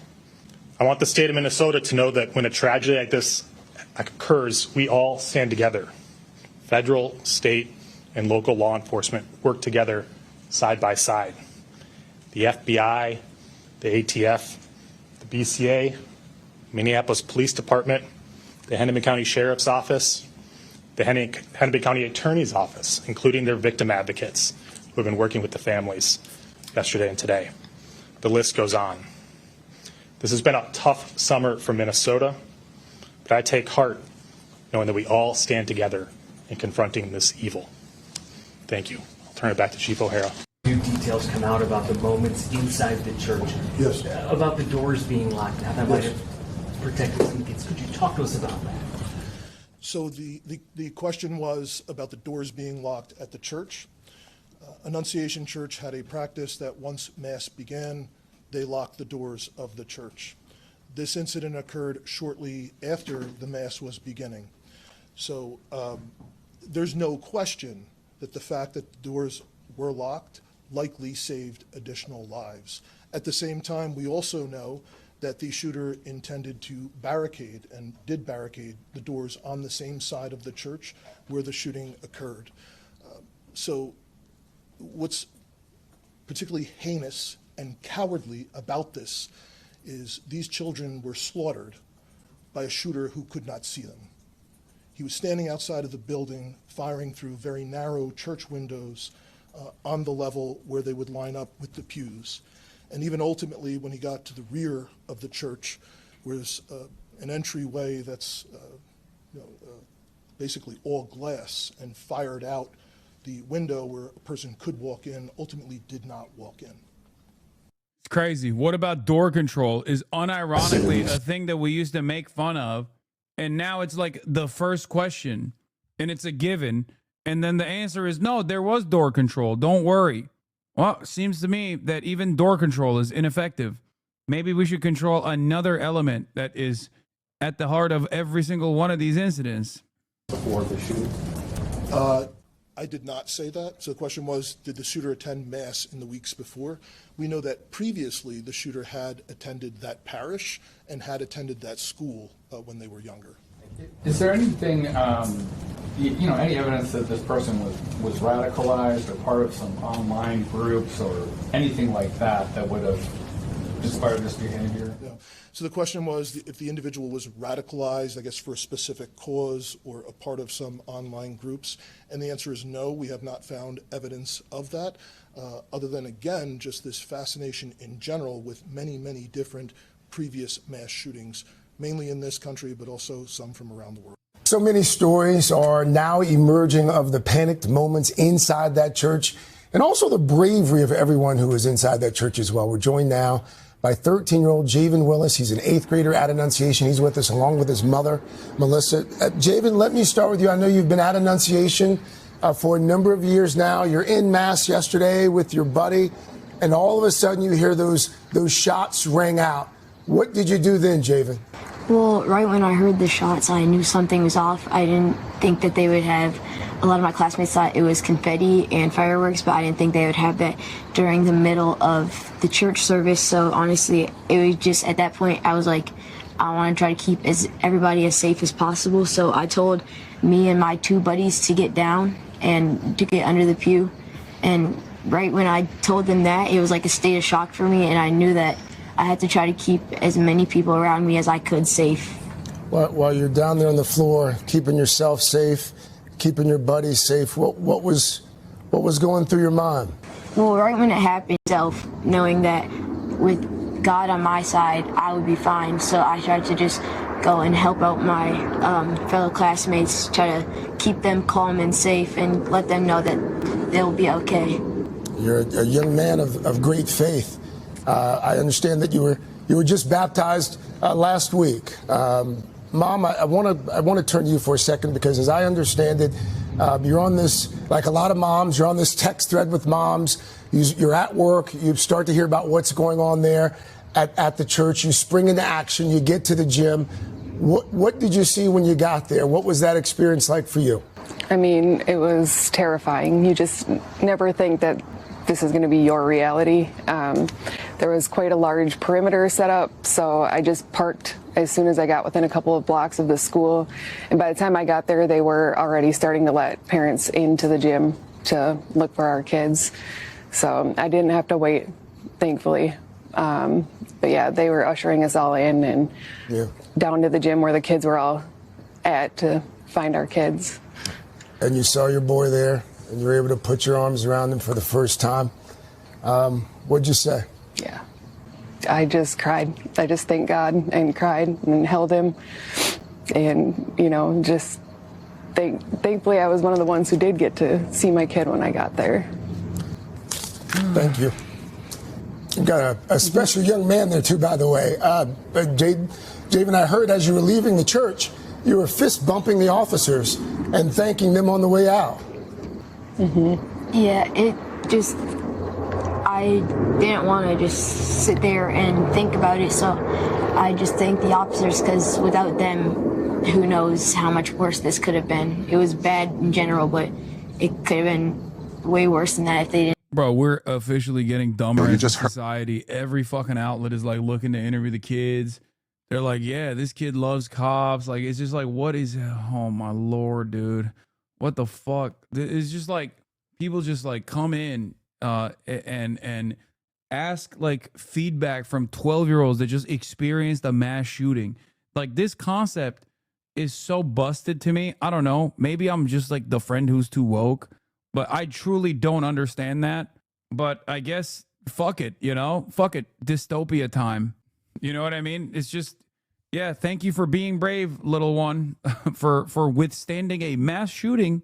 Like, that's crazy. Like, that nowhere on the planet a 13-year-old feel unsafe like this. Of course, this is the reason why I keep repeating over and over again that, like, a society that does this to its own children and refuses to find solutions to stop this from happening to its own children is not going to give a fuck about kids in Gaza.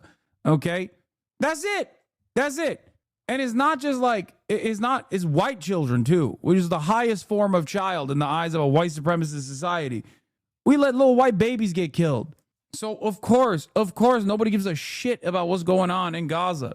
It's like a sacrifice that we must make because the weapons manufacturing, the small arms manufacturing industry has to, you know, keep turning profit year over year. Come on. That's it. Heard Jonah Kaplan talking there with Anders Holine, a father. He also caught up with Holine's 9-year-old daughter, June, who was inside the church when the shooting happened. And Jonah is here now with us. Jonah, good morning to you. Maurice, it's so tough to kind of just comprehend what happened, and especially when you talk with these incredible... RPG Sauce, I don't want this sub. Can you take it away? No, you're cooked. Everybody now knows you are a diehard Hassan Abi head. That's right. You have to live with that stain for the rest of your life. He's not even following, but he can write in the chat because he's subbed. Everybody point at RPG. Everybody welcome RPG Sauce, a lover of this community, a prominent fixture of this community, one of the most important parts of this community. You are branded, tarnished with a scarlet letter that will forever be a stain on your reputation on this website that you've been on since 2020-05-15. Yeah, you've been branded. One of the cornerstones, yeah, a pillar. A pillar. He can't leave. He's in here. He's in here with us. He's stuck here with us forever. Children, so many survivors, nearly 400 were inside the church. That included June in 4th grade, her younger sister who just started 1st grade, sitting in the back of the church with their classmates, with their teachers. And when they heard that gunfire, of course, everything changed in that mass. We asked them what happened at that moment that they knew something was wrong. I heard the noise and I kind of got scared at first. It was like a big firework that was like super duper duper like close. Like if like somebody did a firework that didn't launch off like in your ear, that's kind of how loud. What were you most scared? I was scared about if I would get hurt. I was worried about like everybody getting like hurt and injured. So you heard it, someone grabbed you? My teacher just jumped on the floor. What was it like with your buddy holding your hand like that?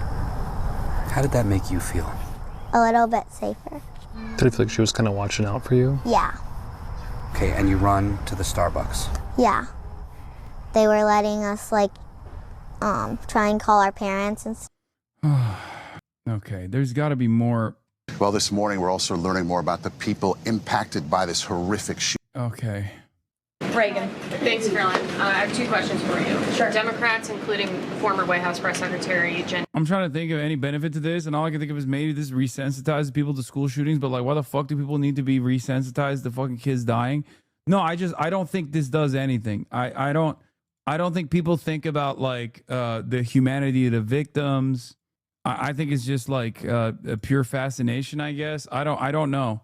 I don't see what the newsworthiness of that is. We are the only country that thinks this is cool, by the way. I know. That's true. We're the only nation on the planet where this happens with regular frequency, and we just keep going, I don't know how to fix it. We know how to fix it. Nobody wants to fix it. It's just not happening. And Psaki and Minneapolis Mayor Jacob Frey attacked prayer and pushed gun control in the aftermath of yesterday's shooting. What's the White House's response to their comments? Yes, I saw the comments of my predecessor, Ms. Psaki, and frankly, I think they're incredibly insensitive and disrespectful to the tens of millions of Americans of faith across this country who believe in the power of prayer, who believe that prayer works, and who believe that. Oh my God. Oh my God. Bro, brother. Oh my God, dude. How dare you? How dare you speak out against the power of prayer? It's the only thing we got against the fucking stopping school shootings. What's the White House's response to their comment? Like, that's what it is, yeah. Secretary Jen Psaki and Minneapolis Mayor Jacob Frey attacked prayer and pushed gun control. Attacked prayer and pushed gun control. I hate this fucking place, dude. We are so stuck. They said thoughts and prayers clearly don't work. This was a shooting at a church during the process of prayer. Okay? They're not even being like r/edgy atheists. Okay? They're simply saying a fact. They're saying that we need solutions, and thoughts and prayers is being cynically deployed as a mechanism to not find solutions. And now they've decided that this is the new culture war that culture warriors will fight on, which is, well, how dare you come after Christian prayers? Just say you don't think mythology is real. Oh, you're so disrespectful. No, I just like, it's not even that. This isn't even about like a fucking admonishment of Christianity or prayer, dude. What the fuck? They are cynically reframing it as such in an effort to hyper focus on another perceived victimhood narrative. No, it's bait. He's agreeing with me and he's making a joke. But I'm not even saying like fuck Christianity or some shit. And neither are those people. Okay? I know that person was just like joking around. This is what Jen Psaki tweeted. Prayer is not freaking enough. Prayers does not end school shootings. Prayers do not make parents feel safe sending their kids to school. Prayer does not bring these kids back. Enough with the thoughts and prayers. I hate these fucking demonic entities too, because none of them give a fuck about God or Christianity, and they just simply wear it like a defense mechanism, okay? Like, yeah, Jen Psaki sucks or whatever. It doesn't fucking matter. She's not wrong. It's literally correct. Thoughts and prayers is most commonly deployed in the aftermath of these things, and there's a reason why people immediately joke about, oh, thoughts and prayers, because they just deploy it as a way to push the conversation back, to push the actual conversation that needs to be had, which is gun control, okay? They don't want real solutions to this, so they just go, oh, thoughts and prayers. Now, they've decided to attack people saying we need real solutions, not thoughts and prayers, by cynically claiming that, cynically making it seem as though these are like people demonstrating anti-Christian sentiment. It's another evasion mechanism. It's another way to deflect the attention away from a productive solution, even productive discourse. Okay?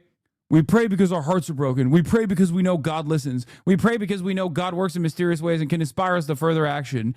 Why do you feel the need to attack people praying for their kids when kids were just killed praying? Well, that's kind of the point, don't you think?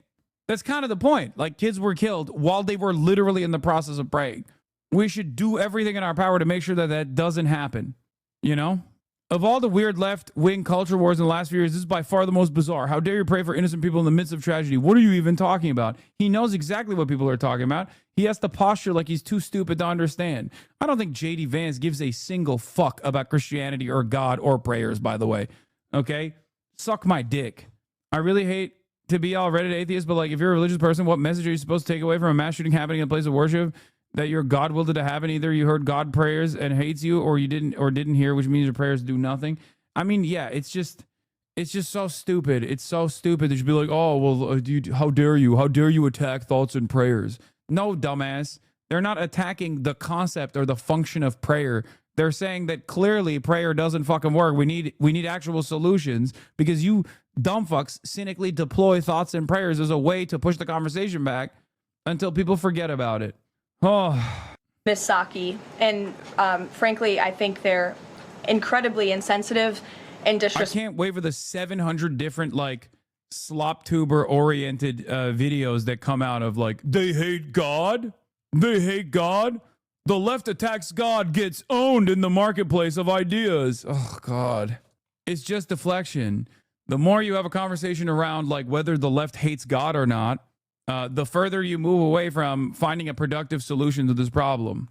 Respectful to the tens of millions of Americans of faith across this country who believe in the power of prayer, who believe that prayer works, and who believe that in a time of mourning like this, when beautiful young children were killed while praying in a church, it's utterly disrespectful to deride the power of prayer in this country, and it's disrespectful to the millions of Americans of faith. And I would encourage Ms. Psaki to pray for these families themselves who need it right now more than ever. Hey, Sean Hannity here. Hey, click here to subscribe to Fox News YouTube. We now turn to new details about who's behind a series of security scares on college campuses. This morning, as police in Minneapolis investigate the nation's most recent school shooting, college campuses across the country are grappling with active shooter hoaxes. We were eating and me and him went to go throw out our garbage and we saw the active shooter alert, so everybody started running off. In recent days, police flooding the University of South Carolina, the University of Tennessee, Chattanooga, and Villanova. We didn't hear anything, didn't see anything. An officer came in with his pistol drawn, asked us if we heard any gunshots. We said no. He said, pack everything up that you have, get out of the building. A swatting group called Purgatory is believed to be behind those hoax calls and nearly a dozen others, resulting in lockdowns and, in some cases, panic. Purgatory is a group of young people that are located in various countries. They come together online and they operate as an organized cell, target engaging in swatting for hire or swatting for their own purposes to include gaining notoriety. They want to gain notoriety so others will hire them for more swatting. At least 10 hoax calls to universities were apparently made using Google Voice services. The calls even featured the sound of gunshots. The Purgatory Group is said to offer its followers a menu of services, charging as little as $20 for each hoax threat. In some cases, those engaging in swatting are young. They are teenagers. I've seen cases where they've been in high school. They will sometimes get paid to swat, often not for a lot of money, but they really do it for the notoriety. They do it for the thrill. Now, officials are reminding people that issuing any hoax threat is a federal crime. A couple questions on the shooting yesterday. The first one, this is the second shooting involving a trans-identifying shooter who specifically targeted Christians and Catholic kids. What kind of consequences do the gender-affirming therapists, doctors, or even the parents of these shooters face after these types of shootings? Well, as for the parents and potential therapists in this case, again, all of that is still currently being investigated by the FBI. I know the Secretary of Health and Human Services this morning said that HHS is investigating perhaps links between some of these drugs and these prescription drugs that some of these minors may be taking and an increase in violence. And obviously we have mental health problems in this country that this administration and Secretary Kennedy will continue to speak out about in the work that we're doing to solve it. Thank you. And just to follow up, I've seen a lot of calls for action, among these lawmakers saying that we shouldn't just be praying. One that I've seen on the right, actually, is calls for the FBI to institute a new class of domestic terrorism that involves trans ideology. Is that something that the administration... Kennedy renews attack on antidepressants after church shooting. That's awesome. Every new school shooting is a new opportunity for people in positions of power, by the way, to tackle whatever fucking gripes that they personally have. Okay? Awesome. Seriously. RFK's like, oh, it's the antidepressants. We're going to make them illegal. JD Vance is talking about how, the left hates prayer or some shit. There are people online that are, Kash Patel and other people online are like, oh, this is because of trans people. We should lock up every trans person. Incredible stuff. would support?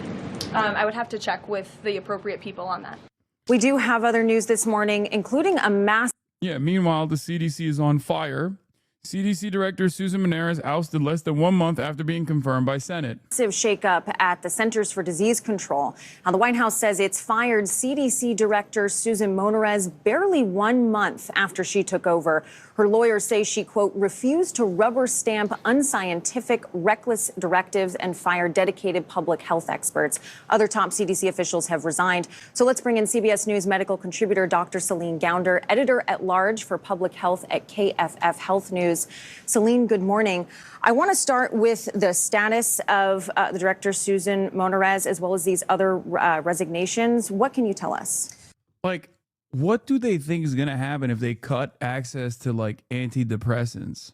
These guys say mental health is the primary thing here, the primary reason why these sorts of incidents take place.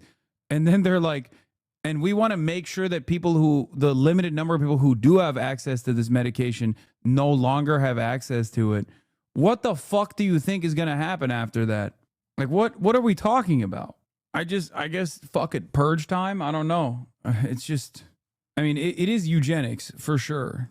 Like, it's just, if you are in any way, shape, or form, like suicidal, depressive, and you are medicating, and that's like allowing you to be a functioning member of society, then, we're going to shut that off for you too.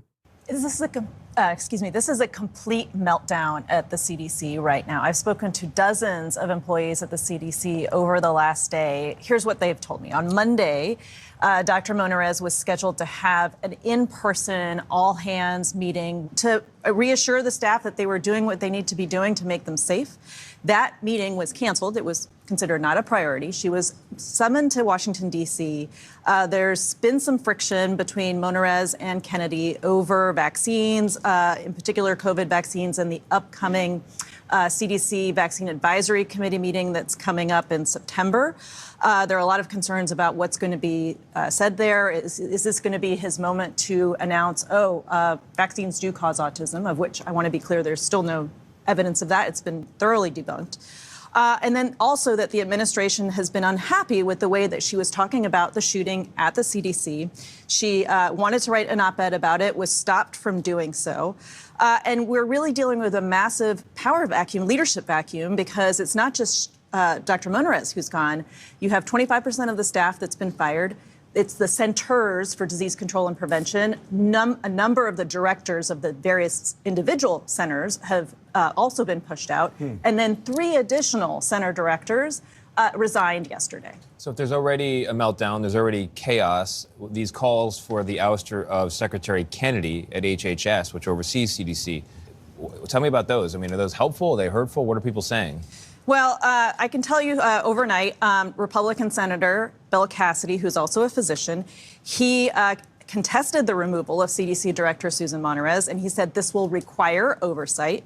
He did not, however, address reports that she actually had reached out to him when she was dealing with some of these issues with Secretary Kennedy prior to her ousting. Senator Bernie Sanders said it's outrageous that Secretary Kennedy is trying to fire the CDC director for her commitment to public health and vaccines.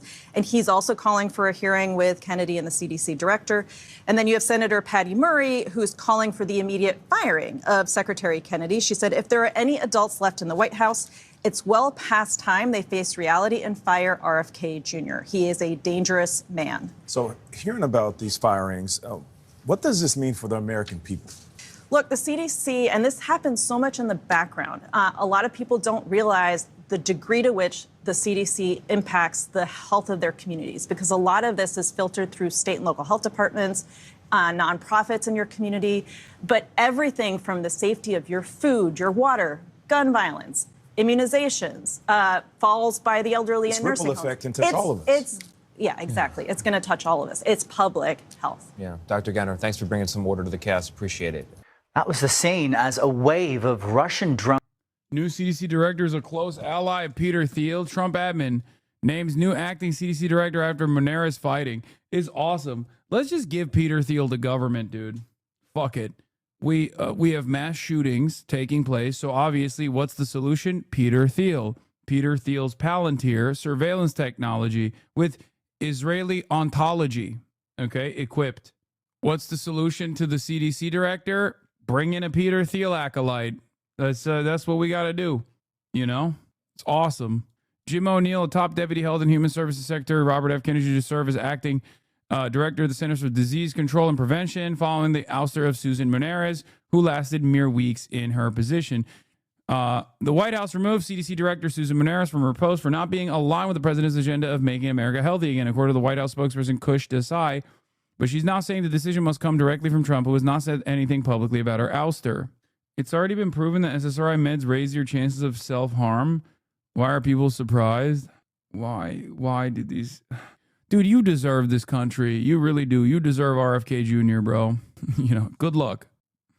What is this? I think I hate this freak as much as I hate Trump. Child is supposed to look like. I'm looking at kids as I walk through the airports today, as I walk down the street, and I see these kids that are just overburdened with mitochondrial challenges, with inflammation. You can tell from their faces, from their body movements, and from their lack of social connection. And I know that that's not how our children are supposed to look. Dude, look at how you look. Look at yourself. Fuck you mean? That's not how a human is supposed to look like. And God forbid somebody try to take your peptides away. You can pry my peptides away from my cold dead hands. I will never give up my peptides, nor my HGH. It's so wild that this motherfucker is literally the HHS secretary, man. Like, he is in charge of the CDC, bro. That's wild. What do you say? What do you do? What do you say? What do you do? So fucking crazy. 3 other senior CDC officials resigned on Wednesday in reaction to her ouster. By the way, what is this? Fascinating thread from one of the leading researchers of RFK Sr. assassination. I was a friend briefly to RFK Jr., but the more I got to know him, the more I saw how he really had trouble telling fact from fiction. He could be so smart, especially about things he learned 20 years ago, but the things he read recently, he fell for just about anything conspiratorial. So horribly sad to see. And his stance on Palestine made me never want to talk to him again. He actually said maybe it's better if all the Palestinians were killed by Israel. I wish I were making that up, but I'm not. I mean, he has said that publicly too. Let's be real. I was introduced to him by David Talbot, who had known him for years, because Talbot couldn't talk him down from one of the disinformation lines in the JFK assassination story, that James Field killed JFK. He asked who knew that story could talk him out of it. I said, give him to me. We wrote about that in Probe, and I could convince him. He ignored my arguments, but when I sent him some actual data proving File's story to be false, he listened. Then I gained further credibility with him when I said, by the way, I know for a fact your father didn't approve of the Castro plots. Neither JFK nor RFK did, and it's in the CIA's own files that they didn't. That bonded us for a time. But then October 7 happened. I had a series of emails and phone texts with him. I think there was one voice convo in there as well. He kept quoting Alan Dershowitz as if he were an unbiased party. Most distressingly, he really seemed to think all Palestinians were taught from birth to kill Israelis, and therefore even babies were combatants. To be. That had to be completely destroyed for Israel's sake. I was horrified. I said to him, Bobby, you sound so racist. And that was pretty much the end of our discussion. He had launched his presidential bid and politely excused himself from further conversation. You know, it's really funny because he's also deeply anti-Semitic. It's just like he is like anti-Semitic in the way that you would assume him to be anti-Israel. You know what I mean? Like that level. I mean, he very openly said that the COVID COVID-19 pandemic was like crafted by Ashkenazi Jews and the Chinese as a bioweapon to kill non-Jews and non-Chinese. Like, that's crazy. And he's such a fucking conspiracy maximalist that, like, you know, there is no way that you believe in all those conspiracies and then don't assume that Jews are responsible for it. There's a level of conspiracy that once you go beyond it, it's always Jews that are responsible for it. And I know for a fucking fact RFK is at that level. So he just loves Israel, though. I heard from him. What I heard from him was when he called to ask me to help make a list of people that the CIA's records should be searched into the RFK assassination. This is Bobby, he said. I'm so furious at you, I said, literally shaking. Why, he asked. Palestine, I responded. He went back into it. They're taught from birth to kill. So are the Israelis, I said. He said, this is a subject for a much longer conversation. I said, what did you call me about? I love him and I can't stand him at the same time. What is this fucking riz that he has, dude? Ladies love this man. Okay? That I don't understand at all. Ladies love a little freak with a brainworm in his head, I think. He's a Kennedy? No, I don't get it, dude. He has evil riz. He really does. Chat, you don't understand. It's not even like Carol Hines or Cheryl Hines or whatever her name is, like the Larry David's wife in Curb Your Enthusiasm that he's married to. But like, remember, Olivia Newsy, that fucking writer that wrote a profile on him, fell in love with him. And like in the profile, she says he smells bad. Like, how do you do that? How do you go from he smells bad to like sexting this guy who is married? It doesn't make sense. No, we don't claim liking that man. Please, I beg you. You just have never been around him, okay? His stink-maxing aura has never captivated you. The olfactory cues being tickled by RFK Jr.'s disgusting scent. He's stinky. And ladies love a stinky man who's out of his fucking mind. Oh, How can someone who has a big heart in some areas have such a cruel heart in others? He's a huge walking contradiction, but one thing I know for a fact, his truth meter is broken. Yeah. He's a quirked up stinky boy. Anyway, I'm going to skip this. We got more coverage. We covered the 60% of Americans. This guy says, seems that Tucker Carlson is seeing the future of the Republican Party. In contrast to the older Republicans, only 24% of younger ones sympathize mostly with Israel, and 22% say Israeli actions are justified. More young Republicans say U.S. policy in the Middle East mostly serves Israeli than U.S. interests. This is the latest UMD CIP poll. Americans are now more sympathetic with Palestinians than Israelis. A wide gap emerged between younger and older Republicans. A lot more here. Thinking about the ongoing conflict between Israel and the Palestinians, are your sympathies more with the Israelis or with the Palestinians? 46% of Republicans say their sympathies are more with the Israelis. 6% of Democrats say their sympathies are more with the Israelis. And when it comes to more with the Palestinians, 49%. So the plurality goes to the Palestinians for both Democrats, independents, and all respondents in general. Okay. Both equally, independents are both sideists at 30%, and Democrats still have 25% equally. Neither is an interesting one. The let God sort it out understanders. By the way, there's a genocide happening. I just want to remind people. So, like, not taking a stance or saying equal parties are actually responsible for this genocide is, again, completely insane. Of course, neither is probably the most insane, I guess. Like, well, I don't know about this. Neither is just like, I don't care about anything, dude. Anyway, thinking about the ongoing, America is such a deeply, this is why Dems aren't dropping Israel. Women are stupid. What? Poopy pee-pee man. Are you okay? Take a day off for that statement. Poopy pee-pee man. Anyway, they're usually chill. Oh, you mean poopy pee-pee man? I love poopy pee-pee man. I don't know where that misogynistic take came from, but normally poopy pee-pee man is one of my favorites. You're a total cuck bitch for always using there's a genocide going on. I can't tell you what you need to do to improve the lives of everyone around you, but I'm thinking it. Okay. And I think you know it too, deep down inside. You know exactly what I'm thinking. You're thinking it too every day. We're literally in the conversation of we're having a conversation about public polling on Israel's genocide against the Palestinians. And this motherfucker's like, bro, you're such a bitch, dude.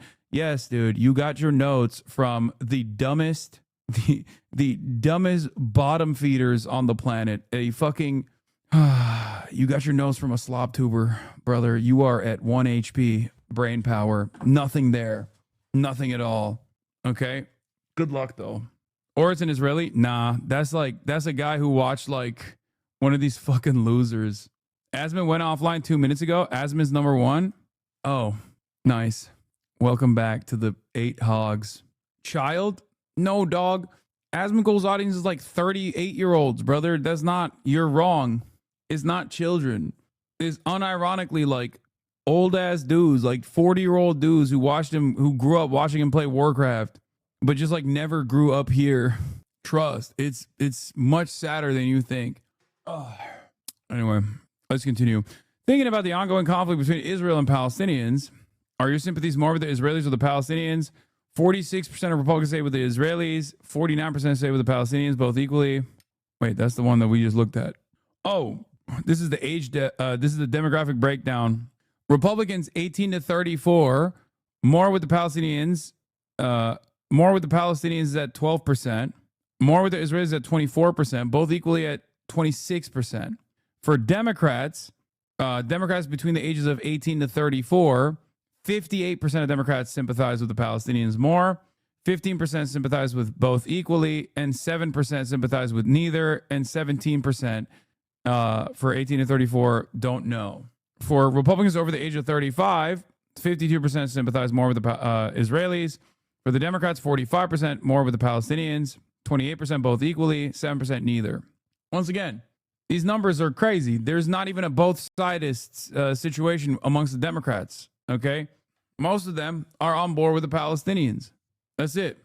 You are saying 40-year-old old ass is really that old ass? I'm genuinely asking.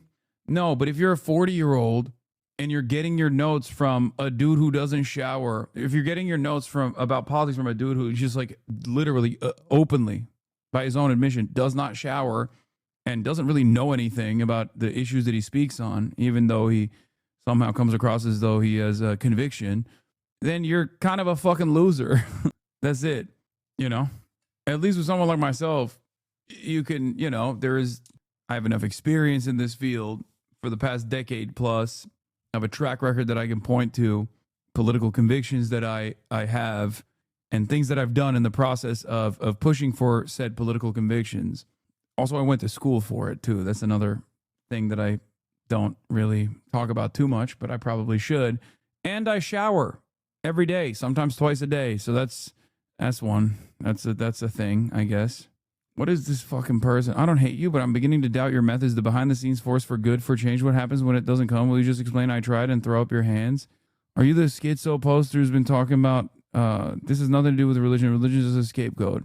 Yeah, oh, it is. Bernie Sanders, AOC, stroke guy, whose names I forget, forces you back to stay true to those blue values, only to change over time. I understand your grind, your hustle. You're a businessman too. And if you had to pick between the two, you're more of a businessman than a revolutionary. Congratulations. You've successfully turned communist talking points into capitalism. It's commendable. Hassan only supports people with motion, grassroots candidates. It's turning into a fool me once, fool me twice situation. Yes, it's correct. That's why I'm spending the weekend at People's Conference for Palestine in Michigan.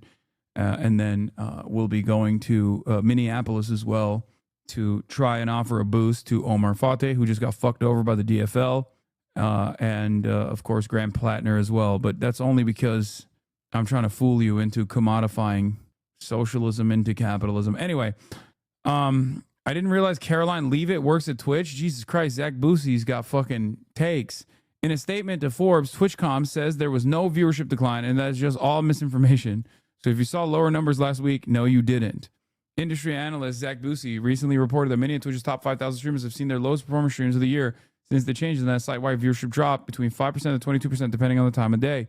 Twitch disputes the accuracy of Boosie's numbers and analysis, saying that viewership is by no means in decline or in freefall, and that there has been misinformation stemming from incorrect data pulled from third-party sources. Yeah, I don't know. Speaking of cringe, Twitter users have found Ethan Klein's old Reddit profile named user Pedotroll from 2010. I heard from Gato that Mamdani hates you. Who's Gato? Why would he hate me? El Gato, the Drama Farm Twitter account, is cat in Spanish.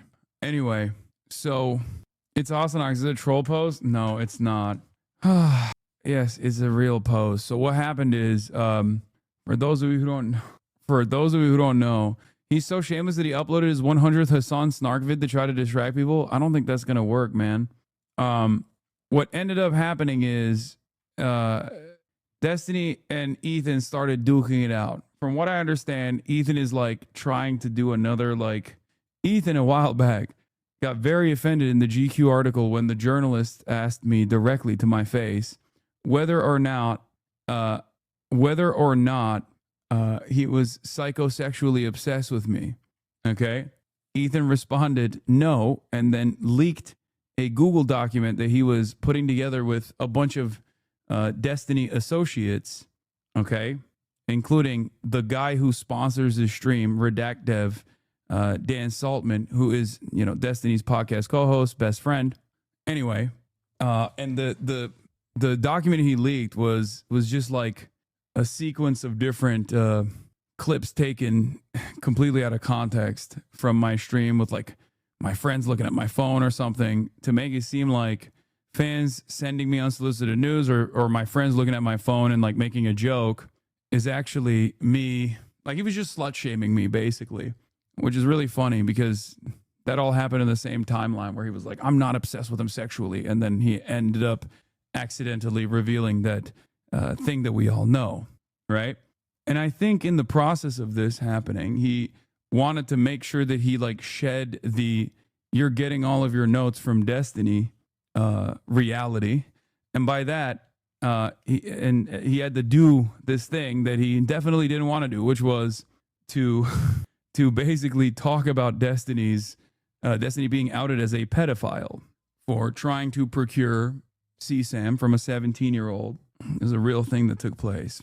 Then he made a video, and then Destiny, of course, understandably got very mad because he was like, what the fuck are you doing? Well, we had a deal. We've been working together to do fuck Hassan videos this whole time. And now all of a sudden you turn the crosshairs on me. What the fuck? Okay. And then they may have a deal again. Destiny declared a ceasefire. Oh, that's why he immediately went back to making fuck Hassan videos. That makes sense.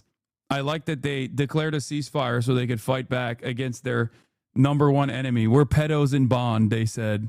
Anyway, what ended up happening is, of course, all of the things that he had accused me of doing to him, like calling CPS or sending skulls to his house, or like my community doing to him, or justifying these things happening to him, which I had never done, Destiny immediately did do because, he doesn't give a shit. He's a fucking psycho. So he just actively started going through all of his profiles, and I think someone in his community instantly found his old Reddit account with the username, and I can't believe this, pedo_troll. Yeah, from 2010. The account, what is this, bro? He's getting cooked online. 18,000 likes already in a few hours. Yeah. I mean, it's understandable that he's getting cooked because it's fucking gross. I don't know what compels someone to make like pedo jokes like this, especially with this frequency, but most of the fucking greatest hits are what you expect. Talking about eating shit, just like fetishizing poop for some fucking weird reason, and also simultaneously making a lot of really gross statements about pedophilia and being a pedophile. And I mean, it's clearly like a troll account. I just don't understand why you would troll that way. Like, I don't understand who it's for. In between a sea of posts about, StarCraft 2, even I think he even was in Destiny's subreddit back then as well. And of course, defenses of the state of Israel. Now, he was 2017 at the time, I believe. Fine. I mean, it's a long time ago. It's like 14, 15 years ago. He's like 25, 26 years old, which is ironic because saying the N-word, all this shit, right? Ironic because he constantly fucking brings back my classic number one thing that my ops love posting, my classic satire attempt that was so embarrassing and so bad, bro tips, which is what I was doing at the time, nowhere near as bad as this shit. And also, I was even younger. I was even younger than he is here.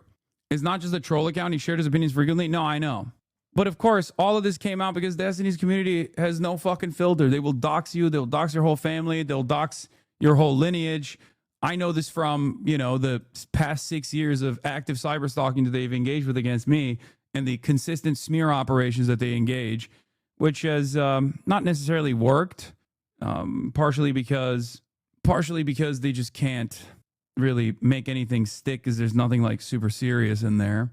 But basically, it's just hypocritical. Like everything he has said, everything that both Destiny and Ethan has said about me, they've done tenfold and significantly worse, and consistently do significantly worse shit.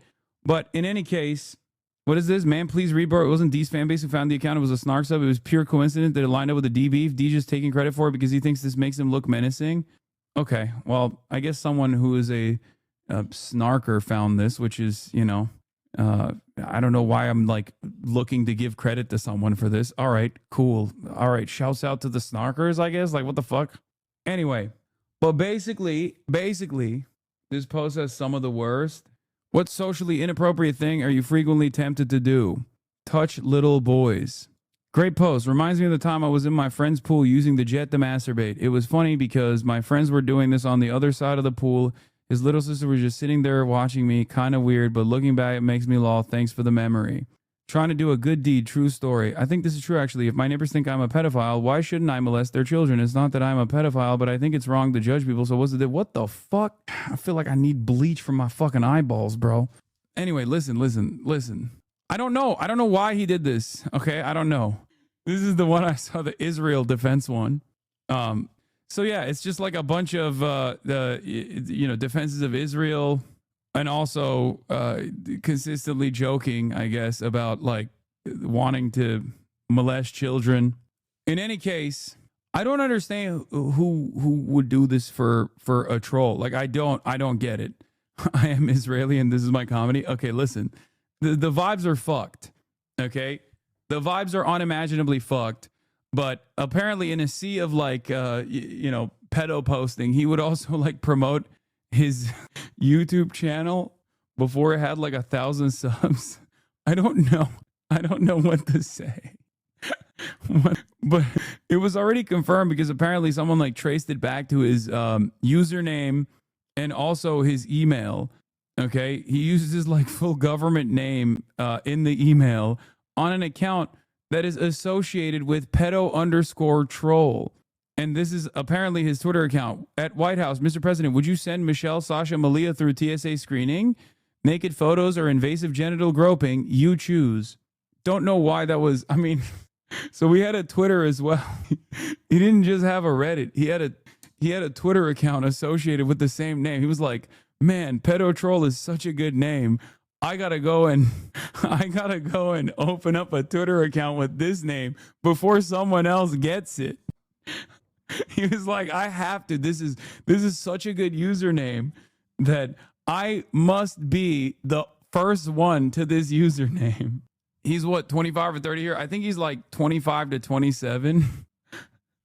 He trademarked it. He trademarked pedo_troll. Anyway, you're not ready for this yet, but your kids are gonna love it. It's crazy. So I mean, he's I don't know what to say. But basically, it's a target-rich environment, okay? And and all of this stuff he did. I don't know why Dick Sturdonox posted this photo of him, but then yeah, last night. Every post and comment on the Reddit profile was deleted after no activity since 2013. All posts and comments are still accessible through archiving services. They describe having Tourette's, life in Israel, sketch comedy, and link to H3 videos. The final post in the account in May 2013 was the post in the subreddit drama community to complain about being banned from our YouTube haiku for self-promoting. No posts were made to the You Pedo Troll account after this. The H3 Productions account was made in April 2014. If you did this, he would talk about it for 2 years and make a video on every single post. Oh, for sure. For sure. Okay? For fucking sure. But again, that's the whole point, is that because I don't have shit like this, that they have to like desperately grab on to whatever the fuck they can, or just like create controversy where no controversy exists. But apparently, he then turned around and admitted it. H3 podcast host Ethan Klein confirms in Instagram story that pedo_troll account is his. I have nothing to hide or apologize for, he wrote after deleting everything on the account last night. Oh, my friends, I have a terrible confession to make. Yes, it is true. My 15-year-old Reddit account was identified by using a doxing website that lists a history of all emails and passwords that have been leaked and illegal data breaches. A post last night was made on the Snark subreddit by the person who obtained this information. With Reddit's help, this person was able to disseminate this illegally and maliciously obtained information to a community whose sole purpose is to harass me, my family, and my employees. In doing so, some terrible revelations were made. I think he's talking about Destiny, I assume, right? He's not going to blame this on me, I hope. Or is he going to blame this on me too? Am I responsible for CPS, the skulls, and the reason why half of his community left? And then his community got overtaken by Molestiny's community. All of this is me. I did this. Did I do this too? Chat, have I done this? Does he think I did this? Anyway, you made him do the Reddit account? Probably. Okay. Post last night was made in Sark subreddit by the person who obtained this information. In doing so, some terrible revelations were made. What is this? H3 podcast is edited out this segment where we learned that a rabbi convinced Ethan Klein to believe in race science. That sounds also insane. Okay. In any case, yes, my username, pedo_troll, made a few bizarre and edgy attempts at being funny. It was common on Reddit 15 years ago to create a thematically named troll account to post silly things from. The method was to have Redditors read something crazy, then check the username and realize it was a goof. You can see evidence of this on most of the posts made in character. These troll stories include anecdotes that clearly never happened, including a story that references my children who were born 10 years later. Further evidence of this is simply that I was self-promoting my YouTube channel while doing these parody posts. I knew I was personally identifiable the entire time. I was trying to be funny so people would look at my account and discover my YouTube channel. I was not ashamed of it then, and I'm not ashamed of it now. Embarrassed, yes. Not ashamed, but embarrassed. On par with cringing at my old YouTube videos. Yes, there are a few posts of me being a Zionist Jewish supremacist, which includes me mostly arguing with someone calling Israel Nazi Germany. Well, some things never change. In totality, I guess nothing ever really changes. In totality, about 95% of the posts were about StarCraft 2 or self-promoting my YouTube channel. I have nothing to hide and nothing to apologize for. And remember, folks, joking about pedophilia is not the same as having it on your computer. Okay, so he admitted it, and he said he's not apologizing for it, and you know, he's got nothing to shame. He's got nothing to hide, nothing to shame. What am I fucking saying? What's common is being edgy at 12, regardless of the age of the internet. Such a bad faith argument blaming one's environment. I mean, I just don't know. I don't know why what compels a person to do stuff like this, but I guess he's back to doing new videos. Hassan's most embarrassing confession. Yeah. Oh no, they found my old Reddit account where I constantly make pedophilic jokes. Better post a video about Hassan. That should work. Honestly, it might literally work. Because a lot of these guys don't give a fuck. They themselves are pedophiles. They don't give a fuck about pedophilia. They only care about taking me out somehow. And one day, if you make enough YouTube, wait, what? He humped the Western Wall? Why is he pretending he cares? Wait, what is this about the Western Wall? What? He made a YouTube video about me saying, I don't know anything about the Western Wall. He made it to the front page of the Reddit. Ethan Klein's old Reddit account was clearly leaked, or recently leaked, to which posts were found Ethan comparing Palestinian people to underdeveloped monkeys, making extremely disturbing comments about sexualizing children, and much more. They're already clipping this out of context as we speak. Clipping what out of context? Wait, hold on. So he made a YouTube video about me being like, I don't really know enough about the fucking... He didn't understand the wailing part of the wall? No, so it's something that I said personally that I don't like understand the wailing wall thing. Like I don't understand its significance, and that's it. Okay, yeah, I didn't understand the wailing wall. What is it anti-Semitism to not know? Am I supposed to know? What's the argument that I'm supposed to know the wailing wall? If I want to talk about Israel, I have to understand the significance of the Western Wall. Is that what it is? Or is it anti-Semitism? Anyway, it's obviously clearly a fucking distraction, which is crazy. They said you claim to be the expert of Israel, so you should know. I mean, I know a fuck ton more than he does about Israel, Israeli history, Palestinian history. You can know all of that without knowing the historic or religious significance of the fucking Western Wall. I just know it as the wall that like Western leaders go and kiss. The wall, before I learned more about it. I guess if I had only downloaded the Western Wall pack, I would have known why Israel's genocide is actually perfectly fine and Hamas kind of deserves it. Hamas is the reason why Palestinians deserve Israel's genocide. Yeah. Anyway, they're calling it the most kissable wall. Ethan was playing dumb about Israel. Now we know for certain he's feigning ignorance while you were around is even grosser. So he's saying the entirety of the issue stems from arguments over the wall. It's a crazy take. Wait, what? Is he going back to the fucking, this is a religious conflict meta? Is that what it is? That's why. You are right. He is attacking you for that. Anyway, we all know what the real reason why he made that video, but it's pretty funny. It's pretty funny that he tried to make a video like this in between going back and forth with Destiny. But I guess now there's a ceasefire. They were able to come to a reasonable conclusion. A ceasefire between Ethan Klein. What is this? Oh no, I'm not fucking logging on. What the fuck? They're having a pedo off? So it was 10 minutes on a 10-second interaction with Megaphonics about the Western Wall. He repeated the clip 4 times trying to reach the 10-minute mark. It's just obviously trying to distract the SEO. Okay. But yeah. Oh, another thing about the pedo troll account that he had was that he was also in Destiny's subreddit back then as well. Megaphonics once again getting me in trouble. Classic. It's a video of... Wait, what? It's a video of him saying he flashed a little girl? What the fuck? Okay, that's insane. This was the most heinous quote from the Reddit. Man, it's disgusting. What the fuck? That child sure is elastic. Reminds me of when I stand in front of the mirror and twist my hips so my dick dances around in circles, usually slaps like he did too. when it hits my 2-year-old in the face, lol. He usually stands under me asking me what I'm doing. I just tell him daddy is dancing. So what I don't understand is like let's say he was trying to be like as edgy as possible, right? Which is crazy. Thank God comedy is legal now, you know? So comedy is illegal. Comedy is legal now. I am become troll. Anyway, thank God.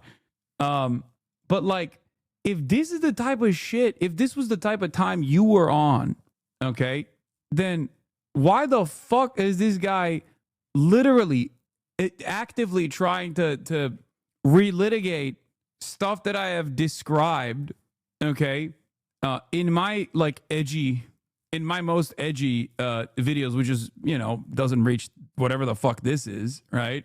That I deleted, that I made as an attempt at satirical humor and was a failure, that I recognized was a failure 13 fucking years ago at this point, and deleted 13 fucking years ago. And this guy is still turning around and being like, you know what though? Hassan, he's bad. What's the method here? Because like, ironically enough, he should have probably used the thing that he was sponsored by, RedactDev, which is supposed to delete all this stuff, you know, owned by another one of my fucking insane stalkers, Dan Saltman. Makes this whole situation even funnier, I feel like.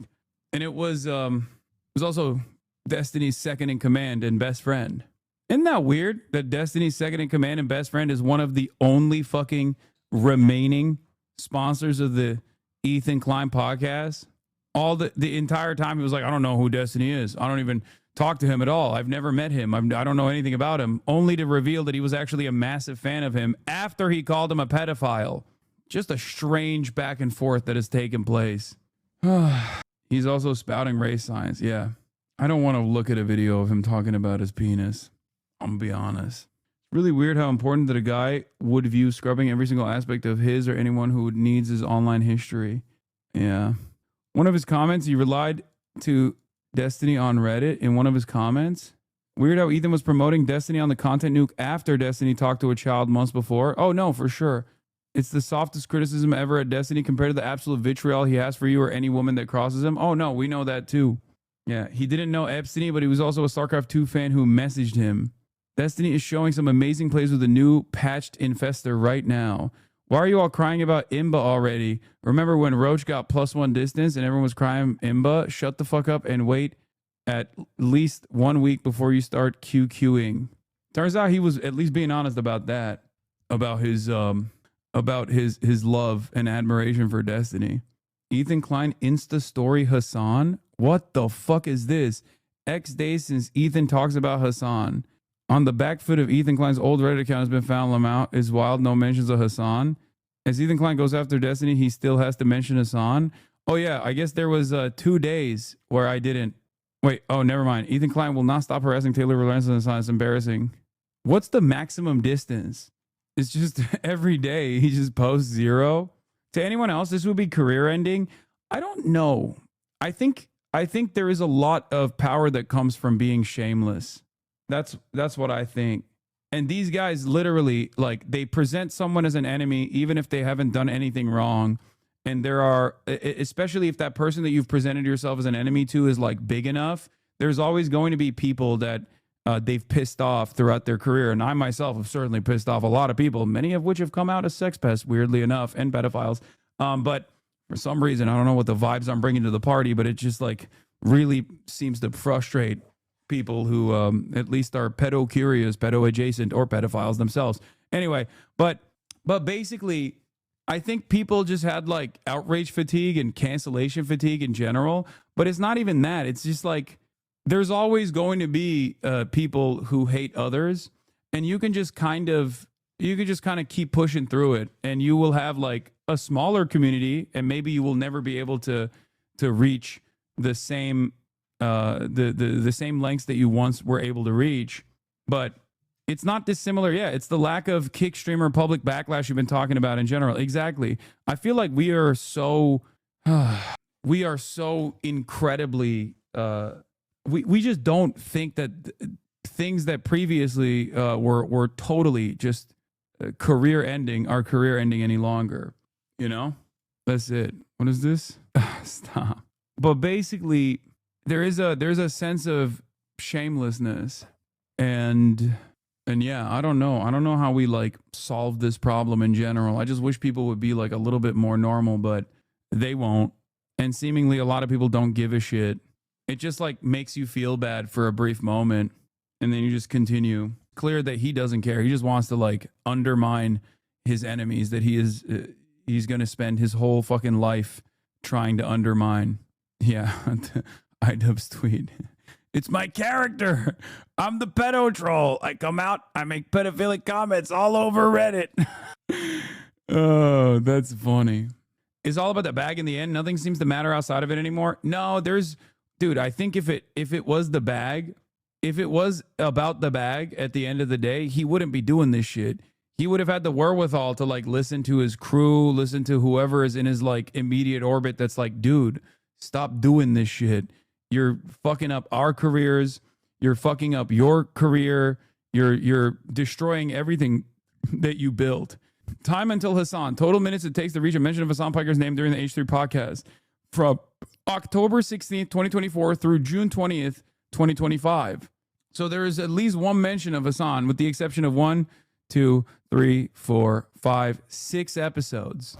That's not surprising. The only response to this situation. Your definition of edgy humor is how you joke about how you like to touch kids. Please get the fuck away from me. Please get the fuck. Please, you. Wait, is this the same person? These Ethan Klein the screenshots are fucking terrifying. Actually fucking terrifying. Again, all of this is alleged as of right now, but it is something. His username is that, and this. What the fuck? Yeah, I don't know. I don't know what the fuck to say, dude.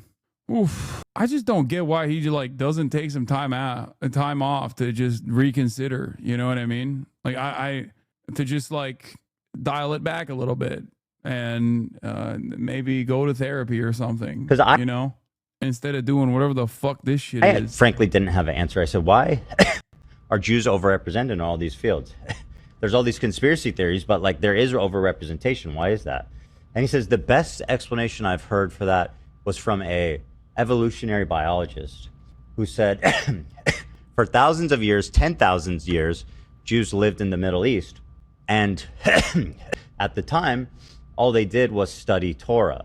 And it was in that culture, the rabbi, the scholars, the people who studied Torah were the desirables. Those were like the leaders, the guys who cleaned up and got all the wives and all the cuties and reproduced and had like 25 kids. Okay. So the guys who are the ones in studying all day, who are prone, who, you know, appeal to more kind of cerebral, intelligent people, right?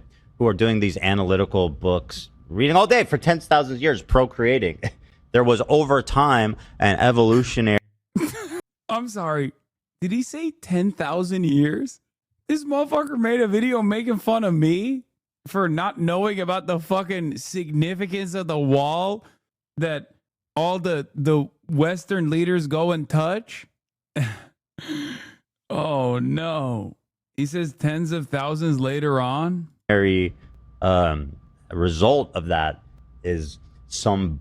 Also, what's the argument here that like Jews are like they bred themselves by accident to being like higher IQ or something? This is literally just race science. There is no difference. This is unironically what Nazis also say. They both say, you know, Jews are weak and sinister, but also they say like they're devious, and that's the reason why they, you know, control the media and shit like that. Why is he doing race science? What is going on? Some bump in IQ or aptitude or something like that, right? There was like a selective breeding happening unintentionally over 10,000 years in the Middle East. Obviously, that's no longer happening now. Say that that whole theory of genetically people getting smarter over time is like, that's not true. That's what okay. Yeah. It's how you don't think that it's possible for Yeah, we know that's definitely not happening now because Ethan is not the fucking brightest crayon. I'm sorry. Oh, Jesus Christ. He's like, God damn. Well, you can breed for anything, right? Like you see dogs, like how different dogs are. If you selectively breed intelligent people, the kids will become more intelligent. What are you doing, Kaya? That's for sure true. Kaya, That's just selective breeding. I mean, intelligence is inherited. We all know that, right? If you have smart parents, they're going to have smart kids. Sometimes. What? Intelligence is inherited? What is he saying? I mean, this is just like race and IQ shit. This is bell curve. He's talking about how like human beings can be bred in a similar manner to dogs. This is just straightforward eugenics. I don't even think he's aware that this is like what he is presenting is straightforward eugenics. For the most part, intelligence is inherited, right? It's probably more about the environment, would be my guess. I mean, it's nature both. versus nurture. People in the background are like, no, it's, that's not the case. Actually, come on. No, he is pedo troll. Used to say it. I think it's both. What? You never heard nature versus nurture? Dude, there's people that are just born dumb as hell. Oh, for sure. And you meet their parents who are dumb as hell. But yeah, I mean, I don't know. Listen. Yeah. I'm not talking about race. I'm just talking about how. Do you think dogs can be bred to have certain characteristics? Yeah. The difference is human beings obviously require tremendous amounts of nurture, and it's entirely different. Like there are heritable traits that come along, okay? But more often than not, someone's IQ, I guess, or intelligence is far more beholden to its environment, the food that it's eating, like its dietary habits and shit like that, than some kind of genetic predetermined destiny. Environmental factors are infinitely more important. Genetics works. That's it. That's all I'm talking about. I'm not in favor of it. I'm saying it was accident. I don't know that that's what happened. The rabbi told me, and I was like, that kind of makes sense. But like, obviously, I'm just explaining how fucking evolutionary biology works. Look at the variety of dogs. Some dog breeds are smarter than other dog breeds. Like, I'm not saying other races are smarter than other races. I'm just saying he did say that. He did. That's smart. Yeah. What the fuck? What do you want from me? I don't know. Why are you yelling? I don't want anything from you. I'm just letting you know I disagree with that. I don't think that's true. You don't believe that intelligence is inherited? No. How is this literally not eugenics? It is. It's just straight up. That's what it is. It is eugenics. Anyway, good luck to everybody involved. It seems as though they are not going to continue this. It seems like there's a brief ceasefire between Ethan Klein and Molestiny. The pedo troll and Pedestiny have decided to do a ceasefire so they can focus on the real target that matters. So congratulations. Really is do nothing win, huh? I wish that these guys would never talk about me. Okay? I wish that they would do whatever the fuck they're doing on their own time. I wish they wouldn't do this shit, That's what I wish.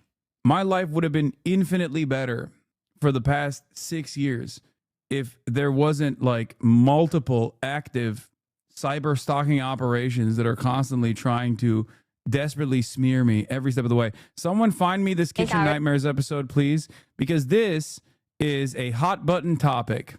Okay? A Hasanabi head posted this tweet, rewatching Kitchen Nightmares, and it makes so much sense that the couple who owned Amy's Baking Company were Israeli. To be more specific, the guy was Israeli and they had to move there when he was deported due to crimes. They're divorced now. Okay?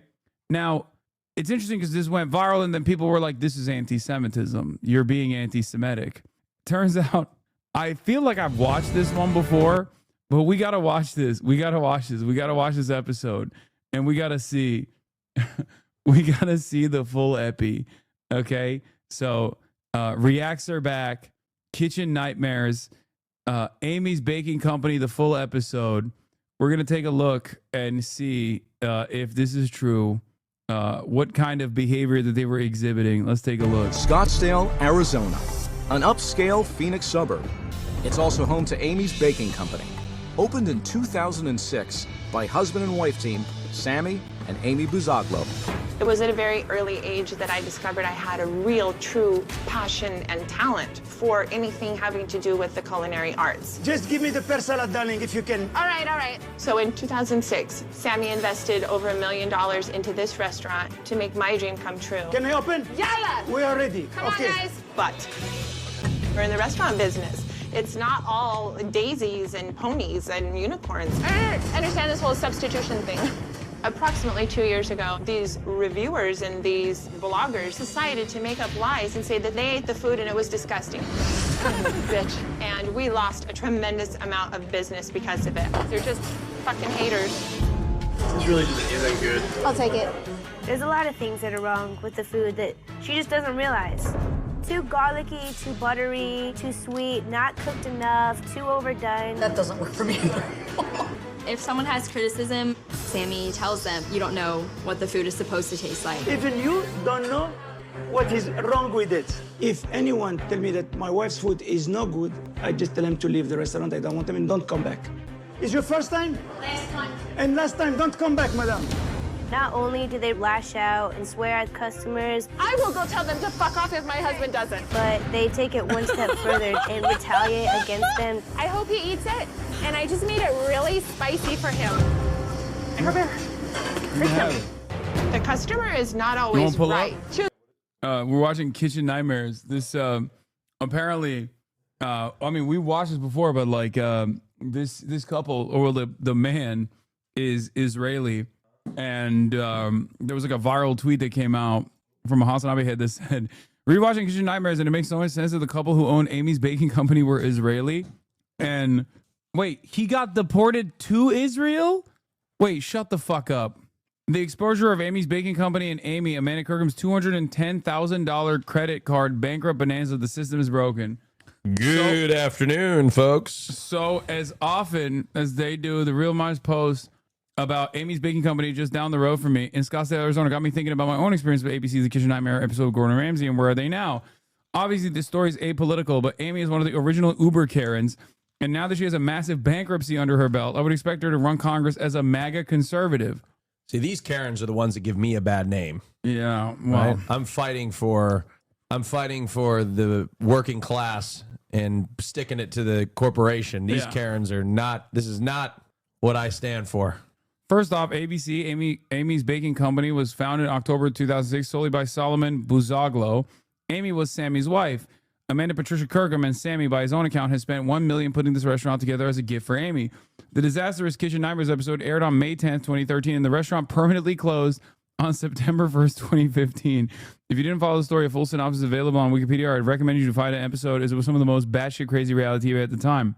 My own memories of the place sometimes get confused with the episode, but the Harkins Theater there was where we went all for our movies at the time, so we would always marvel at how empty ABC was, and Sammy would kind of lurk menacingly out front, like it was daring you to try to come in and order something. We did go with friends one time, and we were served by Sammy and saw Amy milling about in the back. Service was slow and arrogant, and the pizza was soggy and close to inedible.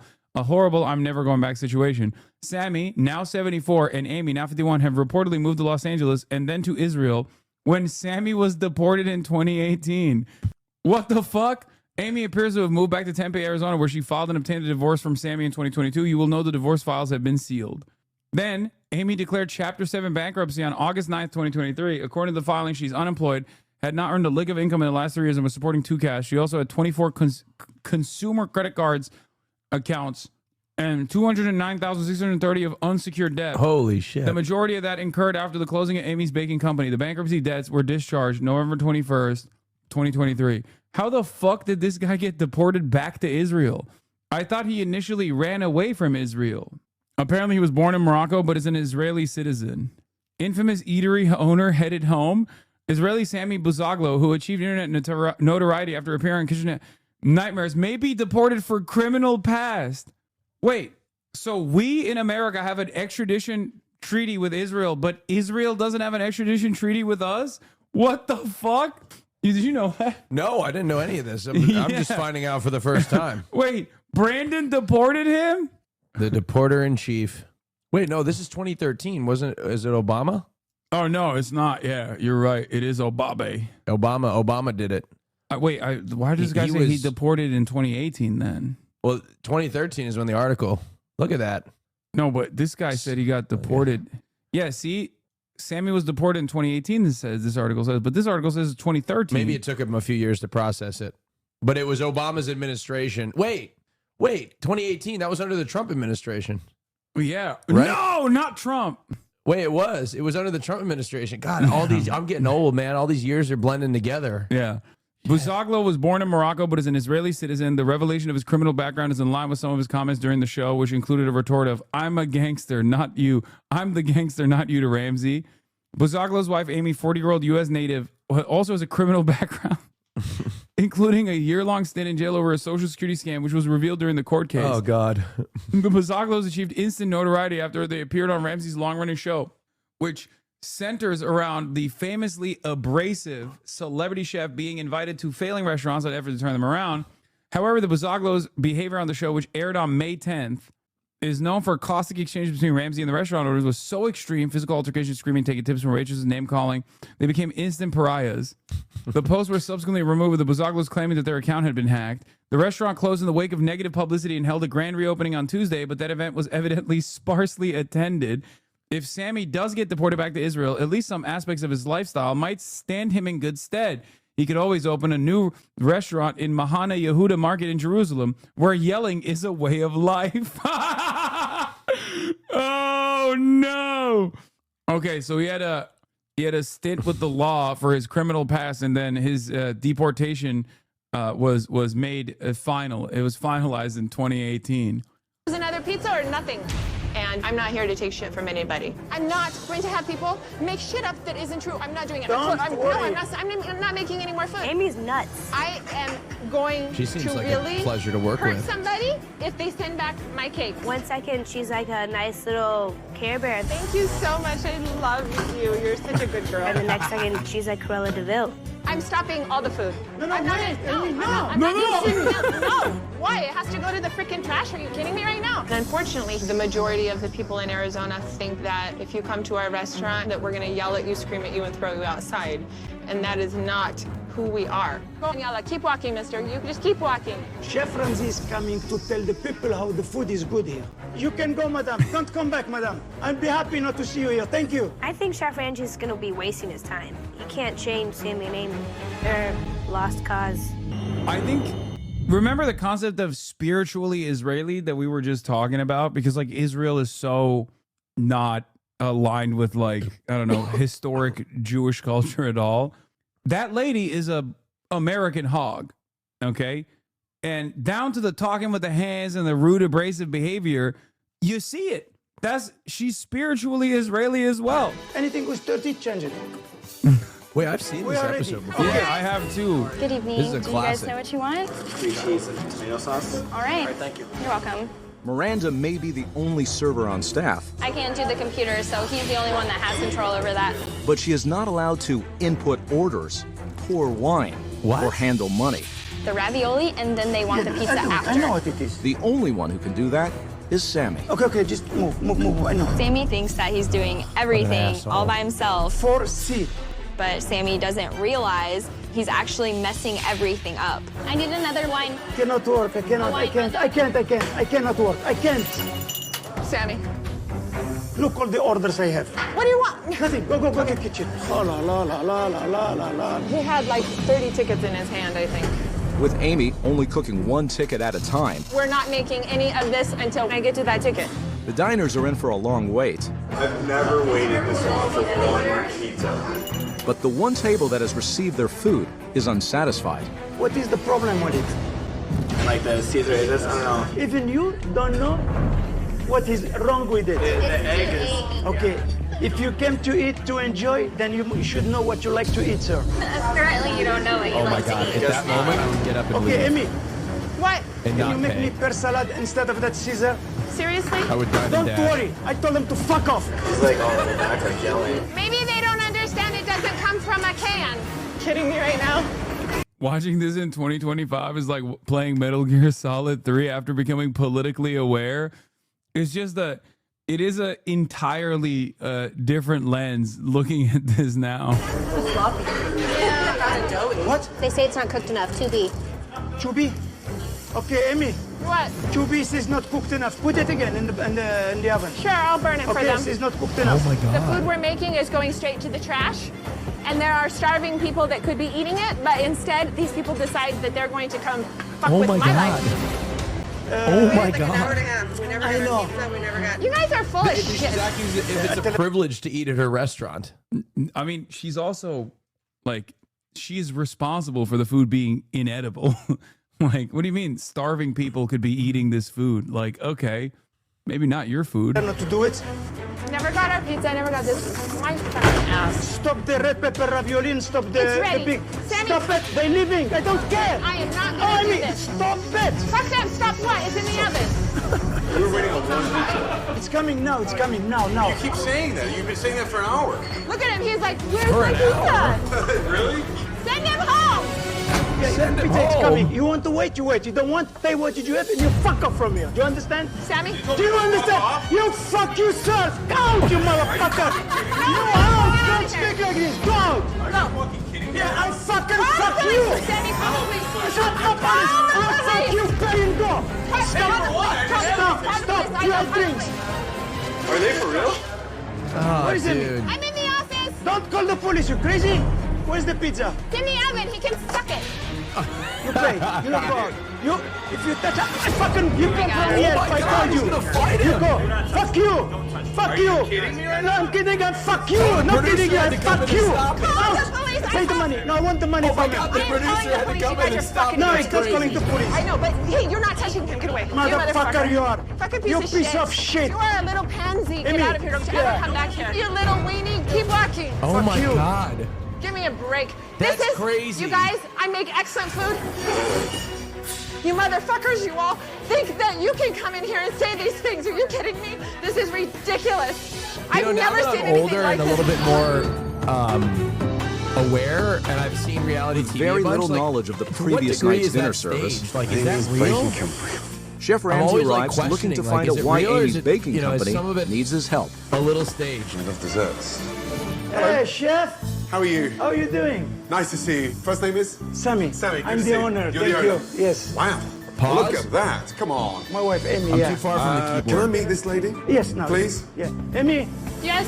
Gordon Ramsay want to meet you. He want to know who is the chef of who does all this beautiful. Come Here is round, my please. wife, Amy. Come round, my darling. So nice to meet What I was saying is as I get older, I speculate whether to what degree it's staged or scripted is what I was saying. And I don't know. I don't know like what degree it's authentic or played up or whatever. Don't give him a hug. Did you make them? Yes, I did. Incredible. Nice to Considering their behavior, I feel like this Well, is and not. he got deported, right? Yeah, I don't think this is a stage. No, I'm, you know. Likewise. Good to see you. I mean, they're extraordinary. Thank you. That's very nice. It means a lot coming from you. Any of that store bought? No. The restaurant is beautiful. Thank you. And I want you to see my kitchen after or before as Right. you want, and then you tell me about our kitchen also. Right. Show me the kitchen. Okay. Please. Now this is Excellent. my domain. Okay. You got me excited. Sammy. Of course. Come Thank through you. here. Thank you. Okay. Please. Oh my God. Okay. Who's the head chef? I am. Yeah, hold on. Stop. Holy crap. You got lucky. I'm the lucky one. Marsh is here. He is my soulmate, and we're in this business together. Fine. And we stand strong together. We have May to say hi to because Marsh. there's a lot of online bullies and kitchen. haters and bloggers. I don't know. We stand up to them, and I think we're the only ones that ever have as restaurant owners. And they come and they try to attack us and say horrible things that are not true. Because they're say used to hi, getting Hassan. processed wood chips or used to getting things for free and not from us. Okay. Let's catch up with the haters. Who's the stranger in my house? Who's the stranger in my house? Damn, your chat is fast as fuck. I can't even read it. Would you forget? No, like I just like I haven't been on your stream in so long because you never invite me, and I just must have forgotten. Yeah, bro. I guess you don't fuck with the gays anymore. You're done with the woke. Oh, don't worry. I got smoke for you. You Oh, on the fucking pod? bitch. Yeah. Oh wait, are you talking about all the shit I've been talking in the morning? Yeah. Yeah. I do. I'm gonna air your ass out. Do you get? I've wondered if you even get all those clips. Oh no, I get the clips. Do you really? I get the clips, dude. Oh yeah, I go live in the morning and I just start rumors. That's crazy. Wait, did I call you stinky this Yes, morning? you did. You fucking bitch. Yeah. Am I stinky right now? Yeah, a little bit. No. you know, stinking. No, he's not stinky. It was just a bit. Sometimes I think about something, I'm like, I shouldn't say that. And then I'm like, fuck it. I'm just going to say it. I'm just going to fucking say it. You know? You called him fat too? I didn't see that one. Okay, now hold on. Okay, let me explain. Southwest Airlines upgraded their new policy, and now they're going to charge plus-size passengers for an extra seat. And I was explaining that, like, me at 5'9" can barely fit into a seat myself in economy because I flew economy last week. And I was explaining that you are a larger man, but, like, you're not fat. You're just a big dude, right? You're 6'4". You're two, but you're muscular. I don't even know. But you're muscular. But I'm gonna be honest. I don't even know if I can do the pod. No. What I'm saying, hold on. I've been brutalized. No. Let me explain. You are a big man. I'm not saying you're fat. I'm just saying for people that are bigger people, like you're 6'4", you're very tall. You're saying I'm plus size. You're broad shouldered. Under Southwest Airlines' new policy, you may be in the. They basically say if you're in the other seat of the person sitting next to you, you have to pay for an extra doubling seat. down in my face. Dude. No, but I'm not saying it's not. I'm not just saying it's not. I'm just saying bigger people like. I'm proud of you. This is the gayest you've ever been. No, but just fat shaming your friend. No. To his face. My take was that everybody was like in comment section was like, yeah, if you're fat, you got to pay for extra seats, and they were getting mad at the people that were bigger. You're uninvited from my brother's wedding. No. Hold on. I'm not saying what I'm saying is people shouldn't be upset. Mark it out from your calendar. People shouldn't be upset at the passengers. They should be upset at the airlines who continuously reduce the size I'm already texting Marat right now. Seats and the leg room. I'm texting Marat right now. Inhumane. And for people like Hassan who are muscular, you're muscular. No, it's a you're a muscular I'm texting thing. him right now. It's not. I don't. Why is he so sensitive? I'm not calling him fat. That's not what I'm trying to say. I'm calling you. Oh my God. I'm so sorry. Excuse me. I'm so sorry. What is happening? I'm so sorry. You're an animal. You fucking came you're here. You called me fat. You said I was stinky. And now you're fucking burping up the place. I'm sorry. It's a smelly burp too. what the hell? It's Dr. Pepper. I'm sorry. I'm sorry. I'm so sorry. God damn, dude. I'm so sorry.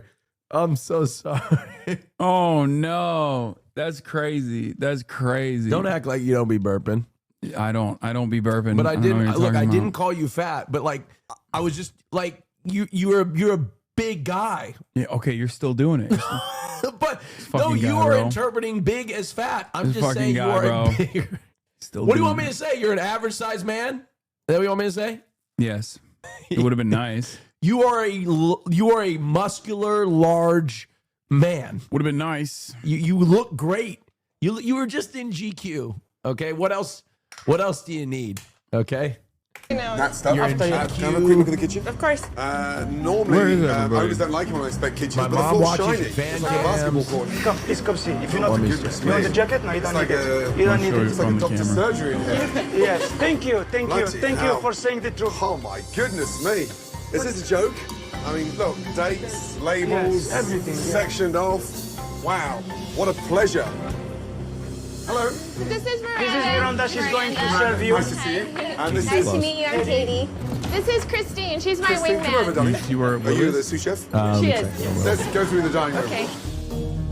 The restaurant itself is very clean and nice, but it's Amy and Sammy that are the problem. Do not judge a book by its cover.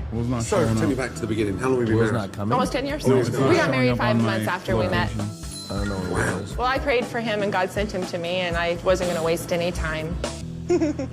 Where's She his said, location? forget you send me I don't half know, an he hour. turned it off or Enough. He was a Come back. playboy And in she Vegas. took me, yeah. You were a playboy in Vegas. Oh my God. He was. Seriously? He was. Even Hugh Hefner didn't have as beautiful of women as we did. All the playmates would come to our table. He was a playa, but with me it didn't work like that. I am individual or nothing at Once all. we got married, that's That was it. it. Everything out. Wow. So, were you trained in the industry? No, not at No? all. So I'm a you're back- developer. I build custom houses. Oh. But when the crisis started, I said, I still have money. What you want me to do with it? She begged me. She said, my dream it was to open a restaurant. I just, throughout my life, had a passion and a God-given talent for it, and this is all I want to do. That's lovely. Thank you. And the Ganesh as well. Thank you. That's beautiful. Oh, God. I'm the only one that makes them, and if I'm not here working, we're not open. Say that again. If I am not here, if my husband's not here, we're not open. But We don't run without each other here. you're kidding me. No. That's no way to run a business. We can't find qualified people to work. They want to come and get a For 6 paycheck years we've and been not trying. work. In Arizona? They're not good. They're not good. Tried. I tried a lot of that. This is We my know that. biggest worry. This is my biggest problem in my life. But I cannot find people I can count on them. I can I mean, trust you them. get what you pay for. Dirty, You know what I mean? If you're paying they're minimum How many wage, people have you been through? I don't think A lot. anybody A few hundred. owes A you. few hundred? Yeah. So other than Quality an issue with work. staff, what's wrong with this bloody restaurant?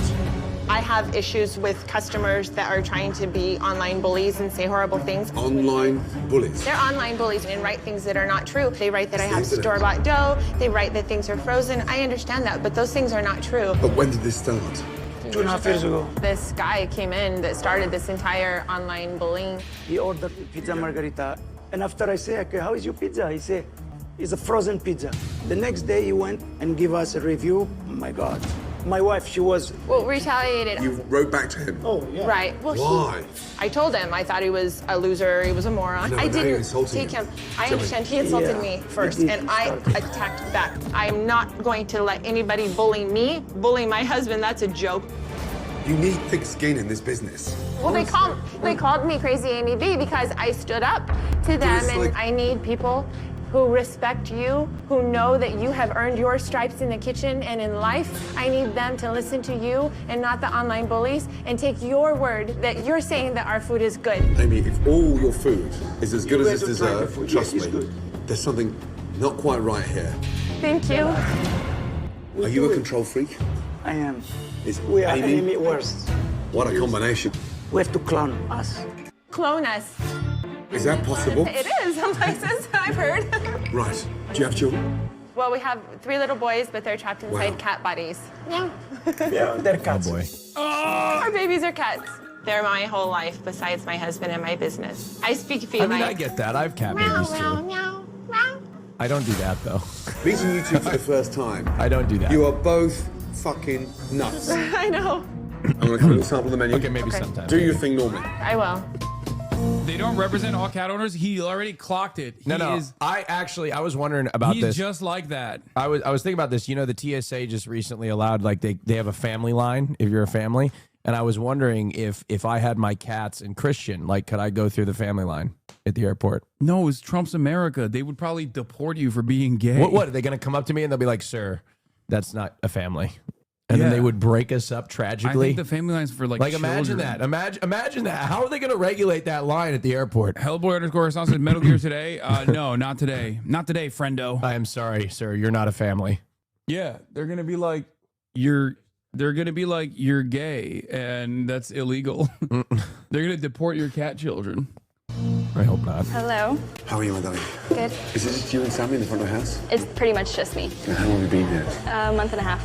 Good tips? I don't make tips. Say that again. I make hourly. No. Serious?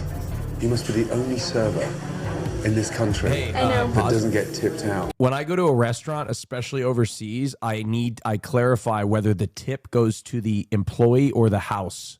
Sometimes, especially in Europe, the tips will go straight to the house, and I've experienced it before. So you need to clarify with the server if the tips are going to the house or not. And if it goes to the house, often it doesn't come to the server. So if it doesn't go to the house, I try to tip the server in cash. Dude, I forgot that I have like crazy gaming frogs in this community. For the last couple of days, I've been playing a lot of video games on this broadcast, like a lot more than I have No, in I saw months. you're playing Climb. Yeah, I play Peak. Climb. God, you're such a fucking boomer, bro.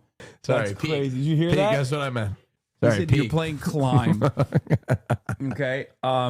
And you know, people have gotten used to me gaming. So now one day when I don't game, they just like literally fucking lose their minds. They're like, "You're not gaming? What the fuck is this?" Abusing the gaming frogs again. I'll start the broadcast and it's like 11:30. I'm like 20 minutes into my monologue and motherfuckers are like, "All right, gaming when?" I guess it's over again.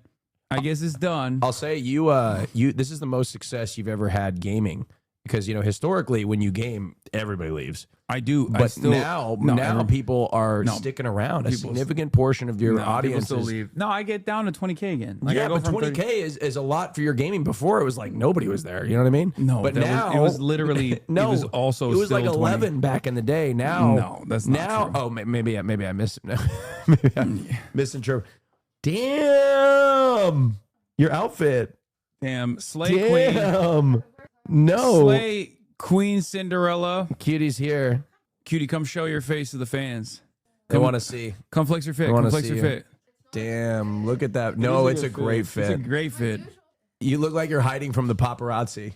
No, this is a great fit. This is a great fit. All right. Well, we're about to do the pod, everybody. So I have to go.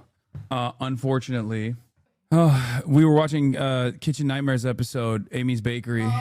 Yeah. Well. So hard to do that. Oh, are you talking shit about the amount of time I dedicate to my craft? It's not easy to react. Okay. You have to come up with the best possible. You have to come up with the best possible jokes. But anyway, love you guys. I will see you tomorrow. And then Saturday and Sunday, I'm in Michigan, Detroit and Dearborn, Michigan, Hasanabe and Marchie Poo. Thanks for the invite, huh? You fucking asshole. I did invite you. What? You said you have. Oh, that's right. I'm busy this weekend. Oh, yeah. But hold on. But no, he said he's holding like a memorial service. No, that and was I thought last it was weekend. for the I have a pool party this weekend. Are you fucking kidding I'm me? hosting a pool party. That's What the can reason. I do? I can't cancel That's the the party. reason why you're not coming. I can't cancel the pool party. You It's son my of a bitch. fucking party. I'm going to Minneapolis and I'm not bringing No, you with you me. have to. No, You I'm have not to- bringing you with me. No, I'm you not, have to I'm bring not. me. I'm going by myself. No, you can't. And I'm going to hang out with the Vikings. No, you can't. Yes, 100%. I know the Vikings cheerleaders. We got to do something with No, the cheerleaders. I'm going to fucking hang out with the Vikings. I'm mutuals with the Yeah, and the Crumble Cookie CEO too. We can hang out with him Okay, too. well, We'll that's talk about that on the pod. crazy, bro. Yeah. That's crazy. Minneapolis. You're so done. No, Minneapolis. You're dead. You're I'm done. taking you to a Vikings If game. you were coming, if you came with me to Michigan, we could probably swung Will to come to Michigan as well. You think I got that kind of motion? I could have pressured him because you're You coming peer too. pressure.